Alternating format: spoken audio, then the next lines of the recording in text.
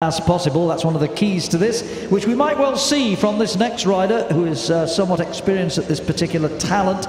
She represents the Russian Federation, won gold in the European team sprint just a few weeks ago, and also a bronze medal in the 500 meters. And here on Wednesday she took silver in the team sprint. Tatiana Kiseleva.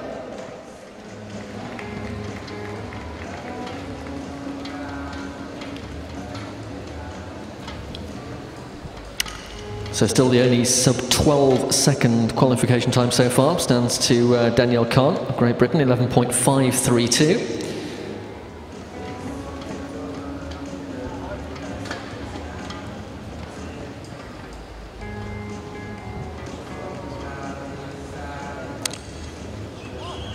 Kiseleva of the Russian Federation at the bell, launches herself down to the bottom of the track, hits the 200 meter line, starts the timing, and when we get to the first checkpoint at 100 meters, she is second fastest, 5.915. And can she carry that through to the finishing line?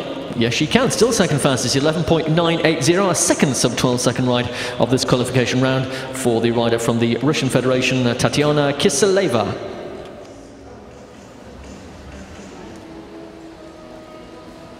Yes, a good time from the Russian, and we follow with another of the Russian riders who took European gold in the team sprint just a few weeks ago, and a couple of days ago here took silver in the team sprint. Ekaterina Rogovaya.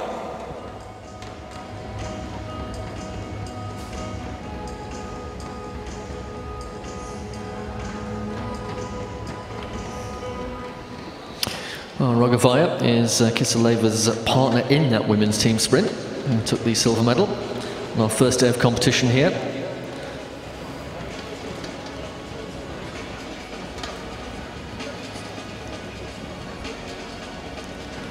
Slowly winding up the pace around the top of the banking, using the full height of the track.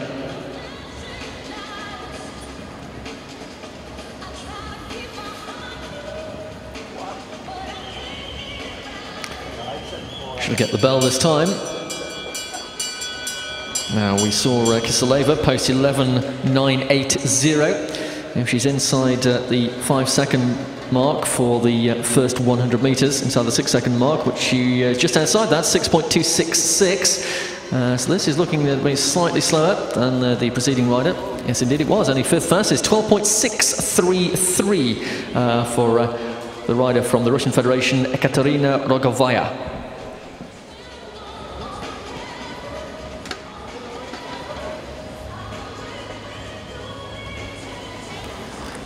So a slight disappointment for the second of the Russians as we move swiftly on to the 10th of the 18. This rider is from India, and her name is simply Deborah.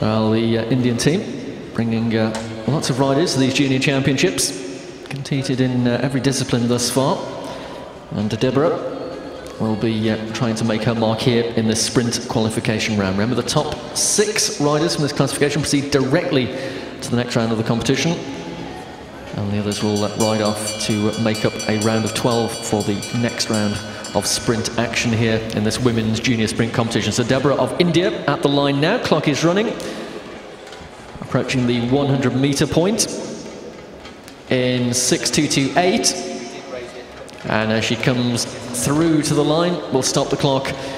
Fourth fastest, not bad, 12.544 for the competitor from India, Deborah.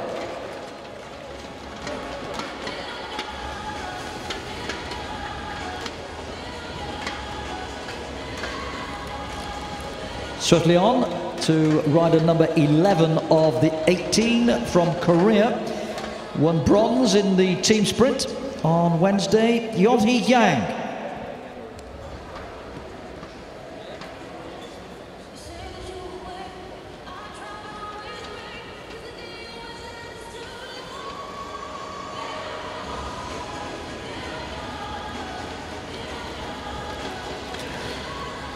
So as Yang starts to pick up the pace here, just a reminder of the top 3 riders at the moment. Danielle Khan of Great Britain, 11.532. Kiseleva of the Russian Federation, 11.980. And Kim, the rider who went off second from Korea, with a time of 12.287. So just 2 riders beating the 12-second barrier so far.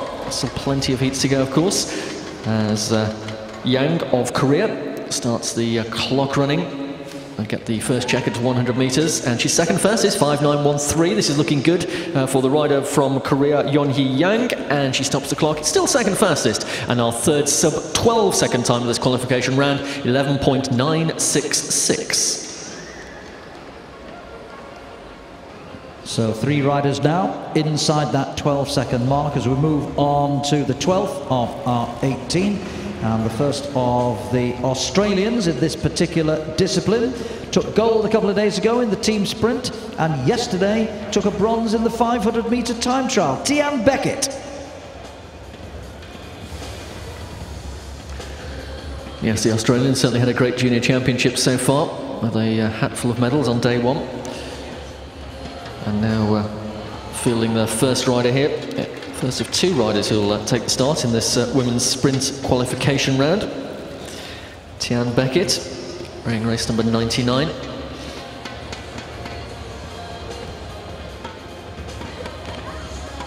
She'll be picking the pace up now, because it'll be the bell lap this time when she comes to the finishing straight.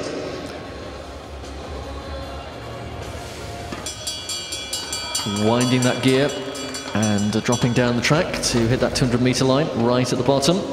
So the clock is running for Tian Beckett of Australia. At the 100-meter check, she is 5th fastest, 6.094. So she mightn't challenge for those sub-12 second qualification times. In fact, she's outside that, 12.435 for Tian Beckett of Australia. And that will place her in 5th qualification place at this stage of the round. We stay with Australia because Tian Beckett's team sprint partner is next. She, with Tian Beckett, won that gold medal on Wednesday in the team sprint. Tanila Falapi.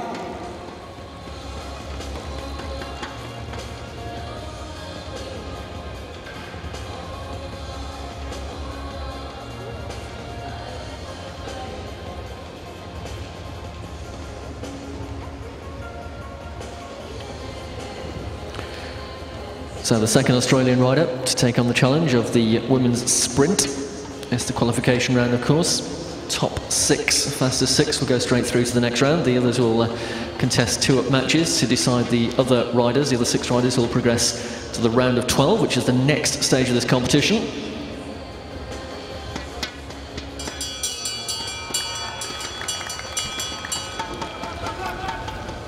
So Falapi hits that 200-meter timing strip,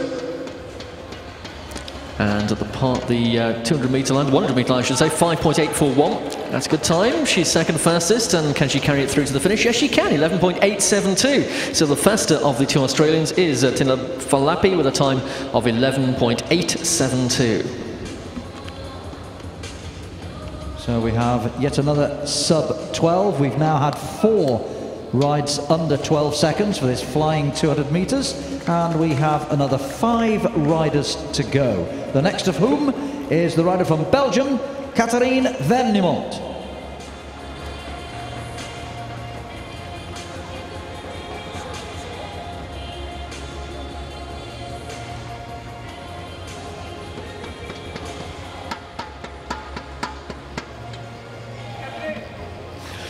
Well, as with most of our time competitions, in these championships, riders are seeded at the start of the competition to place them theoretically in the order where they'll go faster as we go through the qualification round. But sometimes there are surprises amongst those at times, with Danielle Khan going off quite early in the competition, but still sitting at the top of that table. Catherine Vernimont of Belgium is next to go here. She's into her 200 meters timed effort now. At the midway point, 7th fastest, 6.167. And the Belgian colours delivered to the line in 12.613, 9th fastest in this qualification round so far.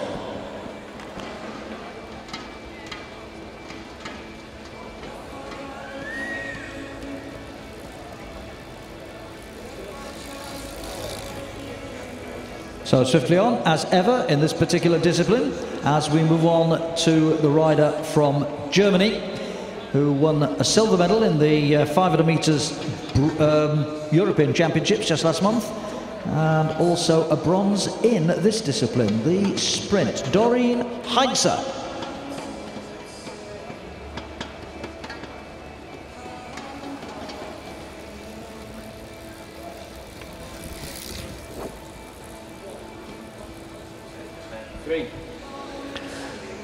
So podium position at the European Championships for Doreen Heinze of Germany, taking away the bronze medal just over a month ago in Portugal.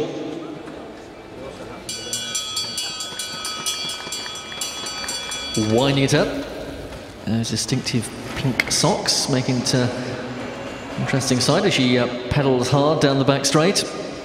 At the midway point, 5th fastest, 6:004. And carrying that through to the finish line with a qualification time of 12.258. So 5th fastest for Doreen Heinze, the European bronze medalist. Well, next we have quite an accomplished junior from France who might well produce yet another sub-12, who knows? She won 2 gold medals at the European Championships last month in this discipline and the 500 metre time trial. And yesterday, here in these championships, she took a silver medal in the 500 metres. Melisandre Pan.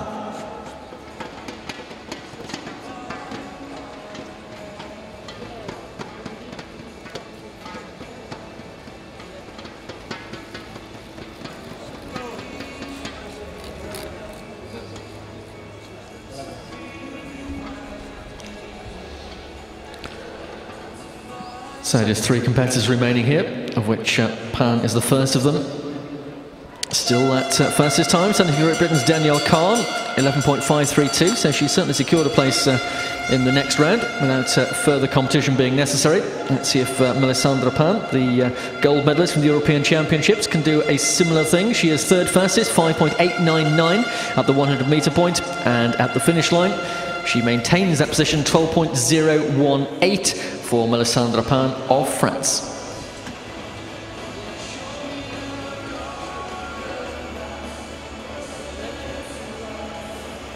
Well, we were anticipating a sub-12 from the French woman, 12.018.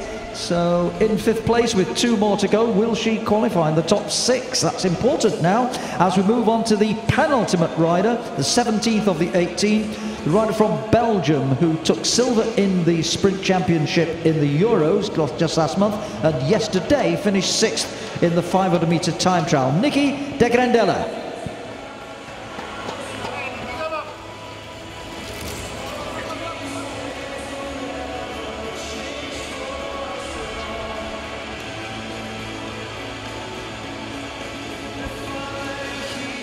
Penultimate competitor in this qualification round for the women's sprint, Nicky de Grandella of Belgium.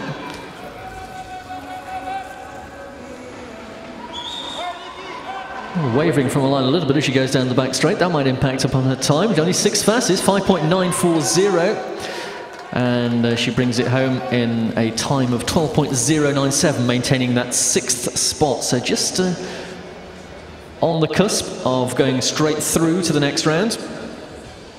Yes, 1 more to go, and at the moment we still have 4 inside 12 seconds. De Grandella currently holding down 6th place with 12.097. Last to go from Colombia, only a modest 7th in the 500 metre time trial here yesterday. Can she do better here today? Marta Bayona.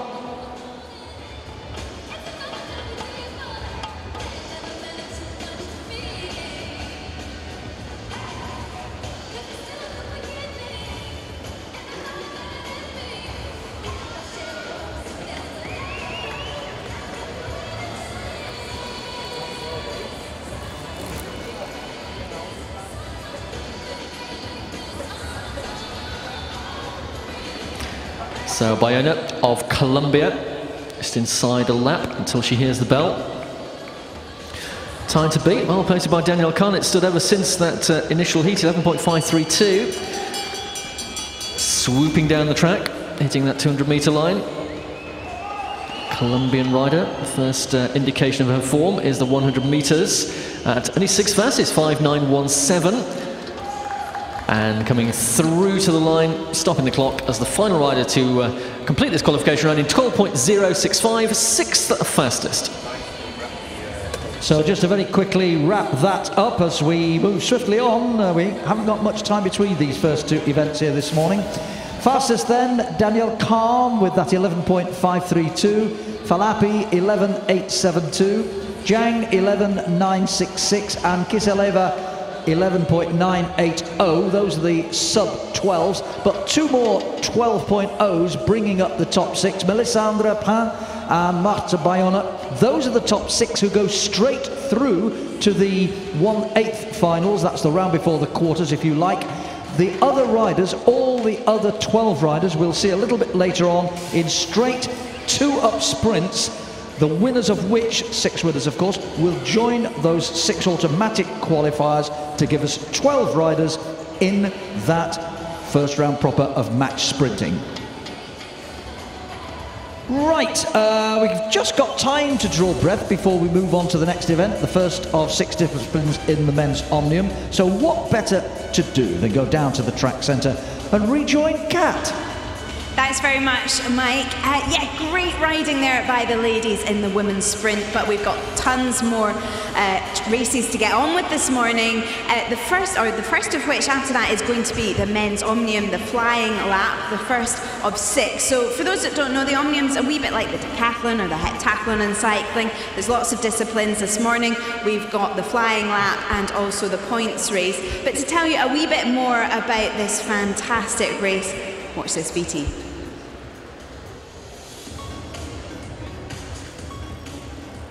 The Omnium is made up of 6 events and is contested over 2 consecutive days. The 6 events that make up the Omnium are a flying lap, a points race, 30 kilometers for men and 20 kilometers for women, the elimination race, individual pursuit, 4 kilometers men and 3 kilometers for women, scratch race, time trial, 1 kilometer men and 500 meters women. The final standings are established by adding the finishing places in each of the separate events.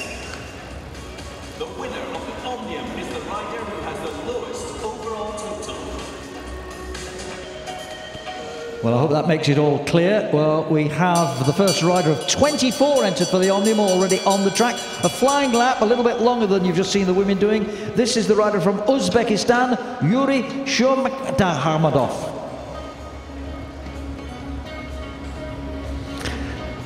So bringing this one home for the first qualification time in this set of 24 heats.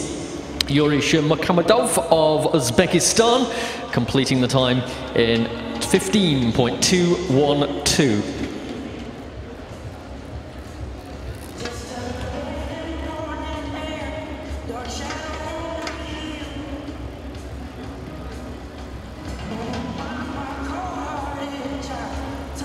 Okay, swiftly on to the second of our men in the men's Omnium. Remember, this is the first discipline of 6, as explained in the video there just a moment ago. This is the rider from Japan, Hayato Okamoto.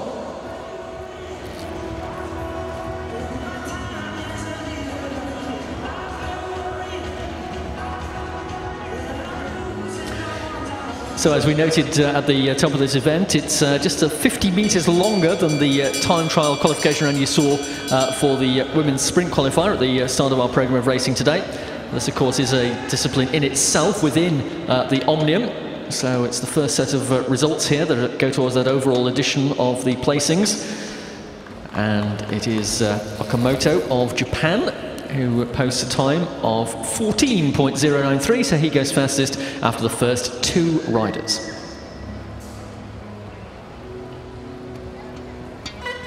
Long way to go, not just in this particular part of the Omnium, but the Omnium as a whole. It's a 2-day discipline with 3 of the disciplines being done today and 3 more tomorrow.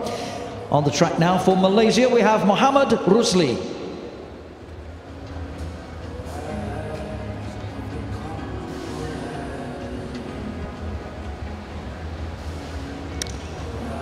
So Malaysia, and we're loving these colours of the Malaysian team. Makes them very, very easy to pick out on the track. That's bright orange with the black bands around the middle. And their first competitor in this men's Omnium competition, 24 heats in total. And the time to beat is currently 14.093, posted by Hayato Akamoto of Japan in the previous heat. The bell for our Malaysian competitor. Remember, the timing is the full 250 metres from the start line back to the start line. Flying lap. And the time for the rider for Malaysia, second fastest, 14.585 for Mohammed Rusli.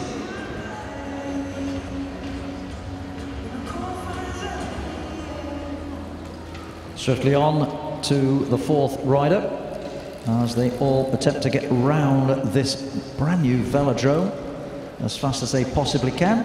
The Swiss rider next, Patrick Müller.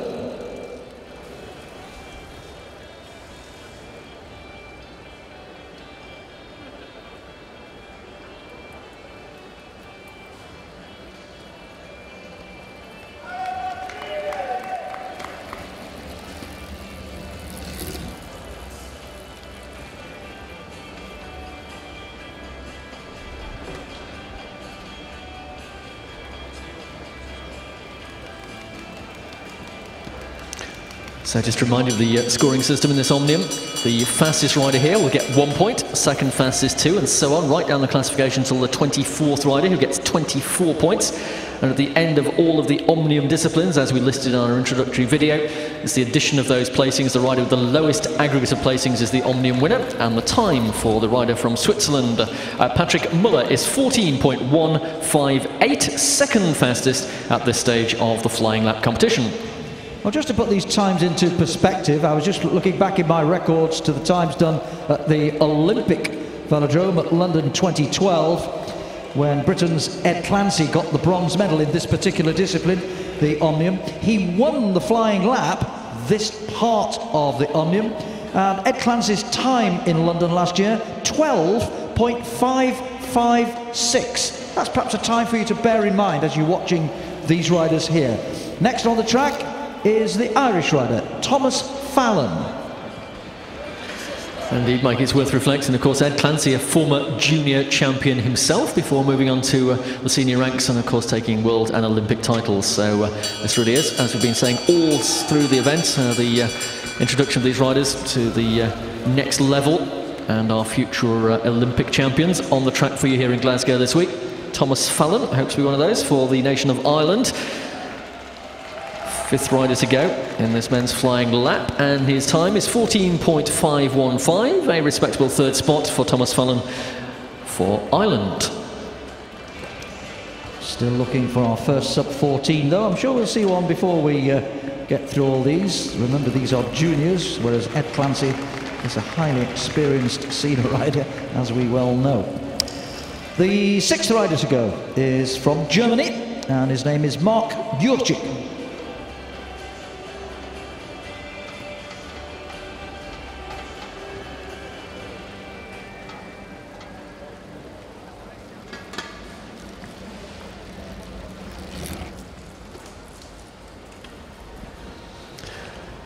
So this Omnium event really is a test of a rider's all-round ability. No one specialisation possible, with of course distance racing, time trials, and even the lottery of the elimination race as well. Always makes a very exciting competition. And Jurczyk of Germany is the next rider to record a time here as he comes into the finishing straight. And will cross the line in fastest time, 13.524, the first sub-14 second ride of this men's flying lap competition. Well, I don't think it would be too long before we got one inside 14. Might we get another? I wonder, because the next ride on the track is Great Britain's very own Oliver Wood.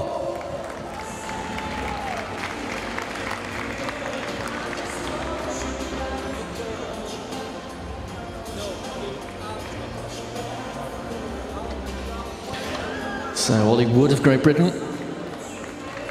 youth and junior champion, at national level. Now part of the Great Britain Olympic Development Programme. There's twin disc wheels, maximum aerodynamic advantage being afforded.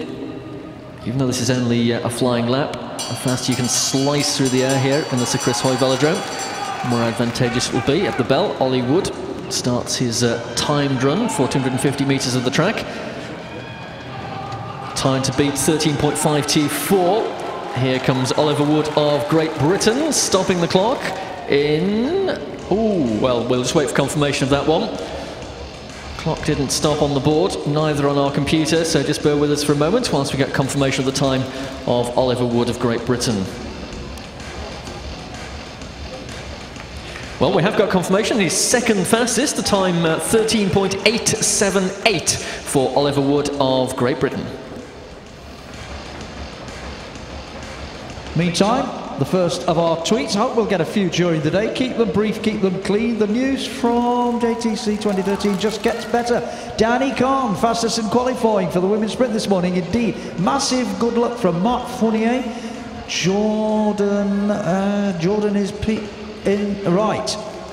I think we've got that. Thank you, Jordan. Massive good luck to all, I think. Anyway, next rider on the track from Denmark, Kasper Pedersen.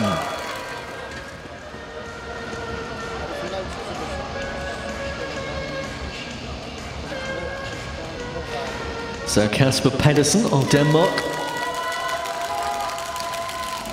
completes his ride, second fastest, 13.807, displacing Ollie Wood, who was briefly the second fastest rider. So Wood moves down to third, and Pedersen overhauls him into second place, but still the rider who's fastest, the German Jusik, with 13.524. Just a reminder that the winner of each discipline within the Omnium gets 1 point.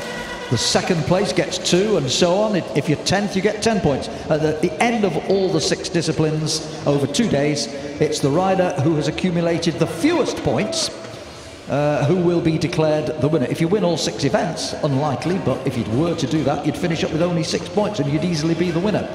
However, let's move swiftly on to the next rider, the 9th to go, from Argentina, Nicolas Navarro.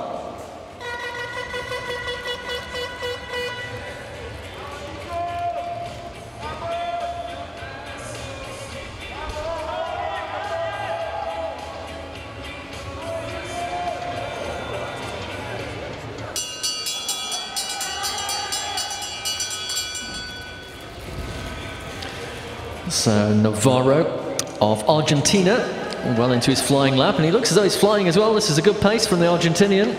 Let's see how that translates into his finishing time as he aims for that finish line. Well, fourth fastest, 13.943, the fourth sub-14 second time of this men's flying lap competition. Yeah, and they've been the last 4 riders to go, Carl, so we're obviously getting down to the really good ones now, with no disrespect to our earlier riders, as we move on to the 10th of the total number of entrants in this competition. That's 24 riders entered. Rider number 10 to go comes from Korea, Hwang-hee Kim.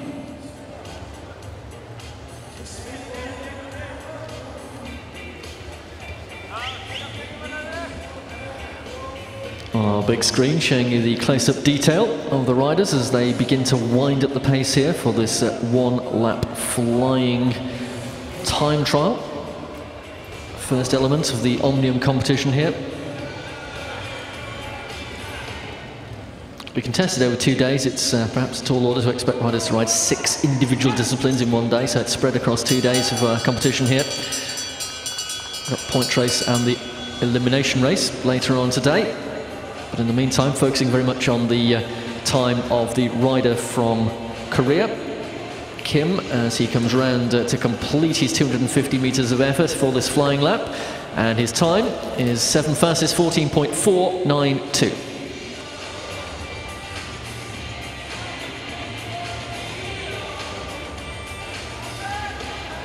So the run of sub-14s has been temporarily halted by Kim of Korea, as we move on to the next rider, who is from the United States of America, Zachary Carlson.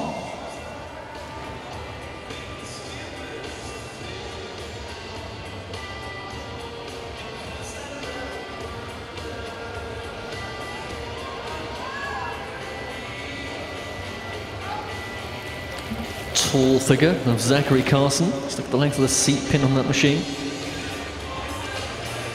Hard to believe some of these riders are still in the junior category. They certainly are. They've got 2 years as juniors, of course, before they progress to the under-23 ranks. And Zachary Carson, who is a second-year junior, just displacing one of our timing pads as he launches his 250-metre effort here. Still the leader from Germany, 13.524 for Jersik. Let's see if the American can overhaul that time. I think he's going to be somewhat outside it. 9th fastest, 14.560 for Zachary Carlson of the United States of America.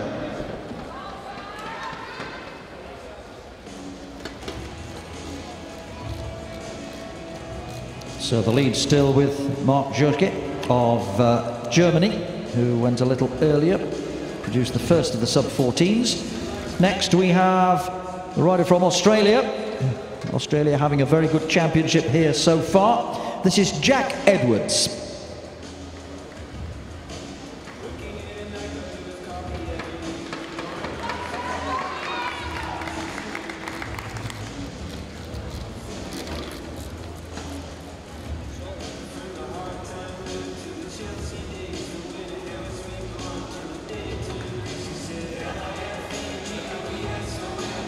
So Jack Edwards of Australia. Here's the bell. 250 metres to record his flying lap time. Still led by Jersik of Germany. The split time, this is looking promising for Edwards of Australia. Second fastest, yes, 13.536 for Jack Edwards.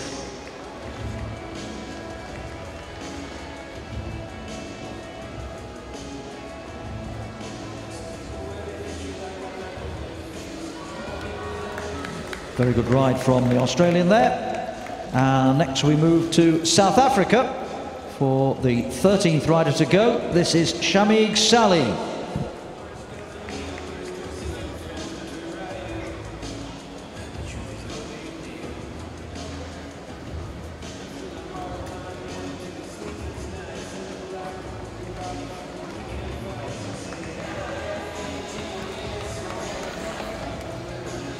So competitor number 30 in those traditional South African colours, the gold and green.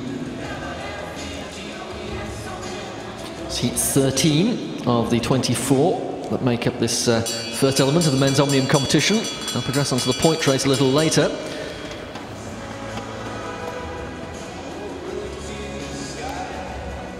And just 8th fastest at the first time check. So Sally of South Africa, can he carry this one through to the line in a time of 14.048, moving up to 6th fastest.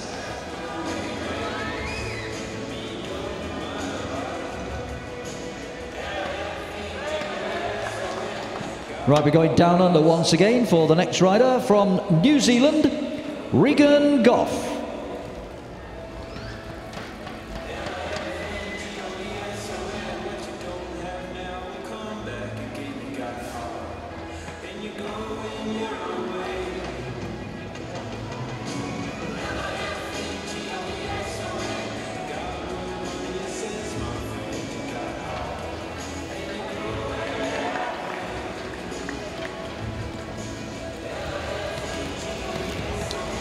Well, it was heat 6 where Mark Jersik of Germany posted the fastest time. Still stands 13.524. Currently lying second is the Australian Jack Edwards, and in third place Kasper Pedersen of Denmark.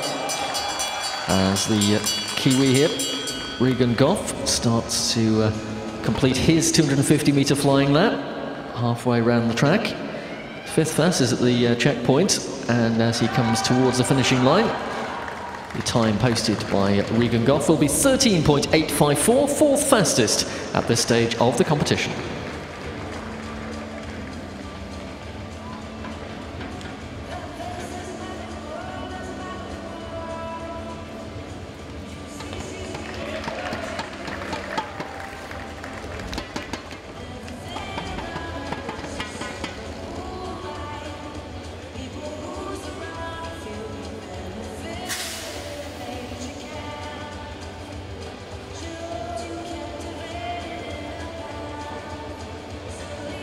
Right, we move swiftly on to the 15 of the riders in this discipline, the Omnium. This is the rider from Portugal, Nelson Silva.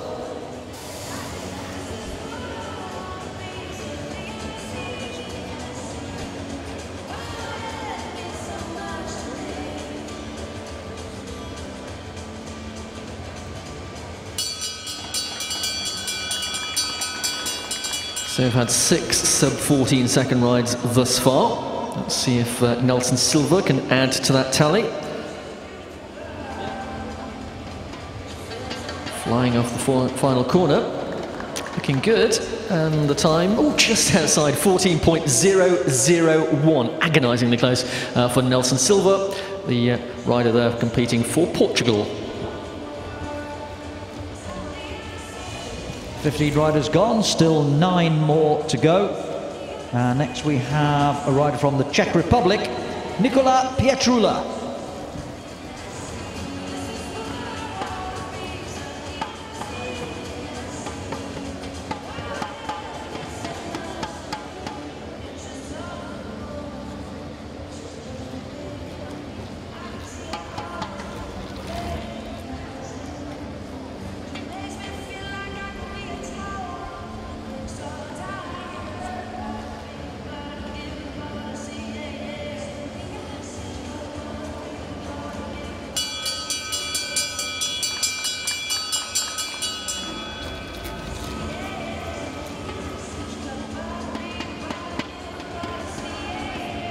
So Nicholas Pietrula of the Czech Republic will stop the clock in the 8th fastest time, 14.039 for Pietrula of the Czech Republic.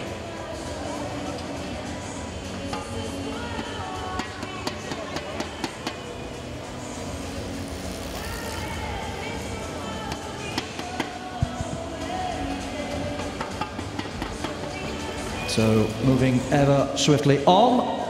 Next we turn the page on our start list here up in the commentary box as we move on to the rider from Belarus, Repechage.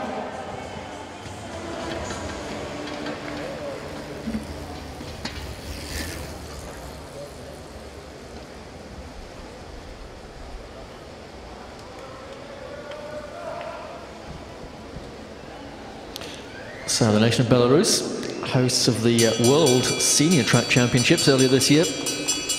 And Shishanka, the rider here, representing this nation in the men's Omnium competition.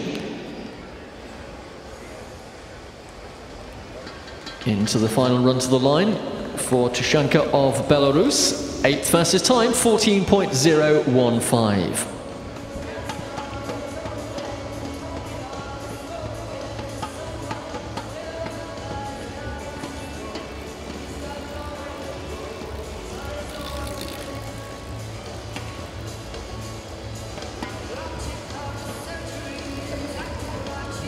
Swiftly on to our next rider.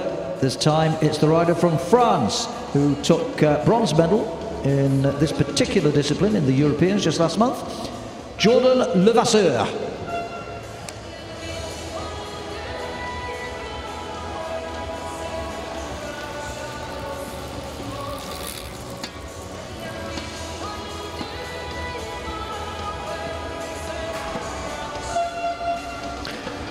So into the final 7 riders in this men's Omnium Flying Lap.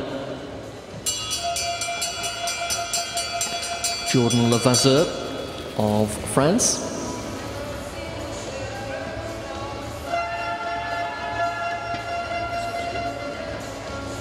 He's into the finishing straight here.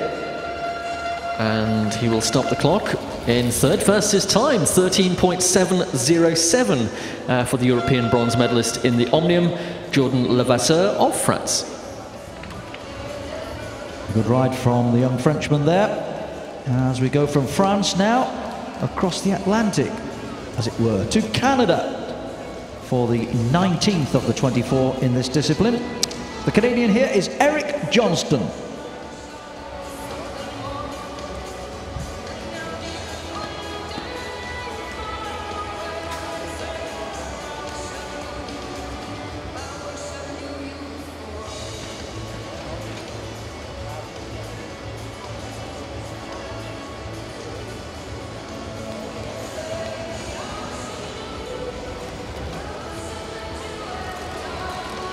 Well, as we get towards the end of this men's flying lap competition, still the lead time posted by the rider who went off in heat 6, Mark Jurczyk of Germany, 13.524. Nearest challenger, Jack Edwards of Australia, 0.012 of a second behind. So this is Eric Johnstone of Canada. And the Canadian stops the clock in third fastest time, 13.676. Well, that's the 8th sub-14 that we've had, and we have just 5 more riders to go in this, the first of the 6 disciplines which constitute this men's Omnium. 3 disciplines today and 3 more tomorrow as we introduce the next rider on the track from Italy, a silver medalist in the European Championship in this particular discipline, the Omnium, just a few weeks back, Riccardo Minali.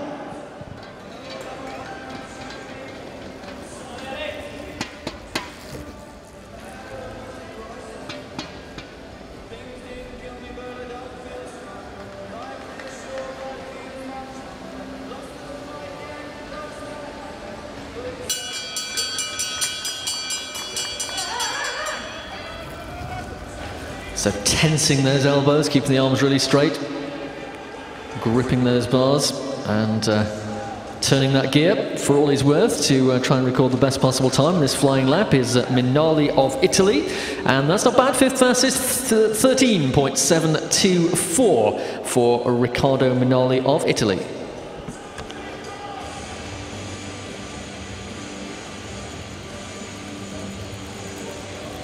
Four more to go then in this first of the 6 Omnium disciplines. We'll move now to Colombia in South America for our next rider, Eduardo Estrada.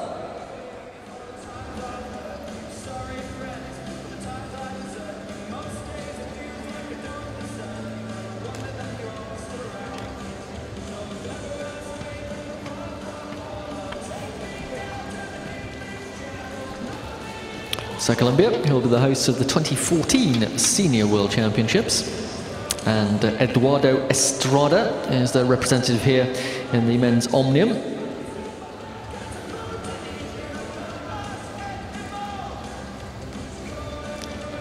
Really lifting the pace now as he hits the start line.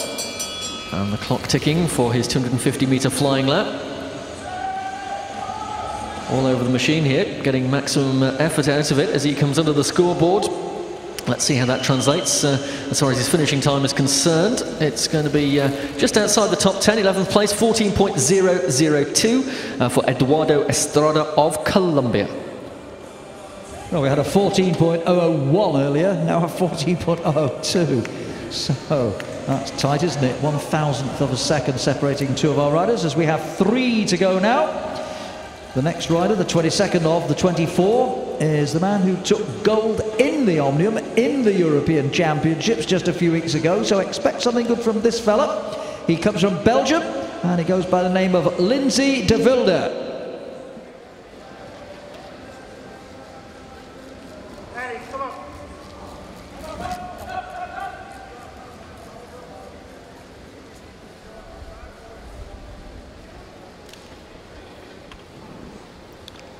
So into the final 3 here in this men's Omnium flying lap, first of 6 disciplines, and Lindsay de Wilde of Belgium is the man on the track, already into his timed lap here.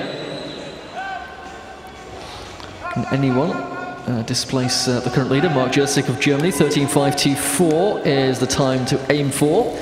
13.927 confirmed on our screen as the time for de Wilde of Belgium. So that's good enough only for 9th place for the Belgian European gold medalist. Yeah, several times now inside that 14-second mark for these juniors. This is very good competition indeed for them. As we move on to the penultimate rider in this first of the 6 Omnium disciplines, the rider from Kazakhstan, Nikita Klevanov.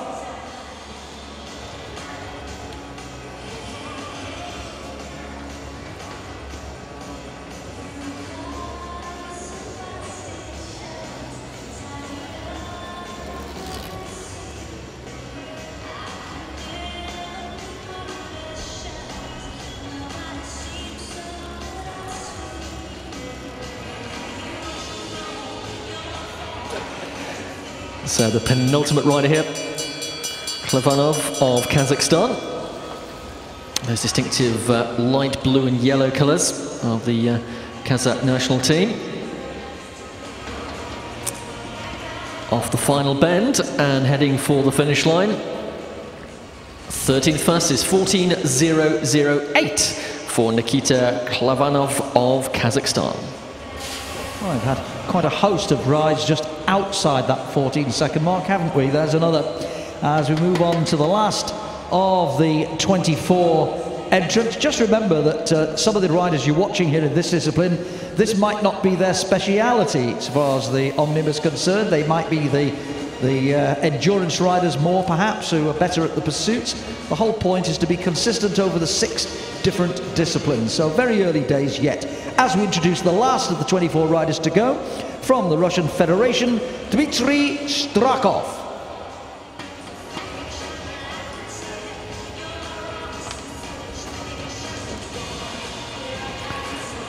So the fastest time has stood since heat 6. That was Mark Jusik of Germany, who posted that to first sub 14-second time of the event, 13.524. Currently Jack Edwards lying second and Eric Johnstone in third. Jordan Lovers in 4th place. This is the final rider to post a time, and here he comes. And 10th fastest, 13.942 for the rider from the Russian Federation, Dmitry Strakov. Well, there we are. 24 riders have gone, and they'll be back later, of course, for the second of their disciplines a little later, which is the points competition. This evening, they do the elimination, which I prefer to call the devil take the hindmost, but more of that later. Just a quick wrap. Jukic is the fastest, 13.524. Jack Edwards, 13.536. Eric Johnston, 13.676. So they will get 1 point, 2 points, 3 points, and of course the points are accumulative as the Omnium progresses. Okay, we'll be back with women's sprints in just a moment or 2 or 3, but in the meantime, I'm just looking down into the track centre to see if I can spot the lovely Kat. I don't see her right now. Kat, where on earth are you? I am here.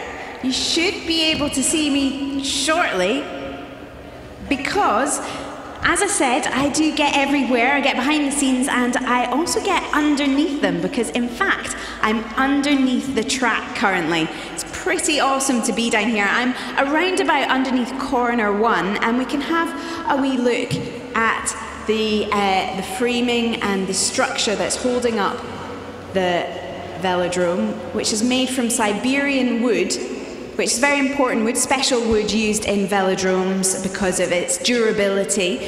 And I think I mentioned earlier that the temperature of the track was around 28 degrees. There's humidifiers in the roof that keeps the wood at the optimum temperature to stop it expanding and contracting. Very important for maintaining that wood. This velodrome was designed by Ralph Sherman. It's a fantastic velodrome. I understand from the riders that it's a great ride, very fast, which is a very important thing when you're in a velodrome. And also, I could hear earlier the riders going above my head, which was pretty cool. We're going to be moving on quickly now to the women's sprint.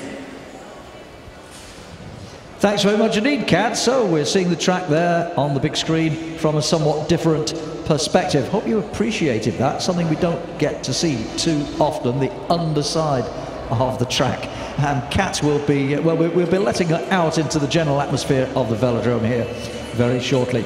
Right, well, the next item on the agenda is women's sprinting. Now, you saw the qualifiers a little earlier on, and as a result of that, the top 6 fastest riders from the flying time trial, they are safely through to the next stage of match sprinting. But before that, the other 12 riders will have to contest match sprinting to see which of them join those fastest 6 in the next round. So, just to go quickly through, Daniel Kahn of Great Britain, Tenili Falapi of Australia, Yeonhee Jang of Korea, Tatiana Kiseleva of the Russian Federation, Melisande Pain of France, and Marta Bayona of Colombia. They are straight through, but the other 12 are going to come out 2 by 2 to contest match sprinting, and it'll be a straight one-off match sprint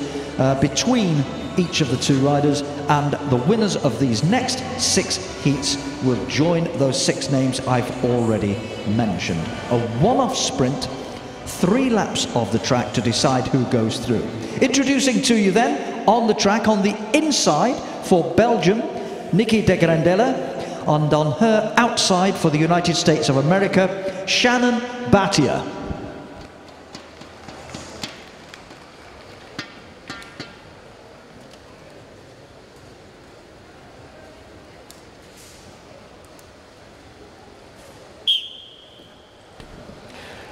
So our starter down there, just checking the riders are ready to go.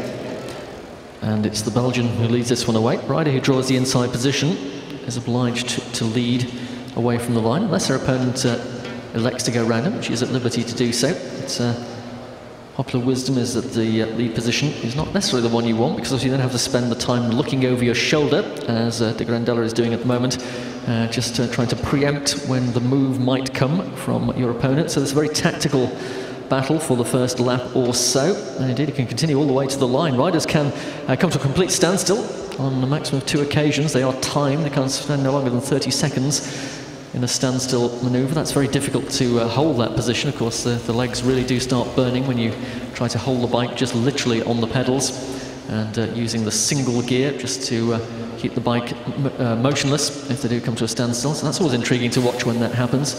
Of course, this is just a single opportunity in this round for further progress in the sprint competition. So the riders really do need to have the wits about them to make sure they can take the win. And the Belgian glances behind. She still has the lead position as they go into the final lap. Ground to cover for Bhatia here. Looks like de Grandelle has timed this one about right. Bhatia has got a big gap to close, and she has left it too late. So it's the Belgian rider Niki de Grandelle, with a reasonably straightforward ride, will progress into the next round of the sprint competition.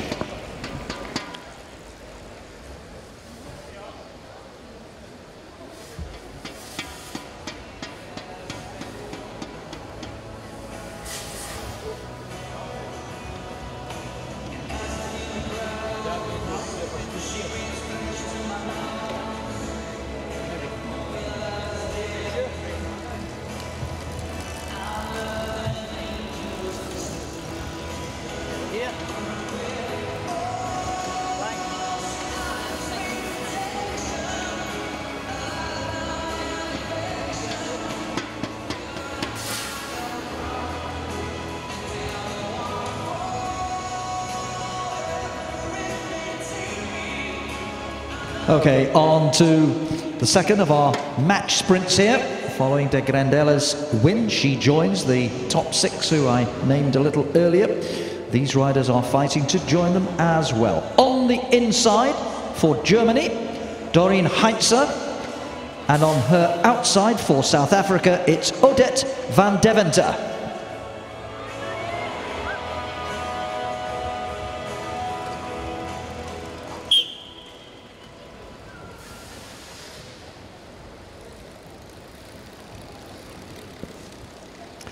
So heat 2 rolls away. Doreen Heinze of Germany and Odette van Deventer of South Africa. The South African who has led this one away. Riders are obliged to proceed at walking pace or faster for at least the first half lap and reach the pursuit line in the back straight. And our trackside officials keeping a careful eye on that one. And the other key element of sprinting that you need to be aware of is the red line around the track. It's above the black gauge line we mentioned earlier and below the blue line, which is called the stayers line. The red line is called the sprinter's line, and that becomes key when we get to that final run to the line, because once the rider has dropped inside that red line, their opponent has to go around the outside, can't go underneath, and the rider is inside that red line. So that what makes the run for the line often very interesting. It's the rider who gets inside that sprinter's line first who has the advantage. We do time the final 200 metres. It's of academic interest, to be honest, because it's all about getting your first position across the line. That's the important thing. And it's the rider from South Africa, Odette van den Venter, But she's not got a significant lead here, and the German picks up the pace. Doreen Heinze overhauling the South African as they come under the scoreboard for the final time. And this looks like progress to the next round for the rider from Germany, Doreen Heinze, beating the rider from South Africa, Odette van der Venter.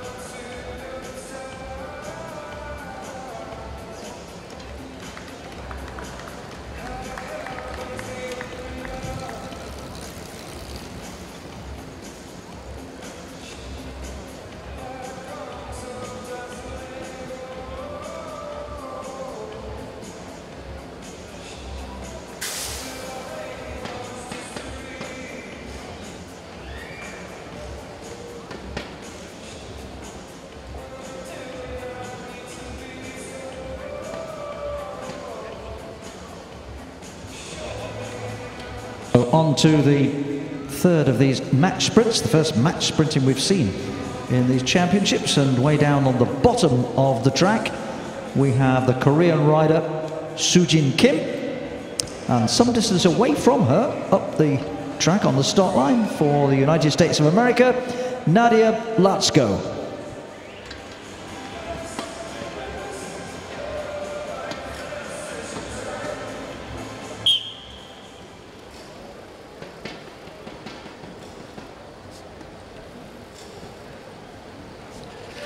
Soo-Jin Kim of Korea leads away Nadia Latsko of the United States. This is the third heat of the 6. Remember, just the leading rider, the winning rider of each heat, going forward to the next round to join those riders who already qualified from the 200-metre time trial round in the top 6 places to make 12 riders in the next round of the sprint competition.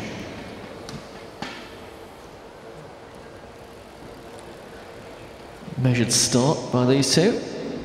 And it's Latsko just using the width of the track here just to try and fool her opponent into thinking she's about to launch an attack.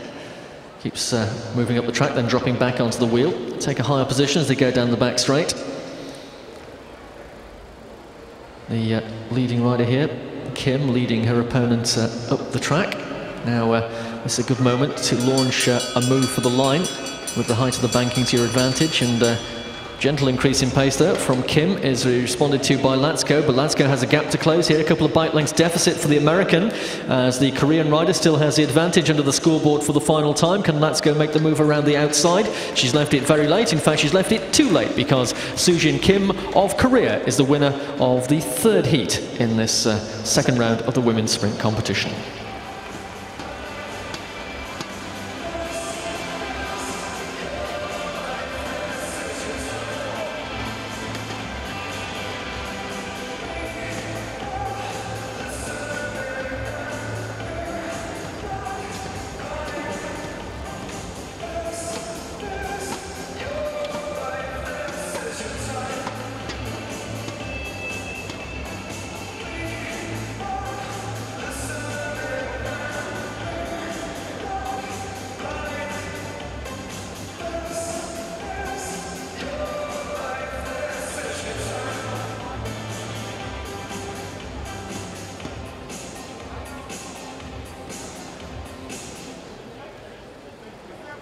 On then to the fourth of our 6 heats here to decide who goes through to meet the top 6 women who are already there.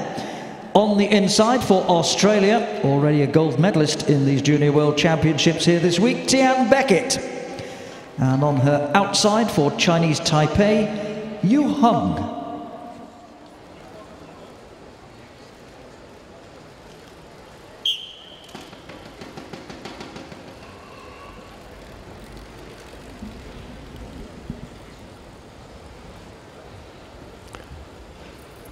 So Beckett leading this one away. Hung taking a position higher on the track, from where she can keep a very careful eye on her Australian opponent.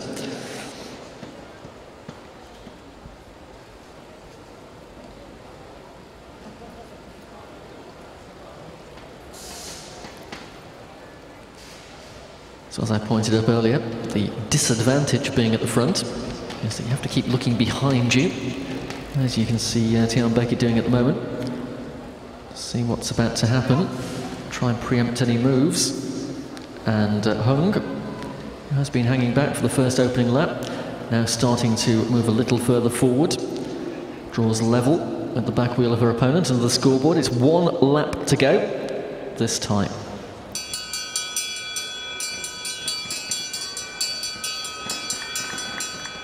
Well, we're still looking at each other. And now Beckett starts to lift the pace. Her opponent from Chinese Taipei, a little late to respond there, so she's got ground to make up. And that's a big gap to close in the final half lap. So it looks like Tian Beckett of Australia will get the better of Yu Tinghung of Chinese Taipei, and Beckett will progress to the next round of the sprint competition.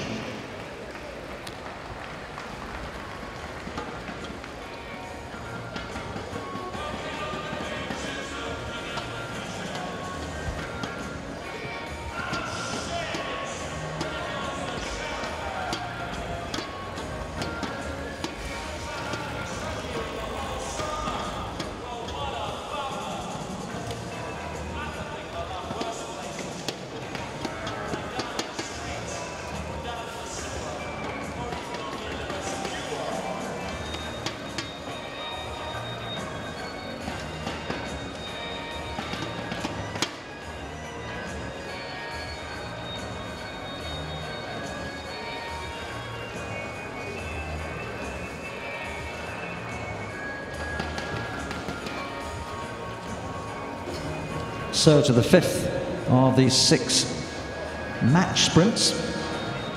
And on the inside for the Russian Federation, gold medalist in the Euros of the team sprint, and a silver medalist in the team sprint here just a couple of days ago, Yekaterina Rogovaya. And on her outside for India, we have Deborah.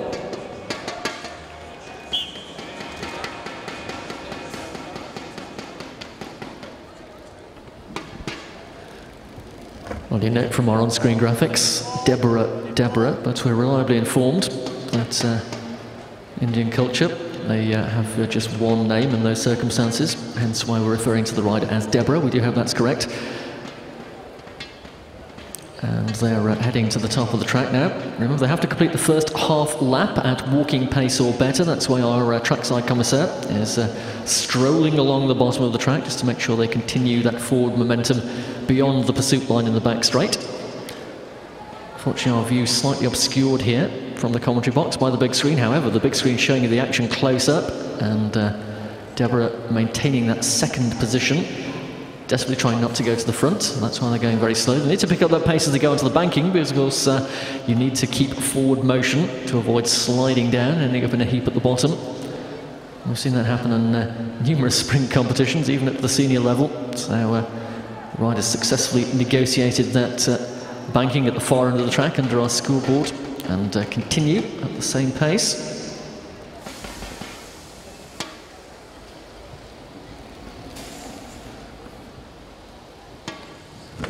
Oh, well, you see what happens when you go slowly on the banking. Rogovaya just losing her front wheel, and Deborah, who was right behind her, had nowhere to go, and both riders end up on the deck. Well, there'll be a slight delay whilst they re-ride. Let's hope that there's no serious injury. I don't think so, because obviously they were going very, very slowly. So just a little bit of hurt pride, I think, on the part of Rogova. Perhaps a little more than Deborah. I rather expected actually that Rogova would get on with this, because on paper anyway, without putting too fine a point on it, she would probably think that she's the superior rider, but you just don't know. You can never underestimate opponents, neither should you, of course. And she was treating her Indian opponent with very, very due care and deference, and paid the penalty there. So they will restart in just a moment or two as we show it again on the big screen. Ouch.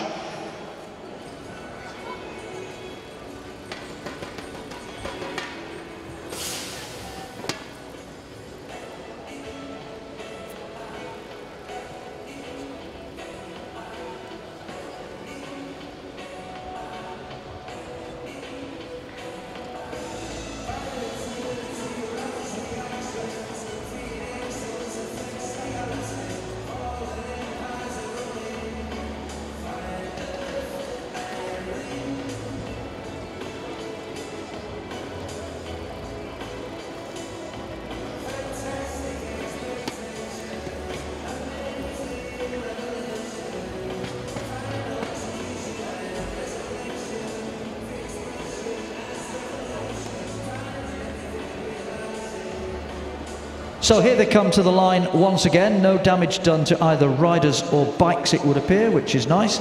So just to recall the lineup, it's on the inside, the Russian Federation rider, Yekaterina Rogovaya, and on the outside, the Indian Deborah.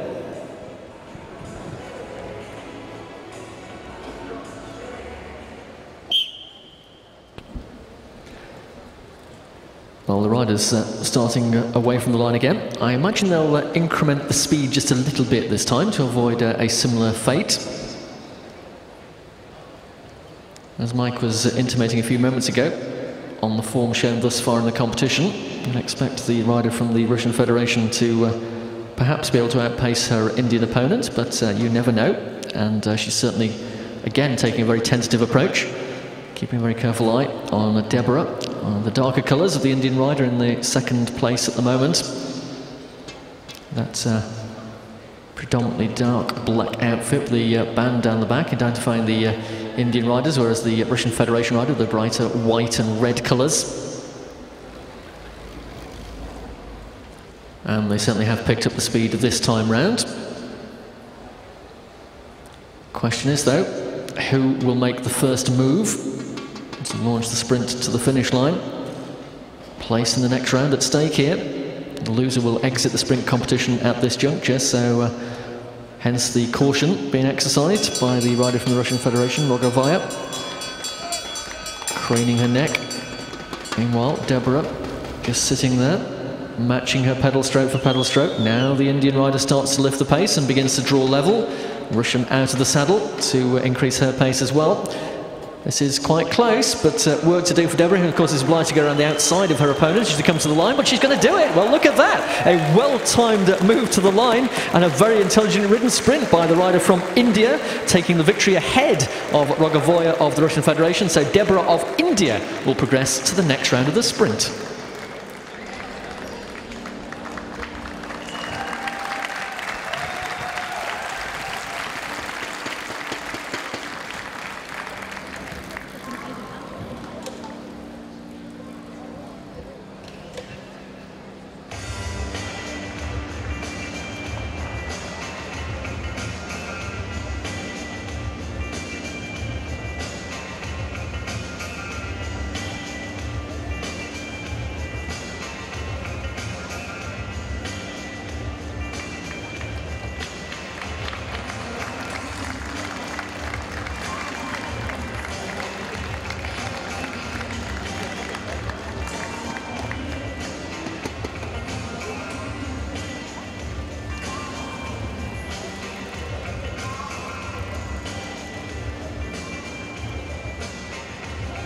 So to the last of these 6 match sprints, and as with the last heat, very, very little to choose between them when we look at their flying 200-metre time trials earlier, only a tenth of a second between these two. On the inside for America, we have Tara McCormick, and on the outside for Belgium, Catherine Vernimont.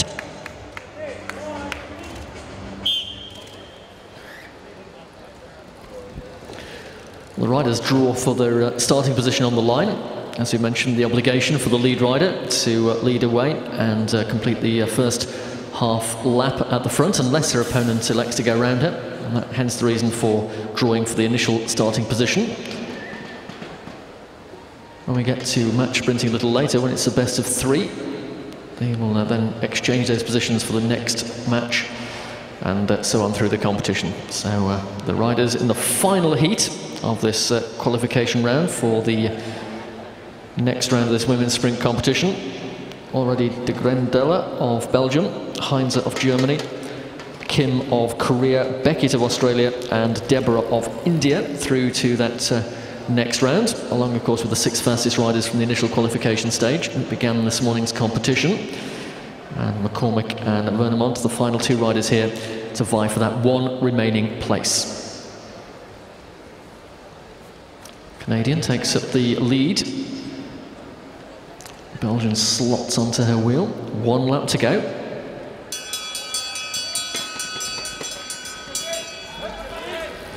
Starting to slowly wind up the pace. Slight advantage for the rider from Belgium, who has the slipstream to benefit from. And she starts to make a move around the outside.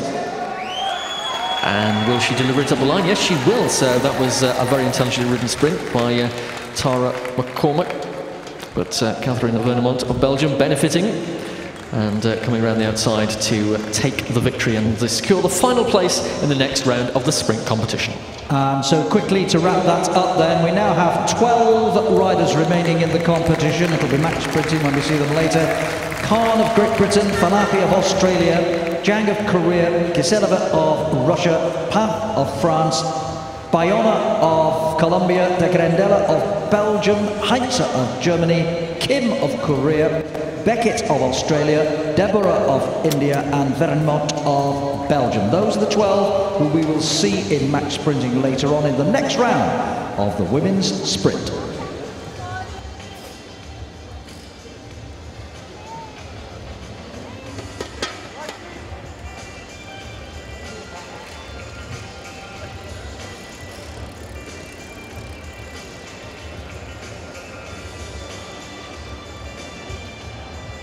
Right, well, in a moment or two, we shall move on to the men's points race qualifying rounds, but I'm just looking around once again to see where Kat is. Now, she deceived me totally last time. I was looking for her in the track centre, and she was underneath. Where on earth have you got to this time?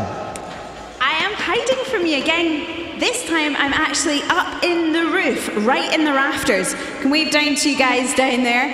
It's pretty warm up here. And you know, earlier I was saying this velodrome is a wee bit like a spaceship. Well, it really feels like it up here. You can see those humidifiers that I was talking about earlier, keeping the track at the optimum temperature, and also some pretty special lighting. Now, if you're into this kind of thing, they are 1400 lux, which is very important for HD television. So this velodrome is incredibly modern and makes it great for us making lots of fantastic television as well. Now, we're going to be moving shortly on to the men's points race, and there will be 2 qualifying races for that.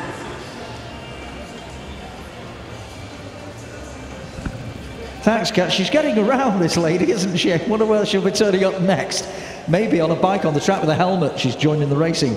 Anyway, we are, as I said earlier, moving on to the men's points race. Now, the points race is contested over different distances in different age categories, and qualifying is often different from the final, but it's basically a distance race. In this case, in the qualifiers, 60 laps of the track, which is 15 kilometres, and there will be sprints within that distance every 10 laps. Now, the sprints will win the riders points, 5 points for the winner, 3 points, 2 points, 1 for second, third and fourth, and obviously the points accumulate. However, there is a great big bonus if you can lap the field. And if you do so, you gain a bonus of 20 points. So it's a massive bonus if you could do that. And on a 250-metre track, believe me, that can be done even within 60 laps of the race. 2 qualifiers to narrow them down to the final later on. The first 10 in each of these 2 heats coming up will go through to the final. So watch out for those sprints every 10 laps, and watch out for riders breaking away and trying to gain laps for those bonus points.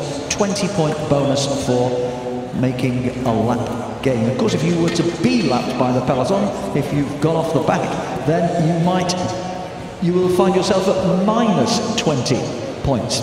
Anyway, we've got 2, 4, 6, 8, 10, 12, 13 riders. To find 10 of them, we've got to award points. As you can see, they're starting down at the bottom of the track, up on the railing, and there'll be a rolling start to this, after which the starter will fire the gun if he's happy that they're all settled in nicely. And then off we go, 60 laps of the track. The men's points race, the first of 2 qualifying heats.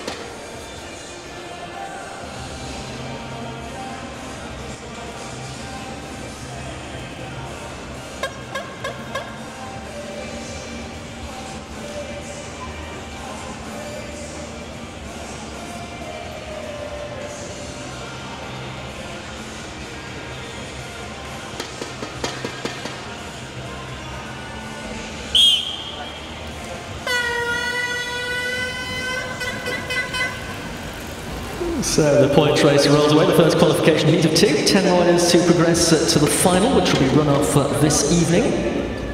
Mike's explained the finer technicalities of the point race discipline for you, and he will be reinforcing that with a summary of each of the sprints as those points are accumulated during the course of the race. Gunfires after the first rolling lap to get this 60 laps of point race action underway. Remember, the first sprint comes up with 50 laps on the lap board. The lap preceding the sprint will be identified by the ringing of a bell. So I don't think it's the final lap. The bell also used to indicate sprint laps in UCI point races. And following that bell, the riders will then contest the sprint the next time through the line. The first 4 riders gaining points, 5, 3, 2 and 1. The aggregate of those points will give them the final point score, plus of course any lap gains, which count for 20 additional points, or lap losses, which result in the loss of 20 points. And incidentally, if there's an equality of points at the end of the race, then it's the best placed rider in the final sprint for the line who will get the advantage.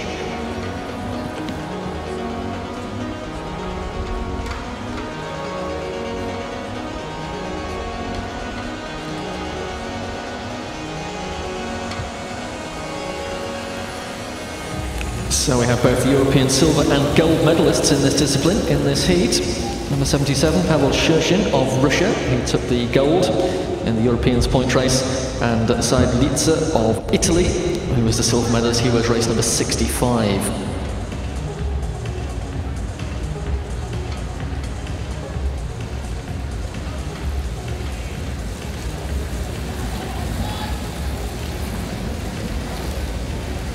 Well, Joshua Harrison of Australia dropping into the well of the track, trying to increase the pace here. Response from Germany and France as well. So he swings back up. Pace increase there, you can tell as the riders start to go fast, they go into a long line rather than being that bunched together group as they were in the earlier stages. And then of course it's always an opportune moment for the attack to go off the front of the race and try to gain an advantage, and ultimately of course to gain that lap. They are deemed to have gained a lap when the leading rider catches up with the largest group of riders on the track. It's at the discretion of our commissaires in track centre to declare which is the main group on the track, and once the riders are split all over the place, that can be a little bit of a challenge. We'll confirm for you once we have that information if that situation does develop. In the meanwhile, Belarus start to make a little move as they go under the scoreboard. We're 3 laps away from the first sprint. The first 4 riders only will score points in each of the intermediate sprints. 6 sprints in total, including the final run to the line in this point race.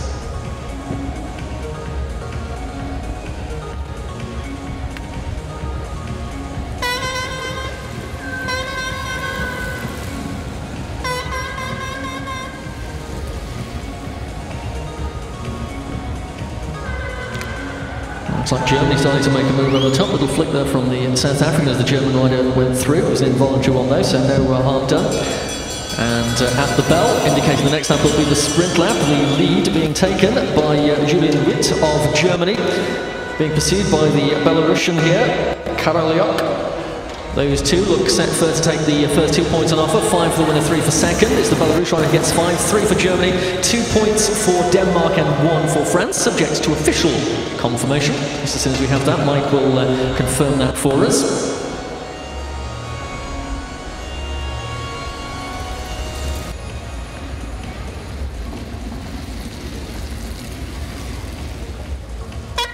Yes, well that's just come up on my computer here. Karoliak of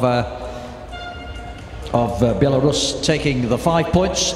Witt for Germany taking the 3.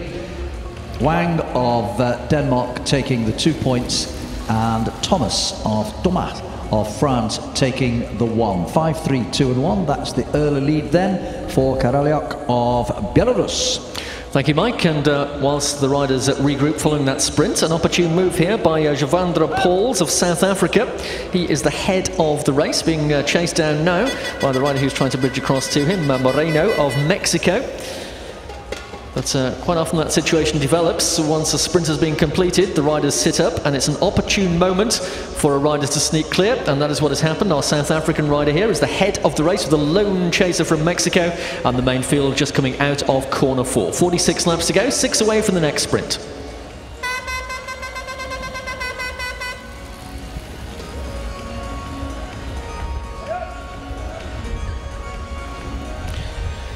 Well, Moreno of Mexico working hard here to try and get on terms with the leader, the South African, Quals.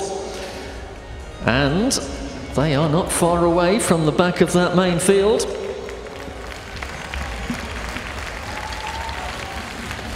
So both Giovanna Quals of South Africa and Jorge Moreno of Mexico gain a lap. They score 20 points and of course will move to the top of the classification table.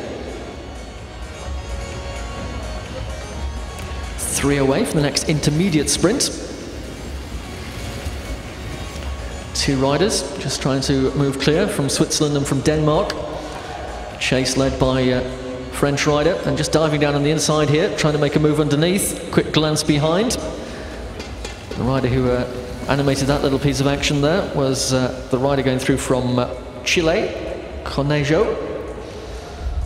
But regrouping again, just 1 lap away from the next sprint. It could be the bell on the finish straight this time.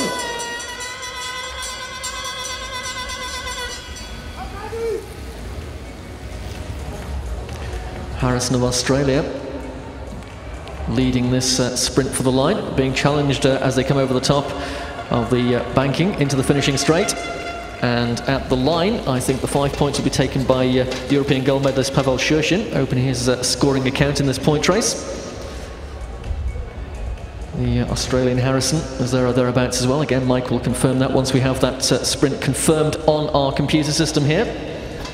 Meanwhile, the race progressing, and Colombia start to make a move off the front. That's Osorio, the rider for Colombia, who is the leader as they go down the back straight. Well, the field split asunder here with that application of pressure from the leading 2 riders now. Chile and Colombia are the head of the race, being pursued by Germany and France. Well, Shurshin confirmed as the winner of that sprint, thus taking the 5 points, but he's only in equal 3rd place with Caraliok, who took the first sprint, because the 2 joint leaders after the first 2 sprints are Giovanna Quals and Jorge Moreno, who of course got the lap gain. They scored no points in the sprints, but the bonus 20s have put them out in equal first place at the moment, with Shurshin and Caraliok equal 3rd with 5 points.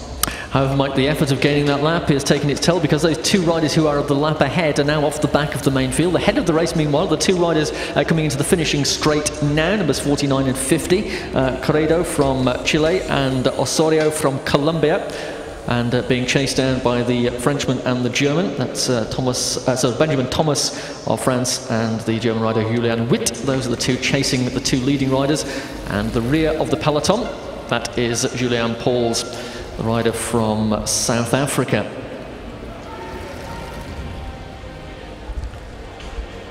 Well, those 2 leaders with 34 laps to go look well placed here to gain a lap.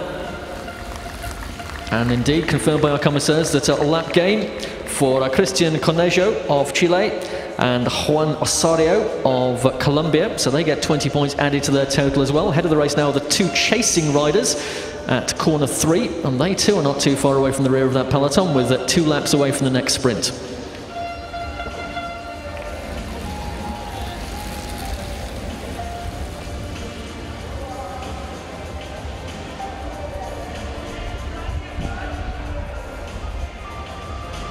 So lap gain also for Benjamin Thomas of France, and just about for the German.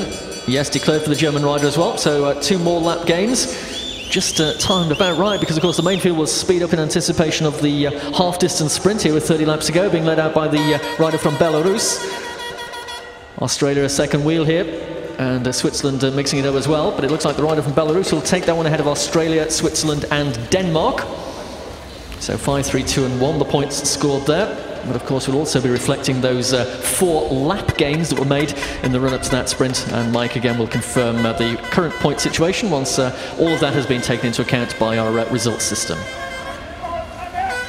In the meantime, pressure still being applied at the front of the race. Remember, just the top 10 finishers here will qualify. Confirmation of that third sprint, Carl. Karaliok taking the 5 points, Harrison the 3, Keller taking 2 points, and Wang weighing in with 1 point. So after 3 sprints, but with several riders taking lap gains now, it's Julien Witt who is actually in the lead. He's won 3 points in the sprints and 20 for a lap gain. He's got 23 points, and he's 1 point clear of Benjamin Thomas, who has 22 points. And then there are 4 riders on 20 points with lap gains: Conejo, Osorio, Quals and Moreno. In 7th place with 10 points, he's gained these from 2 sprint wins, is Karaliok. So they are the boys at the moment who look likely to qualify. Remember, we're looking for the best 10 at the end of this first qualifying heat. So an intriguing situation, 6 laps away from the 20-lap sprint. 3 more riders on the attack here. They've got the rear of the main field in their view. Chersin, the European gold medalist, is in that move, along with Wang of Denmark. And 3 more lap gains as those riders catch up with the rear of the main field. So Emil Wang of Denmark gets 20 points, so too does Said Litsa of Italy, and the third rider gaining that up, Pavel Chersin of the Russian Federation. So they too get 20 points each, and the lap gains are coming thick and fast in this race now. 7 riders in total have gained a lap in this 40 laps of racing thus far. 22 to go and 2 away from the next sprint. Head of the race is the lone rider, just coming off the shoulder of the final bend into the finishing straight. It's the man from Australia, Joshua Harrison. He yet to benefit from a lap gain, so he'll be anxious to try and collect the points on the line in a lap and a bit's time. 21 to go, 1 away from the next sprint. Well, he's thought better of that one as the main field starts to lift the pace with yet again the Colombian rider and Germany alongside, leading the charge with the French rider in 3rd place.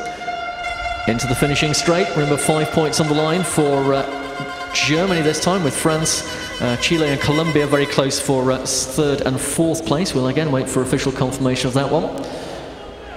And also taking into account, of course, those most recent lap gains. That will have altered the whole complexion of the top of our leaderboard, with just 2 sprints remaining. The last sprint, of course, on the final lap of the race.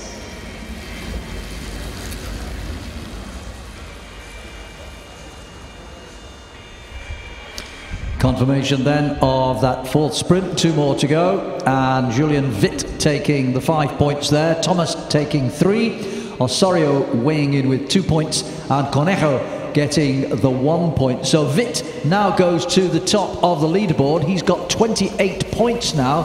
Chersin and Thomas are equal second with 25 points. Wang is in 4th place with 23, and then we've got equal 5th on 22 points, Osorio and Lister. So just those 2 sprints to go, 17 laps remaining. After all that furious lap gaining action, the field throttling back a little bit here, all together in one big group as they cross the finishing line with 16 laps to go next time, 4 kilometres before we know the outcome of the first of the 2 qualification heats for this men's points race championship. Riders, of course, will progress to the points race final, which is contested during the course of this evening session. The distance is greater for the final, of course, run over 25 kilometres. So waiting for the next move to take place, and indeed it does, as Belarus start to pick up the pace in the front. Karaliok of Belarus is the rider who is lifting this. He's in 10th place at the moment with 10 points scored, not yet benefited from a lap gain, but that move swiftly neutralised.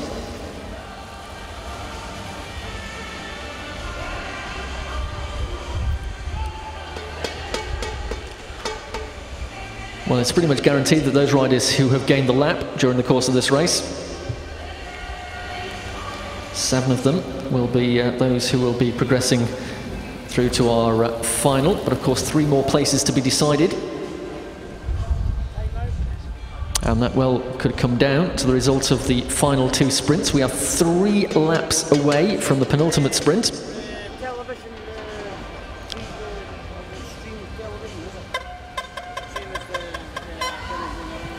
Denmark sitting on the front of the main field. Emil Wang, he's okay, he's in 4th spot at the moment, having had that lap gain, and 3 points scored also in the sprints.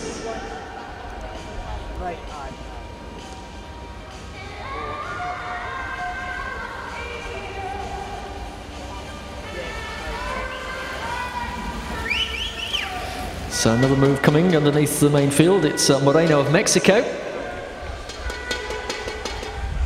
Mexican rider who is currently lying in 8th spot. One of the first riders to gain the lap, of course, along with the South African. But he's again reabsorbed by the peloton, and rider stretching out for the 5 points on the line this time is Carrejo of Chile. Challenge coming from the Australian rider who comes over the top as they come out of the final bend here. It's going to be Australia for 5. Blanket finish for 2nd spot. We'll wait for confirmation. That one looked like Denmark and Mexico contesting it. Well, again, that's caused a little split at the back of the field, but I think the lead riders will swing up and allow the race to come back together. Just 9 laps to go. The opportunity for lap gains, although we've seen them come thick and fast during this race, are running out now. So it's only going to come down to the final sprint for the line. Well, Harrison needed that one badly, didn't he, Carl? Because he's one of the few riders who, during the course of this heat, have not gained a lap, and he was languishing down in 11th place. But he's got the 5 points there. I'll give you the overall in a moment. He took the 5, Moreno took 3 points, Wang took 2, and Cornejo took 1 point, and that has just lifted Harrison up into the top 10. We're looking for the best 10 out of these 13, so he's on a fine knife edge at the moment.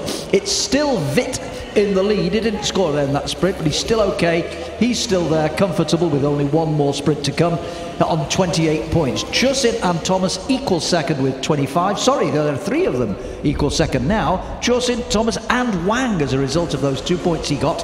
He is now level with Chusin and Thomas, equal second on 25 points, and Moreno is in 5th place with 23. But the important thing there was that Harrison got those points. It's just got him at the moment into the last qualifying place. Meanwhile, 2 riders have the head of the race with 5 laps to go. Keller of Switzerland and Quals of South Africa. Quals, of course, already benefiting from a lap gain. Quals currently lying in 9th classification place. And the Swiss rider here, Sharon Keller, well, he needs points. He's languishing in 12th spot with only 2 points scored so far. So those 2 leading riders, main field, are just entering the finishing straight. And the rider on the front of the main field is another rider who has so far failed to score any points at all. That's Dilawar of India. So he's looking for a point or 2 in this final sprint. We're only 3 laps away. 2 leading riders, Switzerland and South Africa. Keller and Quals have the head of the race still. Dilawar still in 3rd place. 2 laps to go. Dilawar's caught by the main field, but still our 2 leaders are clear. Sharon Keller leading Javandra Quals, sharing the effort here, holding off the main field. Well, the pace will get ever more relentless in the closing lap as riders are desperate to secure the last set of points on offer. There's the bell, 1 lap to go. Quals out of the saddle, lifting the pace.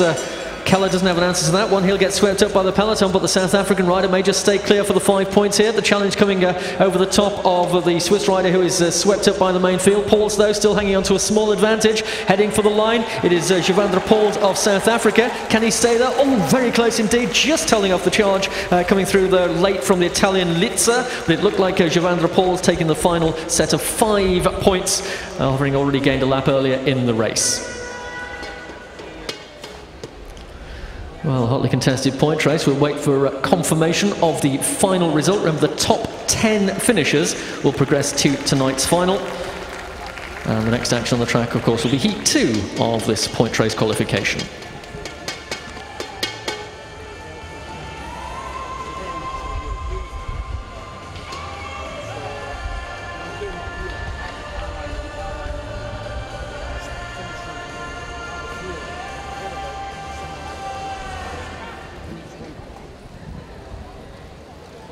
Well, that final sprint has just been confirmed, and Pauls did just hang on for the 5 points. He needed those just to make certain of qualification, didn't he?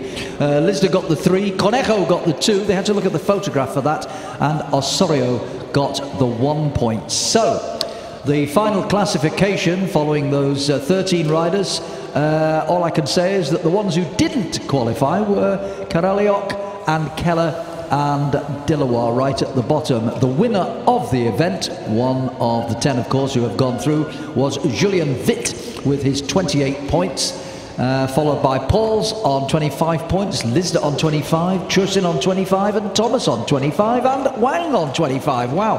Conejo finished with 24 points, Osorio with 23, as did Moreno, and Joshua Harrison just made it in 10th place with 11 points. Those the 10 qualifiers. Another heat to come in just a moment.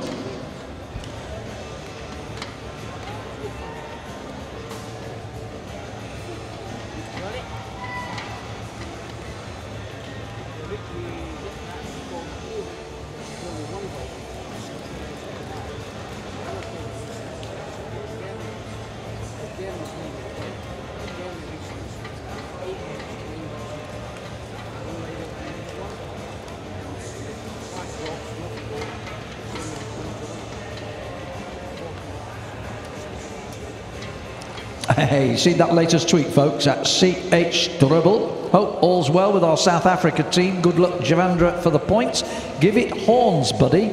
That must be a local colloquialism, you understand. You know you can do it. Well, he's just done it. He's just managed to qualify for the final later today. So all is well in the South African camp for the moment. Don't forget to send us your tweets. Hashtag JTC 2013, and provided it's short and clean, we'll endeavour to put it on our big screen for you.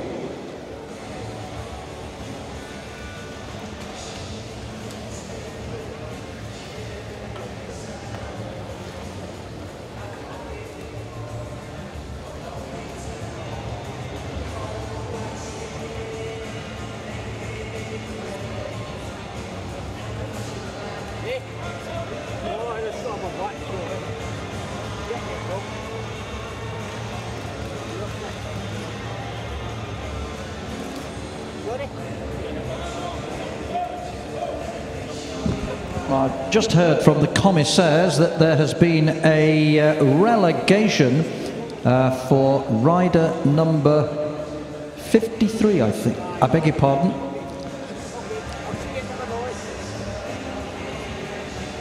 Well, I've just heard that it was rider number 63, but just looking at my start sheet, we didn't have a 63 in that qualifying heat. So something's gone awry with that. I shall await confirmation of that. So we'll get back to you on that in just a moment.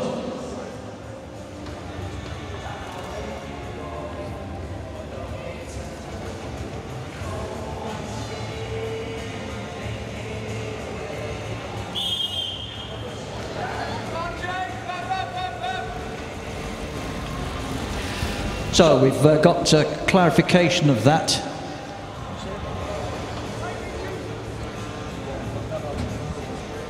Rider number 65, Said Lisda of Italy, has been relegated from that final sprint for deliberately riding on the blue band during the race. It's not made any material difference to the result of the race as Heat 2 gets underway.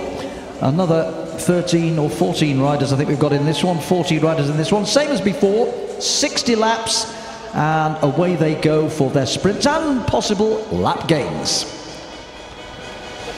Well, we saw a whole basket full of lap gains in the opening heat of the point race. Let's see if this one adopts a similar pattern. 14 riders taking the start, 10 of whom will qualify for tonight's final, over 25 kilometres. for enjoying point racing, by the way. We've got even more for you coming up later. We've got the point race discipline in the men's Omnium coming up very shortly. If you're not a fan of point racing, then we'll get most of it over with this morning. You'll be fine. So the head of the race at the moment is the main field. Hiroto Harai of Japan.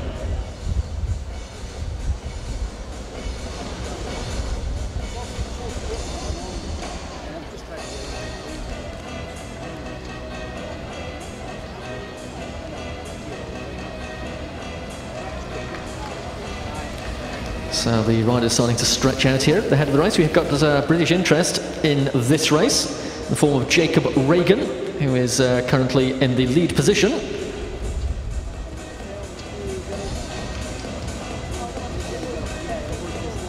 Jacob, junior champion, regional level, and drafted into this Great Britain Olympic development squad. Promising talent indeed. Hails from the northwest of England. Reagan just latching onto the wheel of the lead rider there as they come off the crown of the banking with 5 laps to go to the first sprint.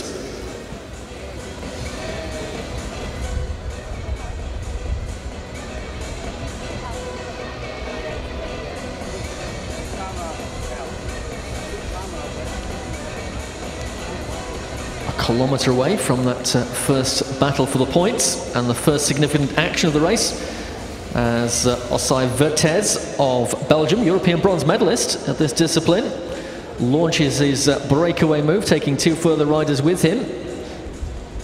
Main field are not going to let this one go, I don't think. This close to a sprint, 3 laps away from the sprint. Jacob Reagan also on terms there, along with the rider from Canada in that lead group, Aidan Caves. But the Japanese rider Hito putting in a big effort to close that gap down to the 3 leaders, so they're back together again. 52 laps to go, 2 away from the next sprint.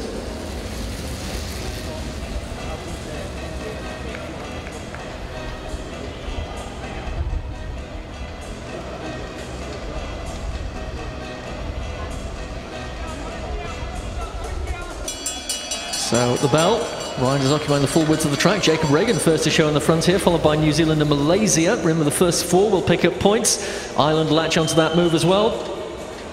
It's Mark Downey of Ireland in 4th spot there, but it's Jacob Reagan of Great Britain leading off the banking into the home straight here. Reagan versus the rider from New Zealand, Liam Aitchison. I think Aitchison just got that ahead of Reagan, with Malaysia and Ireland also figuring in the point scoring in the opening sprint in the second heat of the point race.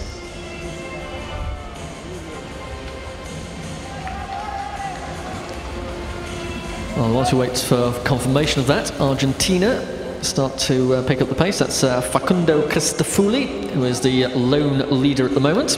Yes, you call that absolutely right, Carl. Aitchison just made it in first place to take the 5 points. Reagan hung on there for the 3 points for Great Britain. Othman took the 2 points in 3rd place. And Mark Downey, the Irish rider, weighed in with the 1 point there in 4th place. Well, the pressure really being applied at the front now, with Cristofulli, the Argentinian, the lone leader on the track, just crossing the 200 metre line, being chased here by the rider from Kazakhstan. That's Mammadov, number 68. He's got 2 further riders not too far off joining him in that chase down, but it's still Cristofulli, the lone leader from Argentina.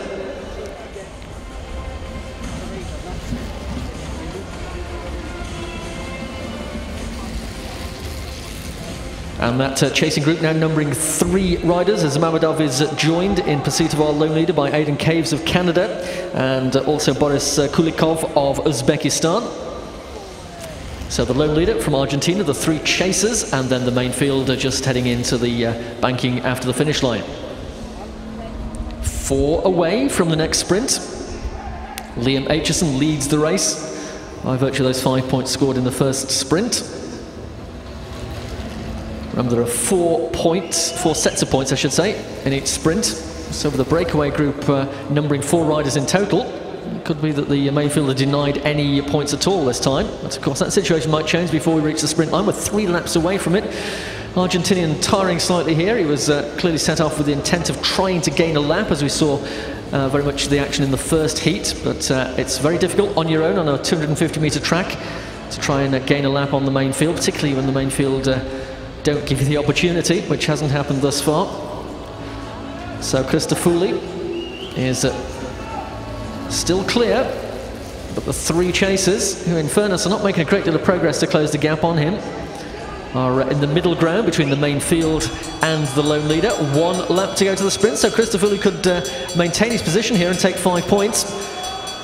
Caves of Canada trying to lift the pace in the chase group, and that has resulted in the shedding of the Uzbekistan rider from the chase. So it's still Christofouli who looks set fair for 5 points here.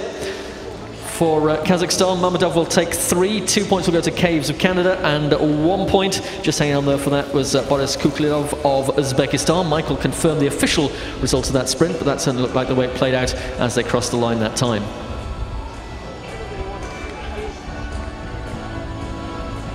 Yes, Christofouli taking the 5 points there for the Argentinian team. Mammadov taking the 3 points, Caves 2, and Kulikov weighing in with 1 point. So we have equal first at the moment on 5 points. They've each had a sprint win. Liam Aitchison and Facundo Christofouli, they both have 5 points. And equal third on 3 points, Jacob Reagan of Great Britain and Magomed Mammadov of Kazakhstan. Well, the riders taking the top 3 spots there in that sprint. Looks as though they were going to try and continue that breakaway move, but that situation now changed, and they're back into the main field, so the race all back together with 37 laps to go. All riders still currently on the lead lap. No lap gains, unlike the previous heat.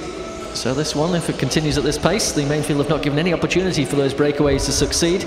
Could come down solely to the result of each of the 6 intermediate sprints, and of course including the final sprint as well, to give us the final points tally at the end of the second qualification heat. 10 riders, top 10 places go through to tonight's final.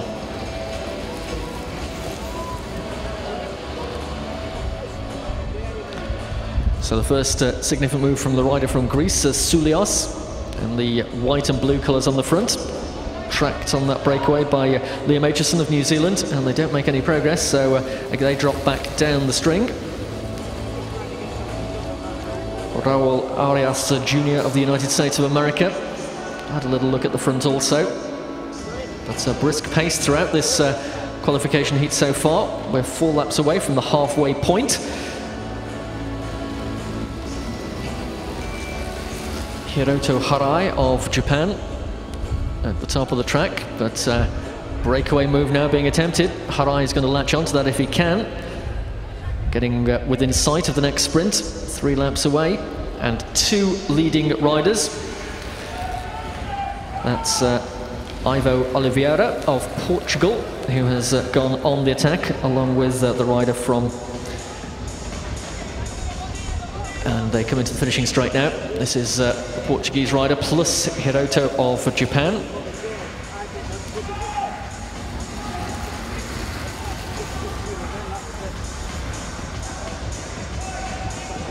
So these two have got the bell this time. Not far away from the first sprint. Main field, respond, but respond late. As the Belgian rider, Osai Vertes, the European bronze medalist, trying to lift the tempo. Jacob Reagan comes to the front also for Great Britain, but these two are going to get the share of the points here. Maximum points going to Oliveira of Portugal, with the rider from Japan, Harai, taking second. Jacob Reagan was there or thereabouts for the run for 3rd place, and New Zealand figuring as well. Again, we'll get official confirmation as Mike keeps a very careful eye on the scoreboard for us. And we've got 29 laps still to go.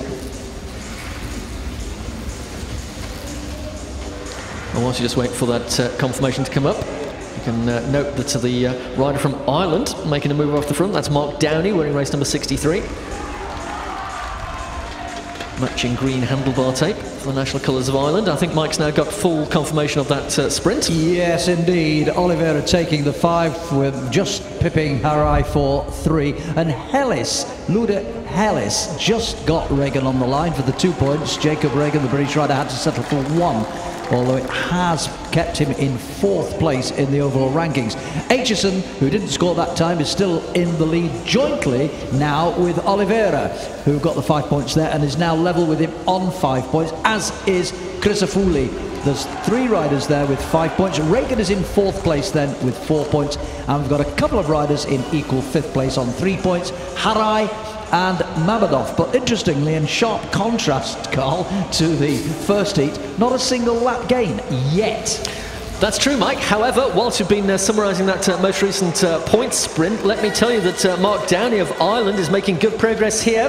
He is the lone leader in the green colours at the 200-metre line now. He's got a lone chaser, and the rider who's trying to get across that gap is Osai Vertes of Belgium.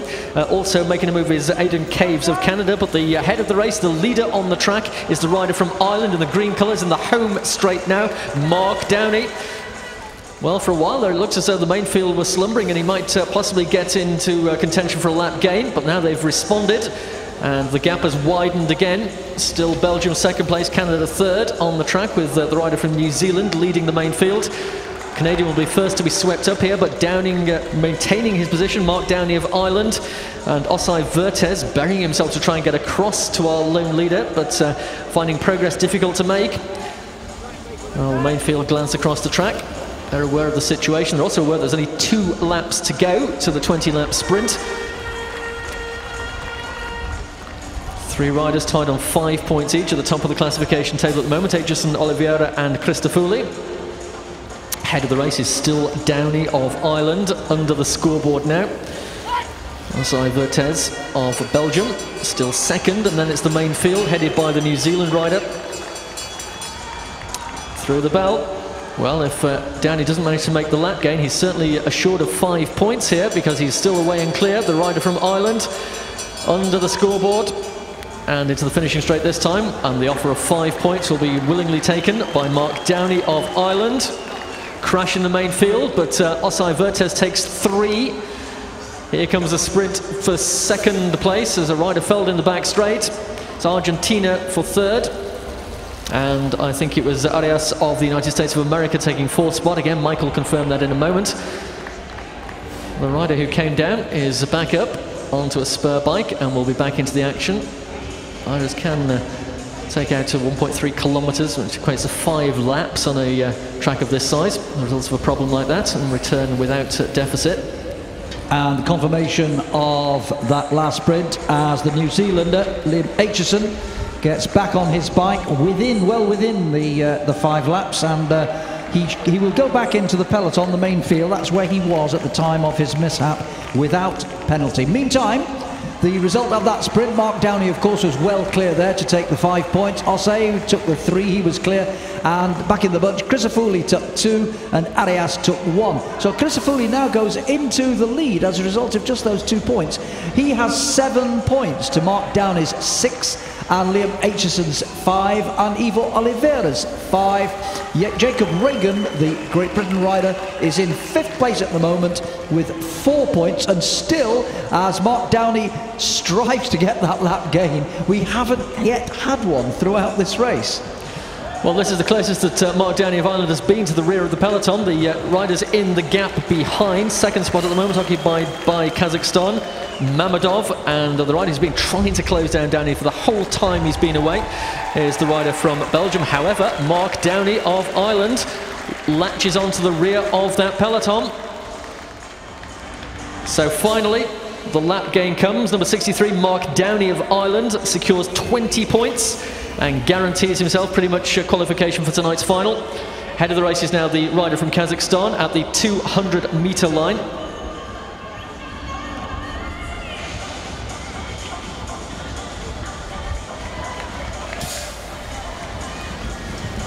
Just to interrupt you a moment, Carl, we've just had a message from the commissaires that rider number 61, Soulios of Greece, has had a warning for moving down towards the inside of the track when arrival was already there. A warning to Soulios of Greece. Well, one lap away from the final intermediate sprint. Of course, the last sprint for the line also counting for points. Head of the race is still Kazakhstan. Just coming across the 200-metre line. Still the chase on from the rider from Belgium. The main field coming into the finishing straight. They're getting the bell as well for 1 lap to go to the sprint. So 5 points pretty much assured here for Magomed Memedov of Kazakhstan, who is the rider who crosses the line in first place. A very tired Osai Vertes of Belgium takes second, glancing behind. I think he's going to be sitting and waiting the arrival of the main field, which is headed by the Czech Republic. And the points are taken by Ludek Hilis of the Czech Republic for 3rd place across the line. Subject, of course, as ever, for official confirmation. Yes, Mamedov getting those 5 points. That's helped him tremendously up the classification.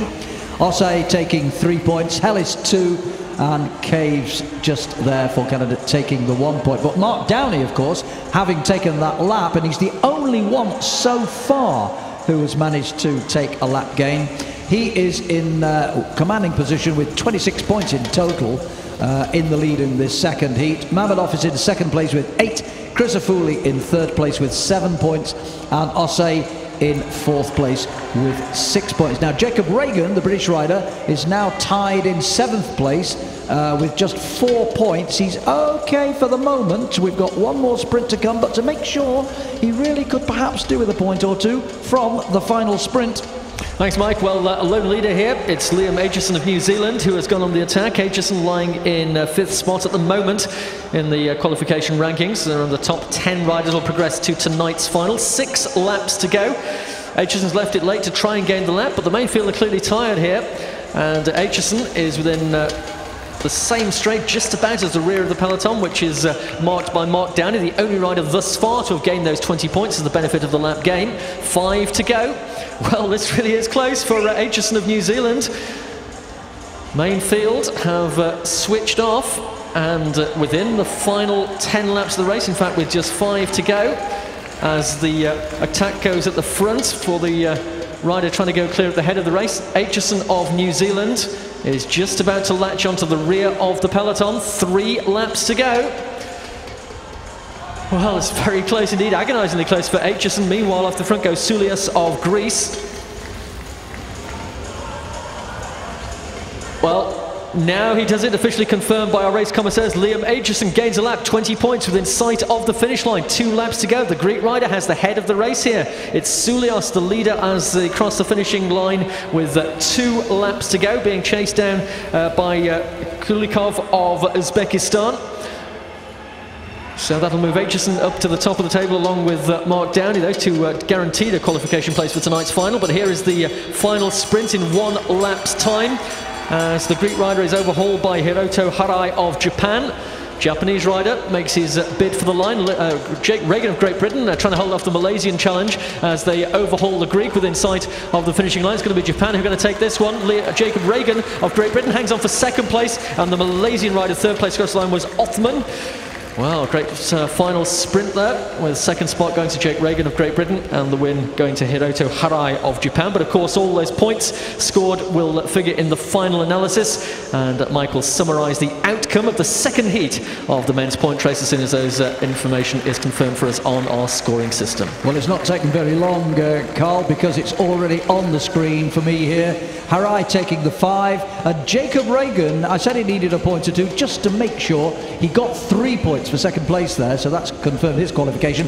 Othman took the 2 points and Arias took the 1. But overall, it's Mark Downey who turns out to be the winner with 26 points, including the lap gain, and a remarkable performance there from Liam Aitchison in 2nd place, because he was the one who had that crash coming out of the first banking into the home straight there midway through the race. He got back on his bike pretty quickly and then went for a lap gain. How about that? Well, that secured 2nd place for him, the New Zealander, with 25 points. Harai finishes in 3rd place with 8 points, with Mamedov also on 8 in 4th place. Chrysofouli with 7 points. Jacob Reagan also right there with 7 points. Osei with 6. Oliveira with 5. And we have 2 men on 4 points. Othman in 9th place with 4. Hellis with 4 points in 10th place. And those are the qualifiers. The non-qualifiers, Aidan Caves, Raul Arias, Boris Kulikov and Zizis Soulios. So there we are. We've got our 20 men now from those 2 heats for the final of the men's points race, which of course is part of this evening's programme. In a moment or two, we're back to women's sprinting.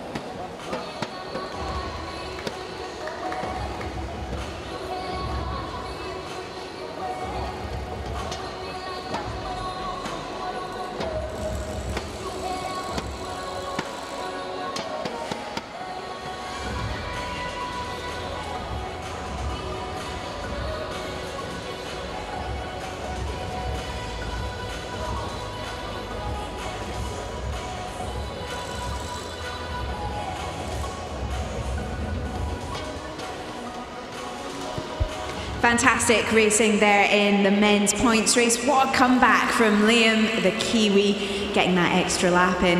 Now we're going to go shortly to the women's individual sprint, and we're going to have a wee look at a video that's going to tell us a bit more about it.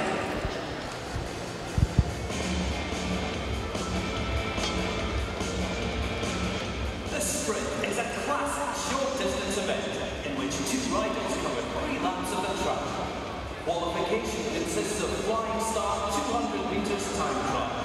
The time trial is followed by knockout heats, fastest versus slowest. From the quarterfinals, the riders race best of 3 heats.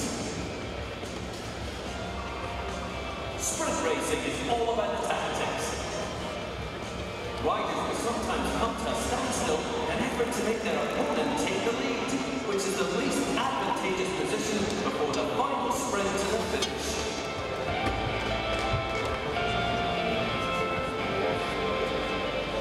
So we have 6 heats, woman against woman here, and in this first one, on the inside for Great Britain, the gold medalist in the 500 metres yesterday, Danielle Kahn. And on her outside, representing Belgium, Catherine Vernemont.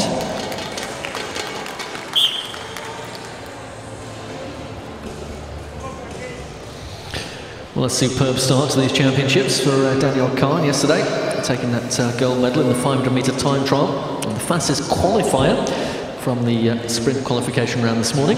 Her opponent, Catherine Vernemont of Belgium.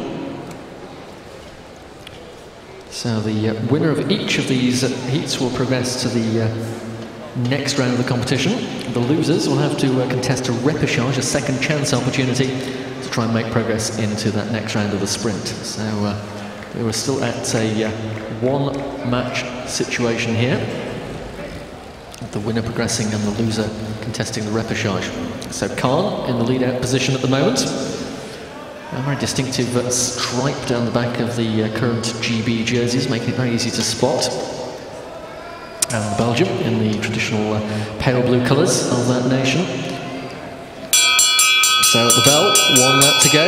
Danielle Kahn still holding off her opponent, but it looks like Vernemont is set to pounce here, if she can, down the back straight. But the speed of Kahn, which took her to that gold medal in the 500-metre time trial, is proving decisive here in the sprint as well. So Kahn, pure power, taking her across the line ahead of her opponent from Belgium. So Danielle Kahn progresses to the next round of the sprint competition.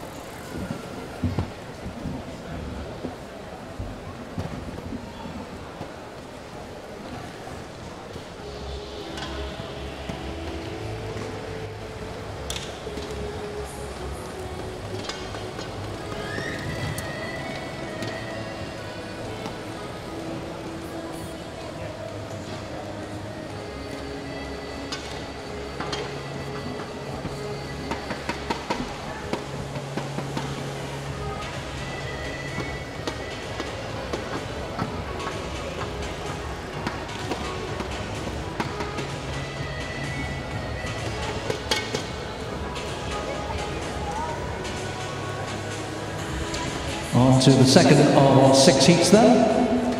In this round of the women's sprint, the 6 winners go straight through to the quarterfinals. The others will contest repechages to find another 2 to make it an 8-up quarterfinal. Here we have on the inside for Australia, team sprint gold medalist on Wednesday, Tenili Falapi.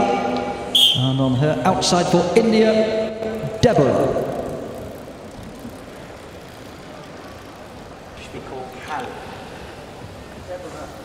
So it's the Australian rider who drew the inside position, obliged to lead for the first half lap at least, unless Deborah decides otherwise, and she hasn't. She's sitting on her wheel. Deborah, you remember, became the rider from the Russian Federation after a slight incident in the first attempt when they both ended up on the floor. But Deborah coming through and taking the second opportunity. So she's here now in this next stage of the sprint, sitting in second position.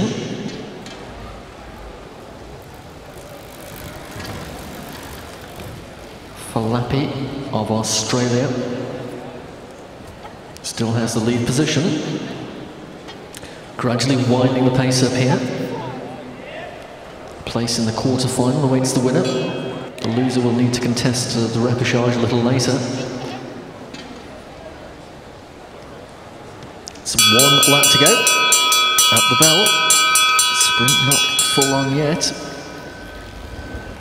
Flappy wary of her opponent, perhaps having seen the earlier round in which the Indian rider came through with a good turn of speed at the finish. So Flappy holding her off at the moment. Now Deborah picks up the pace. Deborah of India fighting her machine. Well, she just didn't quite have the legs to overcome Flappy there. But a good challenge indeed from Deborah of India. She'll have to contest the repechage heat, but Falapi will join Danielle Khan in the quarter-final stage.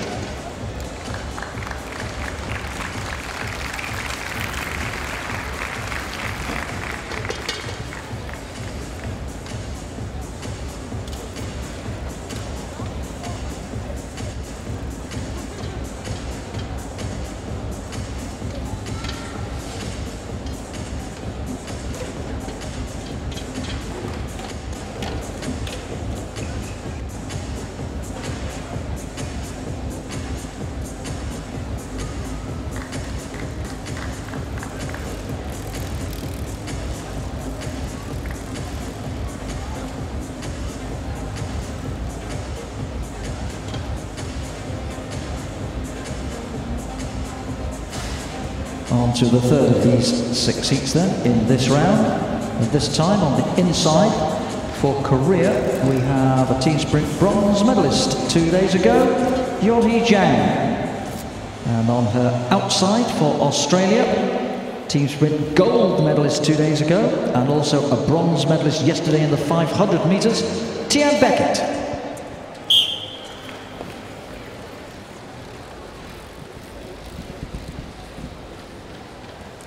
So Beckett decides she'll take up the lead position. She's completely at liberty to do, so Yang drops onto her wheel.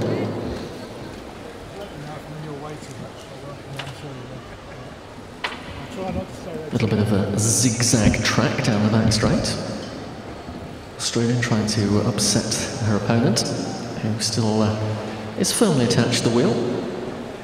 Now they move higher on the track. Slow the pace right down.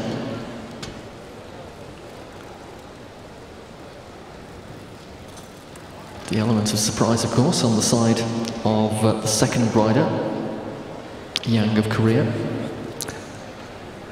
So necessary for Beckett to maintain a watching brief over either shoulder.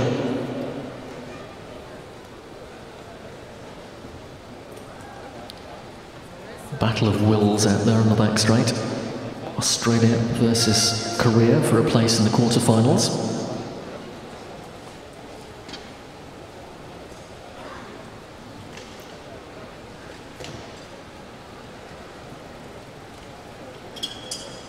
Korea still happy to sit behind the Australian.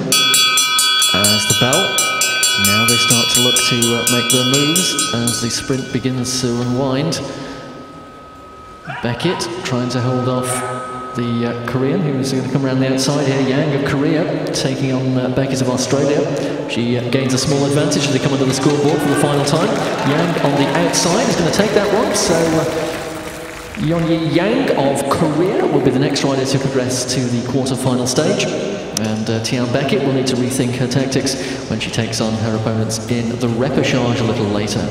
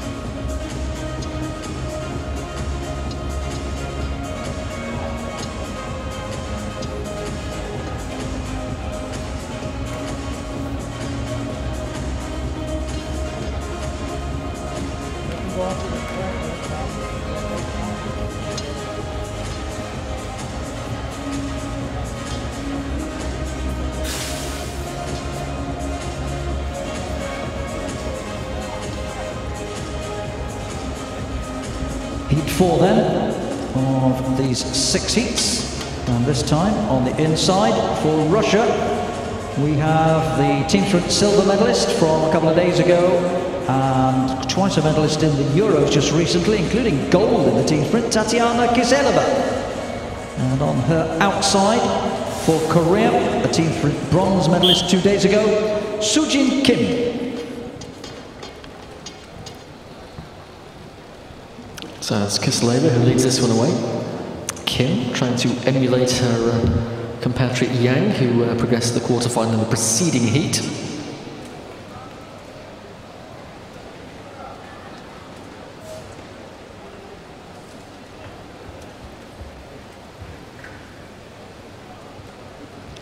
Steady pace as they progress under the scoreboard for the first time.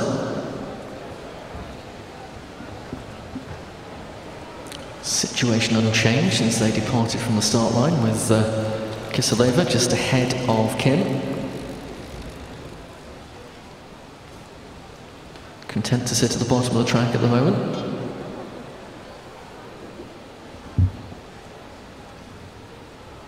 You can detect the pace just imperceptibly increasing as we anticipate the bell and 1 lap to go.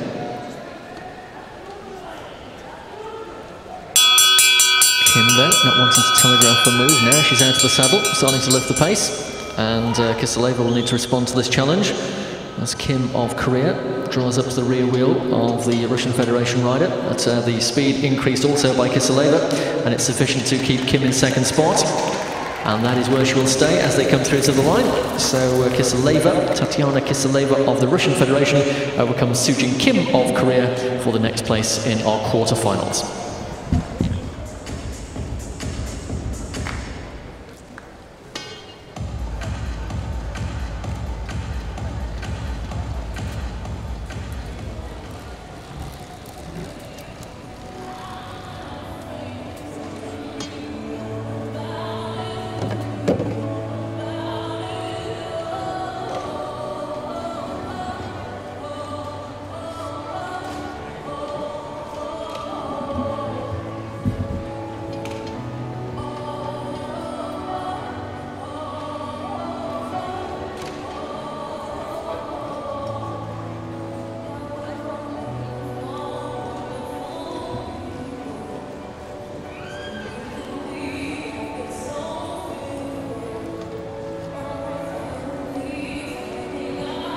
On to the 5th of these 6 heats in this particular round of the women's sprint, and here on the inside for France we have a double gold European champion and a silver medalist in the 500 metres here in these World Championships yesterday, Melisandre Pan. And on her outside for Germany, a double medalist in the Europeans just a few weeks ago, Doreen Heigser.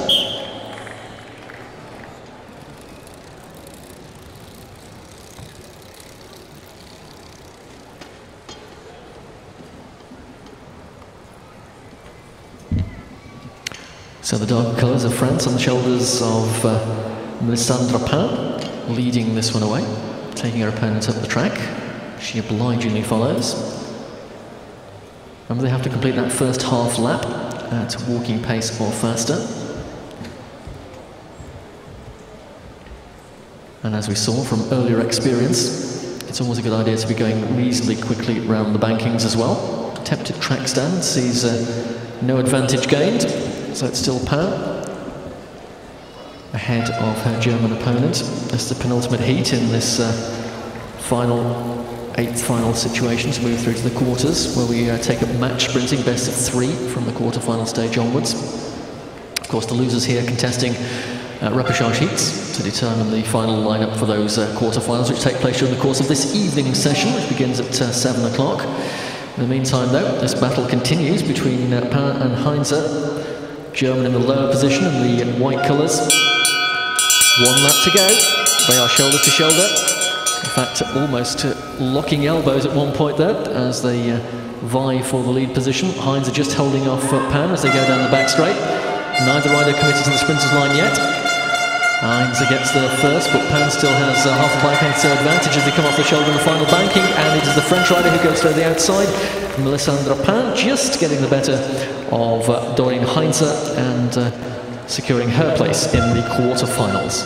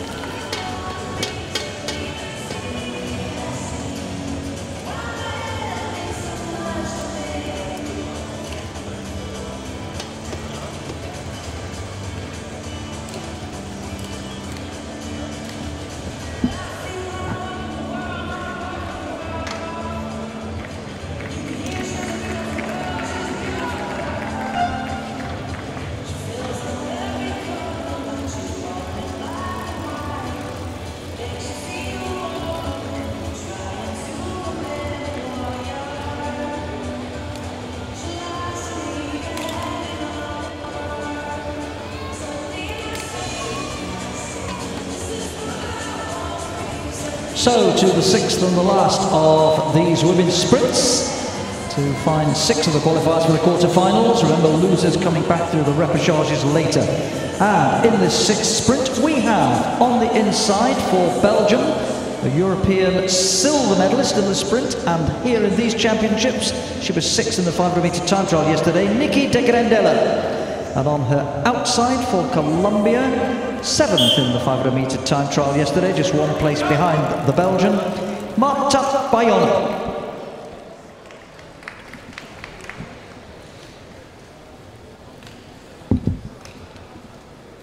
So de Grandella drawing the inside position and obligingly leading for the first half lap. Maintaining that position, in fact, as they cross the pursuit line in the back straight.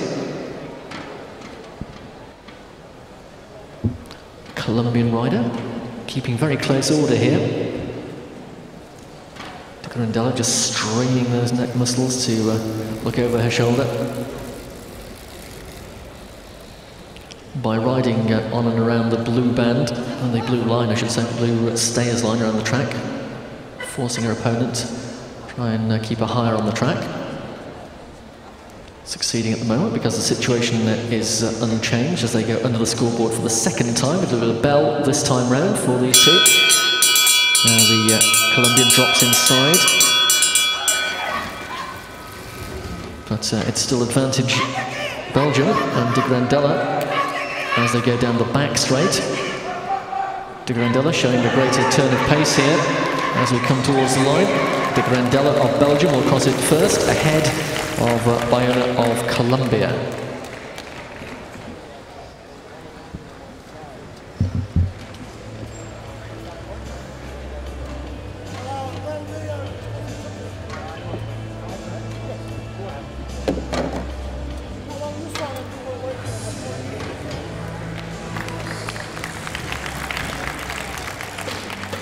So, subject to confirmation then, we have 6 women already through to the quarterfinals, with 2 more still to find from those repechages coming up a little later.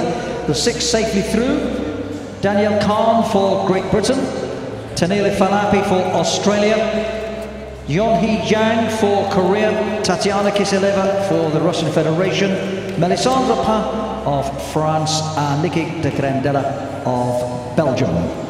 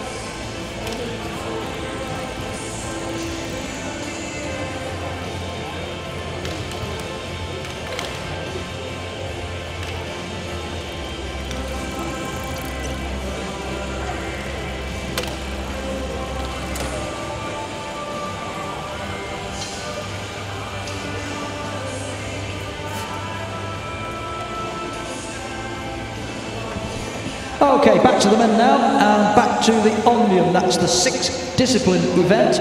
3 different disciplines today and a further 3 tomorrow. You might recall that we saw them a little earlier on in the 250 metres or 1 lap flying lap, and as a result of that we have a current leader in the competition. It's the German Mark Jurcic, who just leads from Australia's Jack Edwards and Canada's Eric Johnston. Now the second discipline, in case you've not guessed from the way they're all lining up, is their points race. They still have the elimination, or the devil take the hindmost if you prefer, a little bit later on in this evening's session. But this is the points race, and it is a similar distance to the one that we saw a little earlier.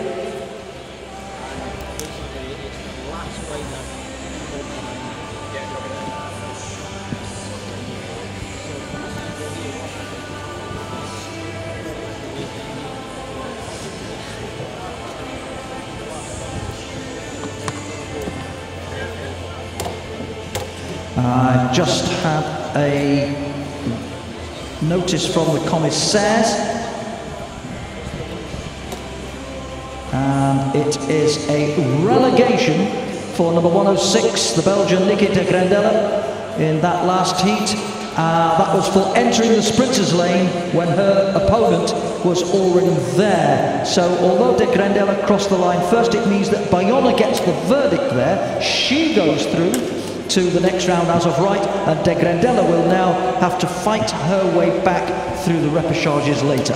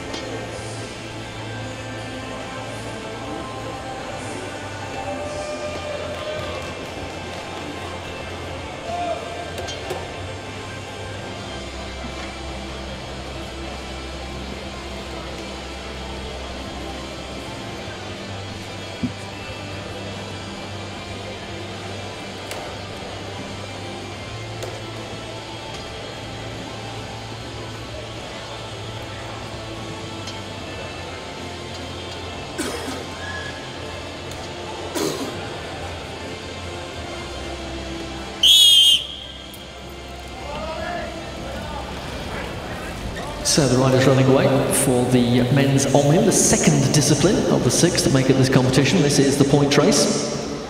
And the format is pretty much the same as we saw in the qualification heats for the point race championship a little earlier, in that the riders will compete over 60 laps of the track with 6 sprints every 10 laps, 5, 3, 2 and 1 points for the first 4 rides across the line in each of those sprints, 20 points for a lap gain. 24 riders lined up for this one, of course each one a competitor in the overall Omnium competition. And the current leader of that was the rider who won the first discipline, the flying lap, is that Mark Repechage of Germany. I remember we were pointing up the fact that the Omnium competition is a combination of skills, so not necessarily those riders who are best at the time trial disciplines will figure perhaps as highly in the distance races, but it's an overall combination of the results, all 6 disciplines, an aggregate of the places which determine the final Omnium winner. So we'll see how this one unfolds. United States occupying the lead position in these early stages with Zachary Carlson. The field all together as they go down the back straight. Remember, our British representative here, wearing race number 15, is Ollie Wood. He's currently on the front row of the main field as they come out of the banking. 57 laps to go, 7 away from the first sprint. First suggestion of a move there coming from the rider from Belgium, Lindsay de Wilde. But swinging up, so still the peloton are complete.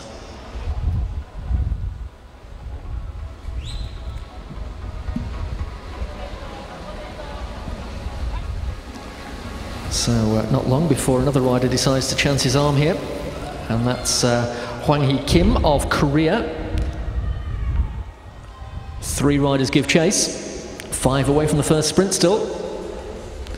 So Hwang Hee Kim being chased down by Belarus, and also in that chasing group, rider from Uzbekistan and Switzerland as well.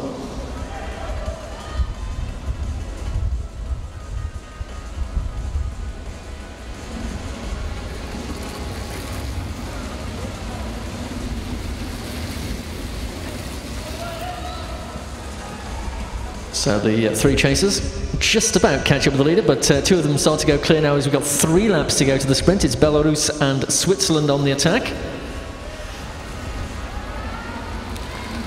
Tishanka of Belarus, and the rider from Switzerland there. Also with him is Patrick Müller.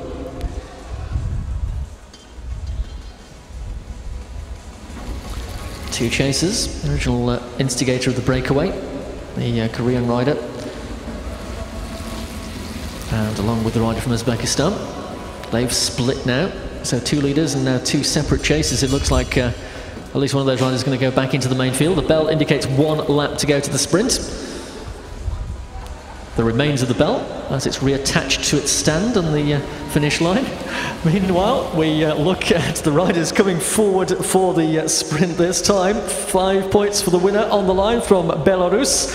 3 points for Switzerland, 2 points for Korea, and the final point on offer for the rider who leads the peloton across the line, and looks like to be Ollie Wood of Great Britain. Mike, as ever, will confirm that sprint result once we have it for you on our official scoreboard. The 2 leading riders continue, still being pursued by the 3rd place rider from Korea. And an attack coming at the head of the main field from Denmark. That's Kasper Pedersen, who's trying to get on terms with our 2 leaders and 1 chaser. Confirmation of that first sprint, Carl. And by the way, we are covered for every eventuality here at the Sir Chris Hoy Velodrome. We even have a substitute bell, would you believe? So all is not lost. 5 points to Tishanka at the end of that first sprint. Müller taking the 3 points. Hwang Hee Kim taking 2 points, and Oliver Wood taking the 1 point. So they are, of course, in 1st, 2nd, 3rd and 4th places. Oliver Wood for Great Britain weighing in with his 1st point. I'm sure all the British supporters will be hoping it'll be more, but those are the 4 early leaders. 46 to go, 6 away from the next sprint. Still are 2 riders at the head of the race from Belarus and Switzerland. Tishanka of Belarus and Müller of Switzerland at the finish line now. Chase coming from the Danish rider, Kasper Pedersen. Korean still there. Now the rider of Kazakhstan starts to stretch out the head of the main field. Argentina try to get on terms as well. Also Colombia up there as well. The field well spread, and half a lap of the track here. 44 to go, ahead of the race. There's now the 3 riders in the back straight, Belarus, Switzerland and Denmark. And it looks like Kazakhstan is shortly to latch onto that lead group as well. So the 3 leaders become 4 with the addition of the rider from Kazakhstan.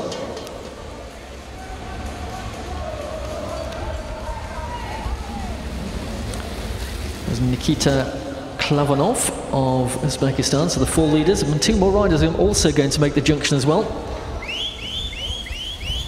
From Colombia and from Argentina, Nicolas Navarro of Argentina, and the Colombian is Eduardo Estrada. So 6-rider lead group chasing peloton at the pursuit line in the back straight, so half a lap advantage for our 6 leaders and 1 lap to go to the next sprint. Well, 4 sets of points on offer, 6 riders contesting them here in this leading group. And heading for the line, looks like the Danish rider is going to capitalise on this and take 5 points. Colombia second, followed by Argentina and Switzerland. So no points available to the main field. They don't bother sprinting for that, but they need to be watchful because the 6-man leading group, although it's split now into several distinct parts. It's Colombia, Argentina and Denmark, followed by Switzerland, Belarus and Kazakhstan. 39 to go. Eric Johnston of Canada tries to sneak off the front of the peloton as well. Still Colombia at the head of the race. Just a small advantage for the Colombian, Eduardo Estrada. Shortly to be joined by the remaining 4 riders. So the lead group are back together. The only rider they have dropped was the rider from Kazakhstan, Nikita Klavanov, who is shortly to be rejoined by the main field. Meantime, Carl Pedersen confirmed, of course, winner of the 5 points there. Estrada taking 3, Navarro the 2 and Miller the 1. So Pedersen and Shishkanka are now equal at the top with 5 points apiece. They've won the first 2 sprints between them. Patrick Miller is on 4 points in 3rd place. Eduardo Estrada in 4th on 3 points, and a couple of riders on 2 points at the moment. Hwang Hee Kim and Nicolas Navarro equal 5th. Oliver Wood for Great Britain with that 1 point from the first sprint, currently lying in 7th place. 5 laps away from the next sprint and 5 leading riders. Just passing under the Sir Chris Hoy Velodrome branding underneath our big scoreboard. They are the head of the race, the chase being animated by Belgium at the front of the main field.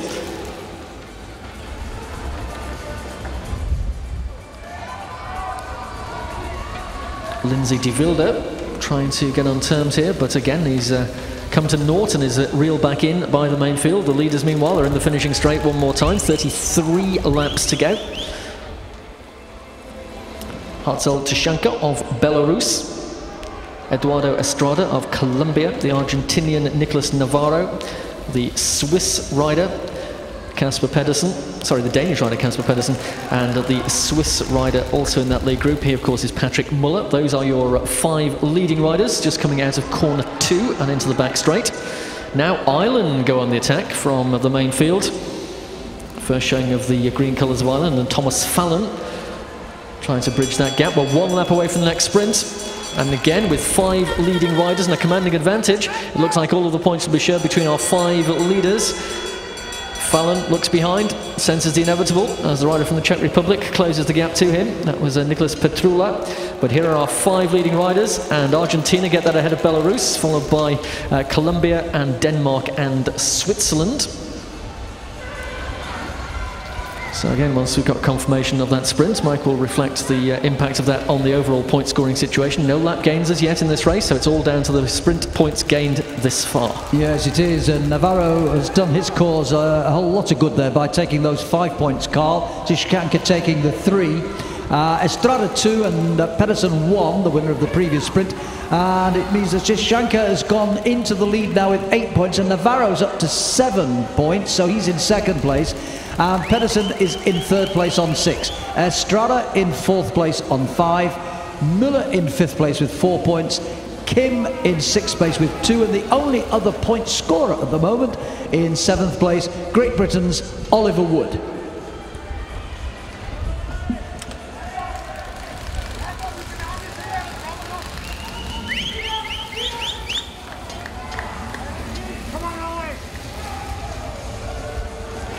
So 26 laps to go. The leaders are about to be swept up by the main field. New Zealand take the advantage following that coming together. And the rider from New Zealand who is making the run there is Regan Goff. 3 chasers, remnants of that original breakaway move. 25 laps to go. Still Belarus, who had the leaderboard by 1 point ahead of Argentina. It's Tishanka of Belarus ahead of Navarro of Argentina, with Kasper Pedersen of Denmark lying 3rd. We've still got 3 more sprints to be contested, including the last run to the line. Head of the race is still the rider from New Zealand in the back straight, Regan Goff. And after that valiant effort to bridge across the lead group some time ago, the rider from Kazakhstan looks like he's a spent force here. He's off the back and off the pace, Nikita Klevanov. So Canada start to lift the action in the main field in pursuit of our lone leader, the Kiwi Goff, as he comes to the line with 22 to go. Taking an unusual diversion around the Kazakhstan rider, but Goff still moving well. Well, the Kazakhstan rider can't benefit from sitting on the wheel of Goff. He cannot assist the New Zealand rider either to gain a lap or to drag himself back to the main field, so he has to drop behind. Commissaires instructing that to take place. Of course, we're now just a lap away from the sprint, and those 2 riders are going to get engulfed by the chase coming from the main field here. Ollie Wood from Great Britain just slightly pushed off his line there as he came towards the blanket sprint for the line. France and Australia were certainly figured in that sprint, along with Japan as well. We'll pick the bones out of that one for you in a few moments and confirm that result, as yet more valuable points are scored. We've still got 2 sprints to go. Argentina making a little move underneath. Mike, I think we've now got that sprint result confirmed. Yes, Ollie just got the 1 point there, but the winner of the sprint was Riccardo Minali. He took the 5. Levasseur took the 3 points. Jack Edwards took 2, and Oliver Wood, as I said, he just got the 1 point there to double his points total. It keeps him now in equal 8th place, but the leader still Shishanka with 8 points. Navarro is in 2nd place with 7 points. Pedersen is still in 3rd place with 6, and we've got 2 riders equal 4th. Riccardo Minali and Eduardo Estrada, they both have 5 points. Ollie Wood, as I said, he's now got 2 points, and he is in equal 8th place. So he's not highly placed yet, but of course a long way to go in this Omnium. This is only the 2nd discipline of 6 that these men have got to do over these next 2 days, today and tomorrow. Thank you, Mike. And 16 laps, 4 kilometers to go. 3 leading riders. Nicolas Navarro of Argentina, Eduardo Estrada of Colombia, and also there along with them is Nicolas Petrula of the Czech Republic. He was the man who instigated that initial attack. Just about to be joined by a 4th here as the rider from the United States of America bridges to the leaders. That's Zachary Carlson. So 4 leading riders, just a tenuous advantage though, as the Belarus rider tries to close the gap. He still heads that classification with 8 points. So it's all to play for in the final 2 sprints here in this men's Omnium points race. Set it up nicely for discipline number 3 this evening, which is the elimination race. Always fun and games in that one.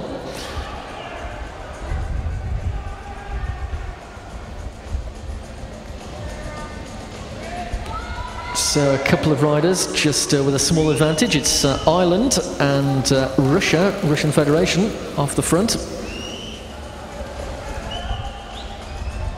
Thomas Fallon in the green colours for Ireland, and Nicolas Petrula, sorry, of the Czech Republic, and of course it's the Russian Federation rider Dmitry Strahov, I should say, who is in that lead position along with Fallon.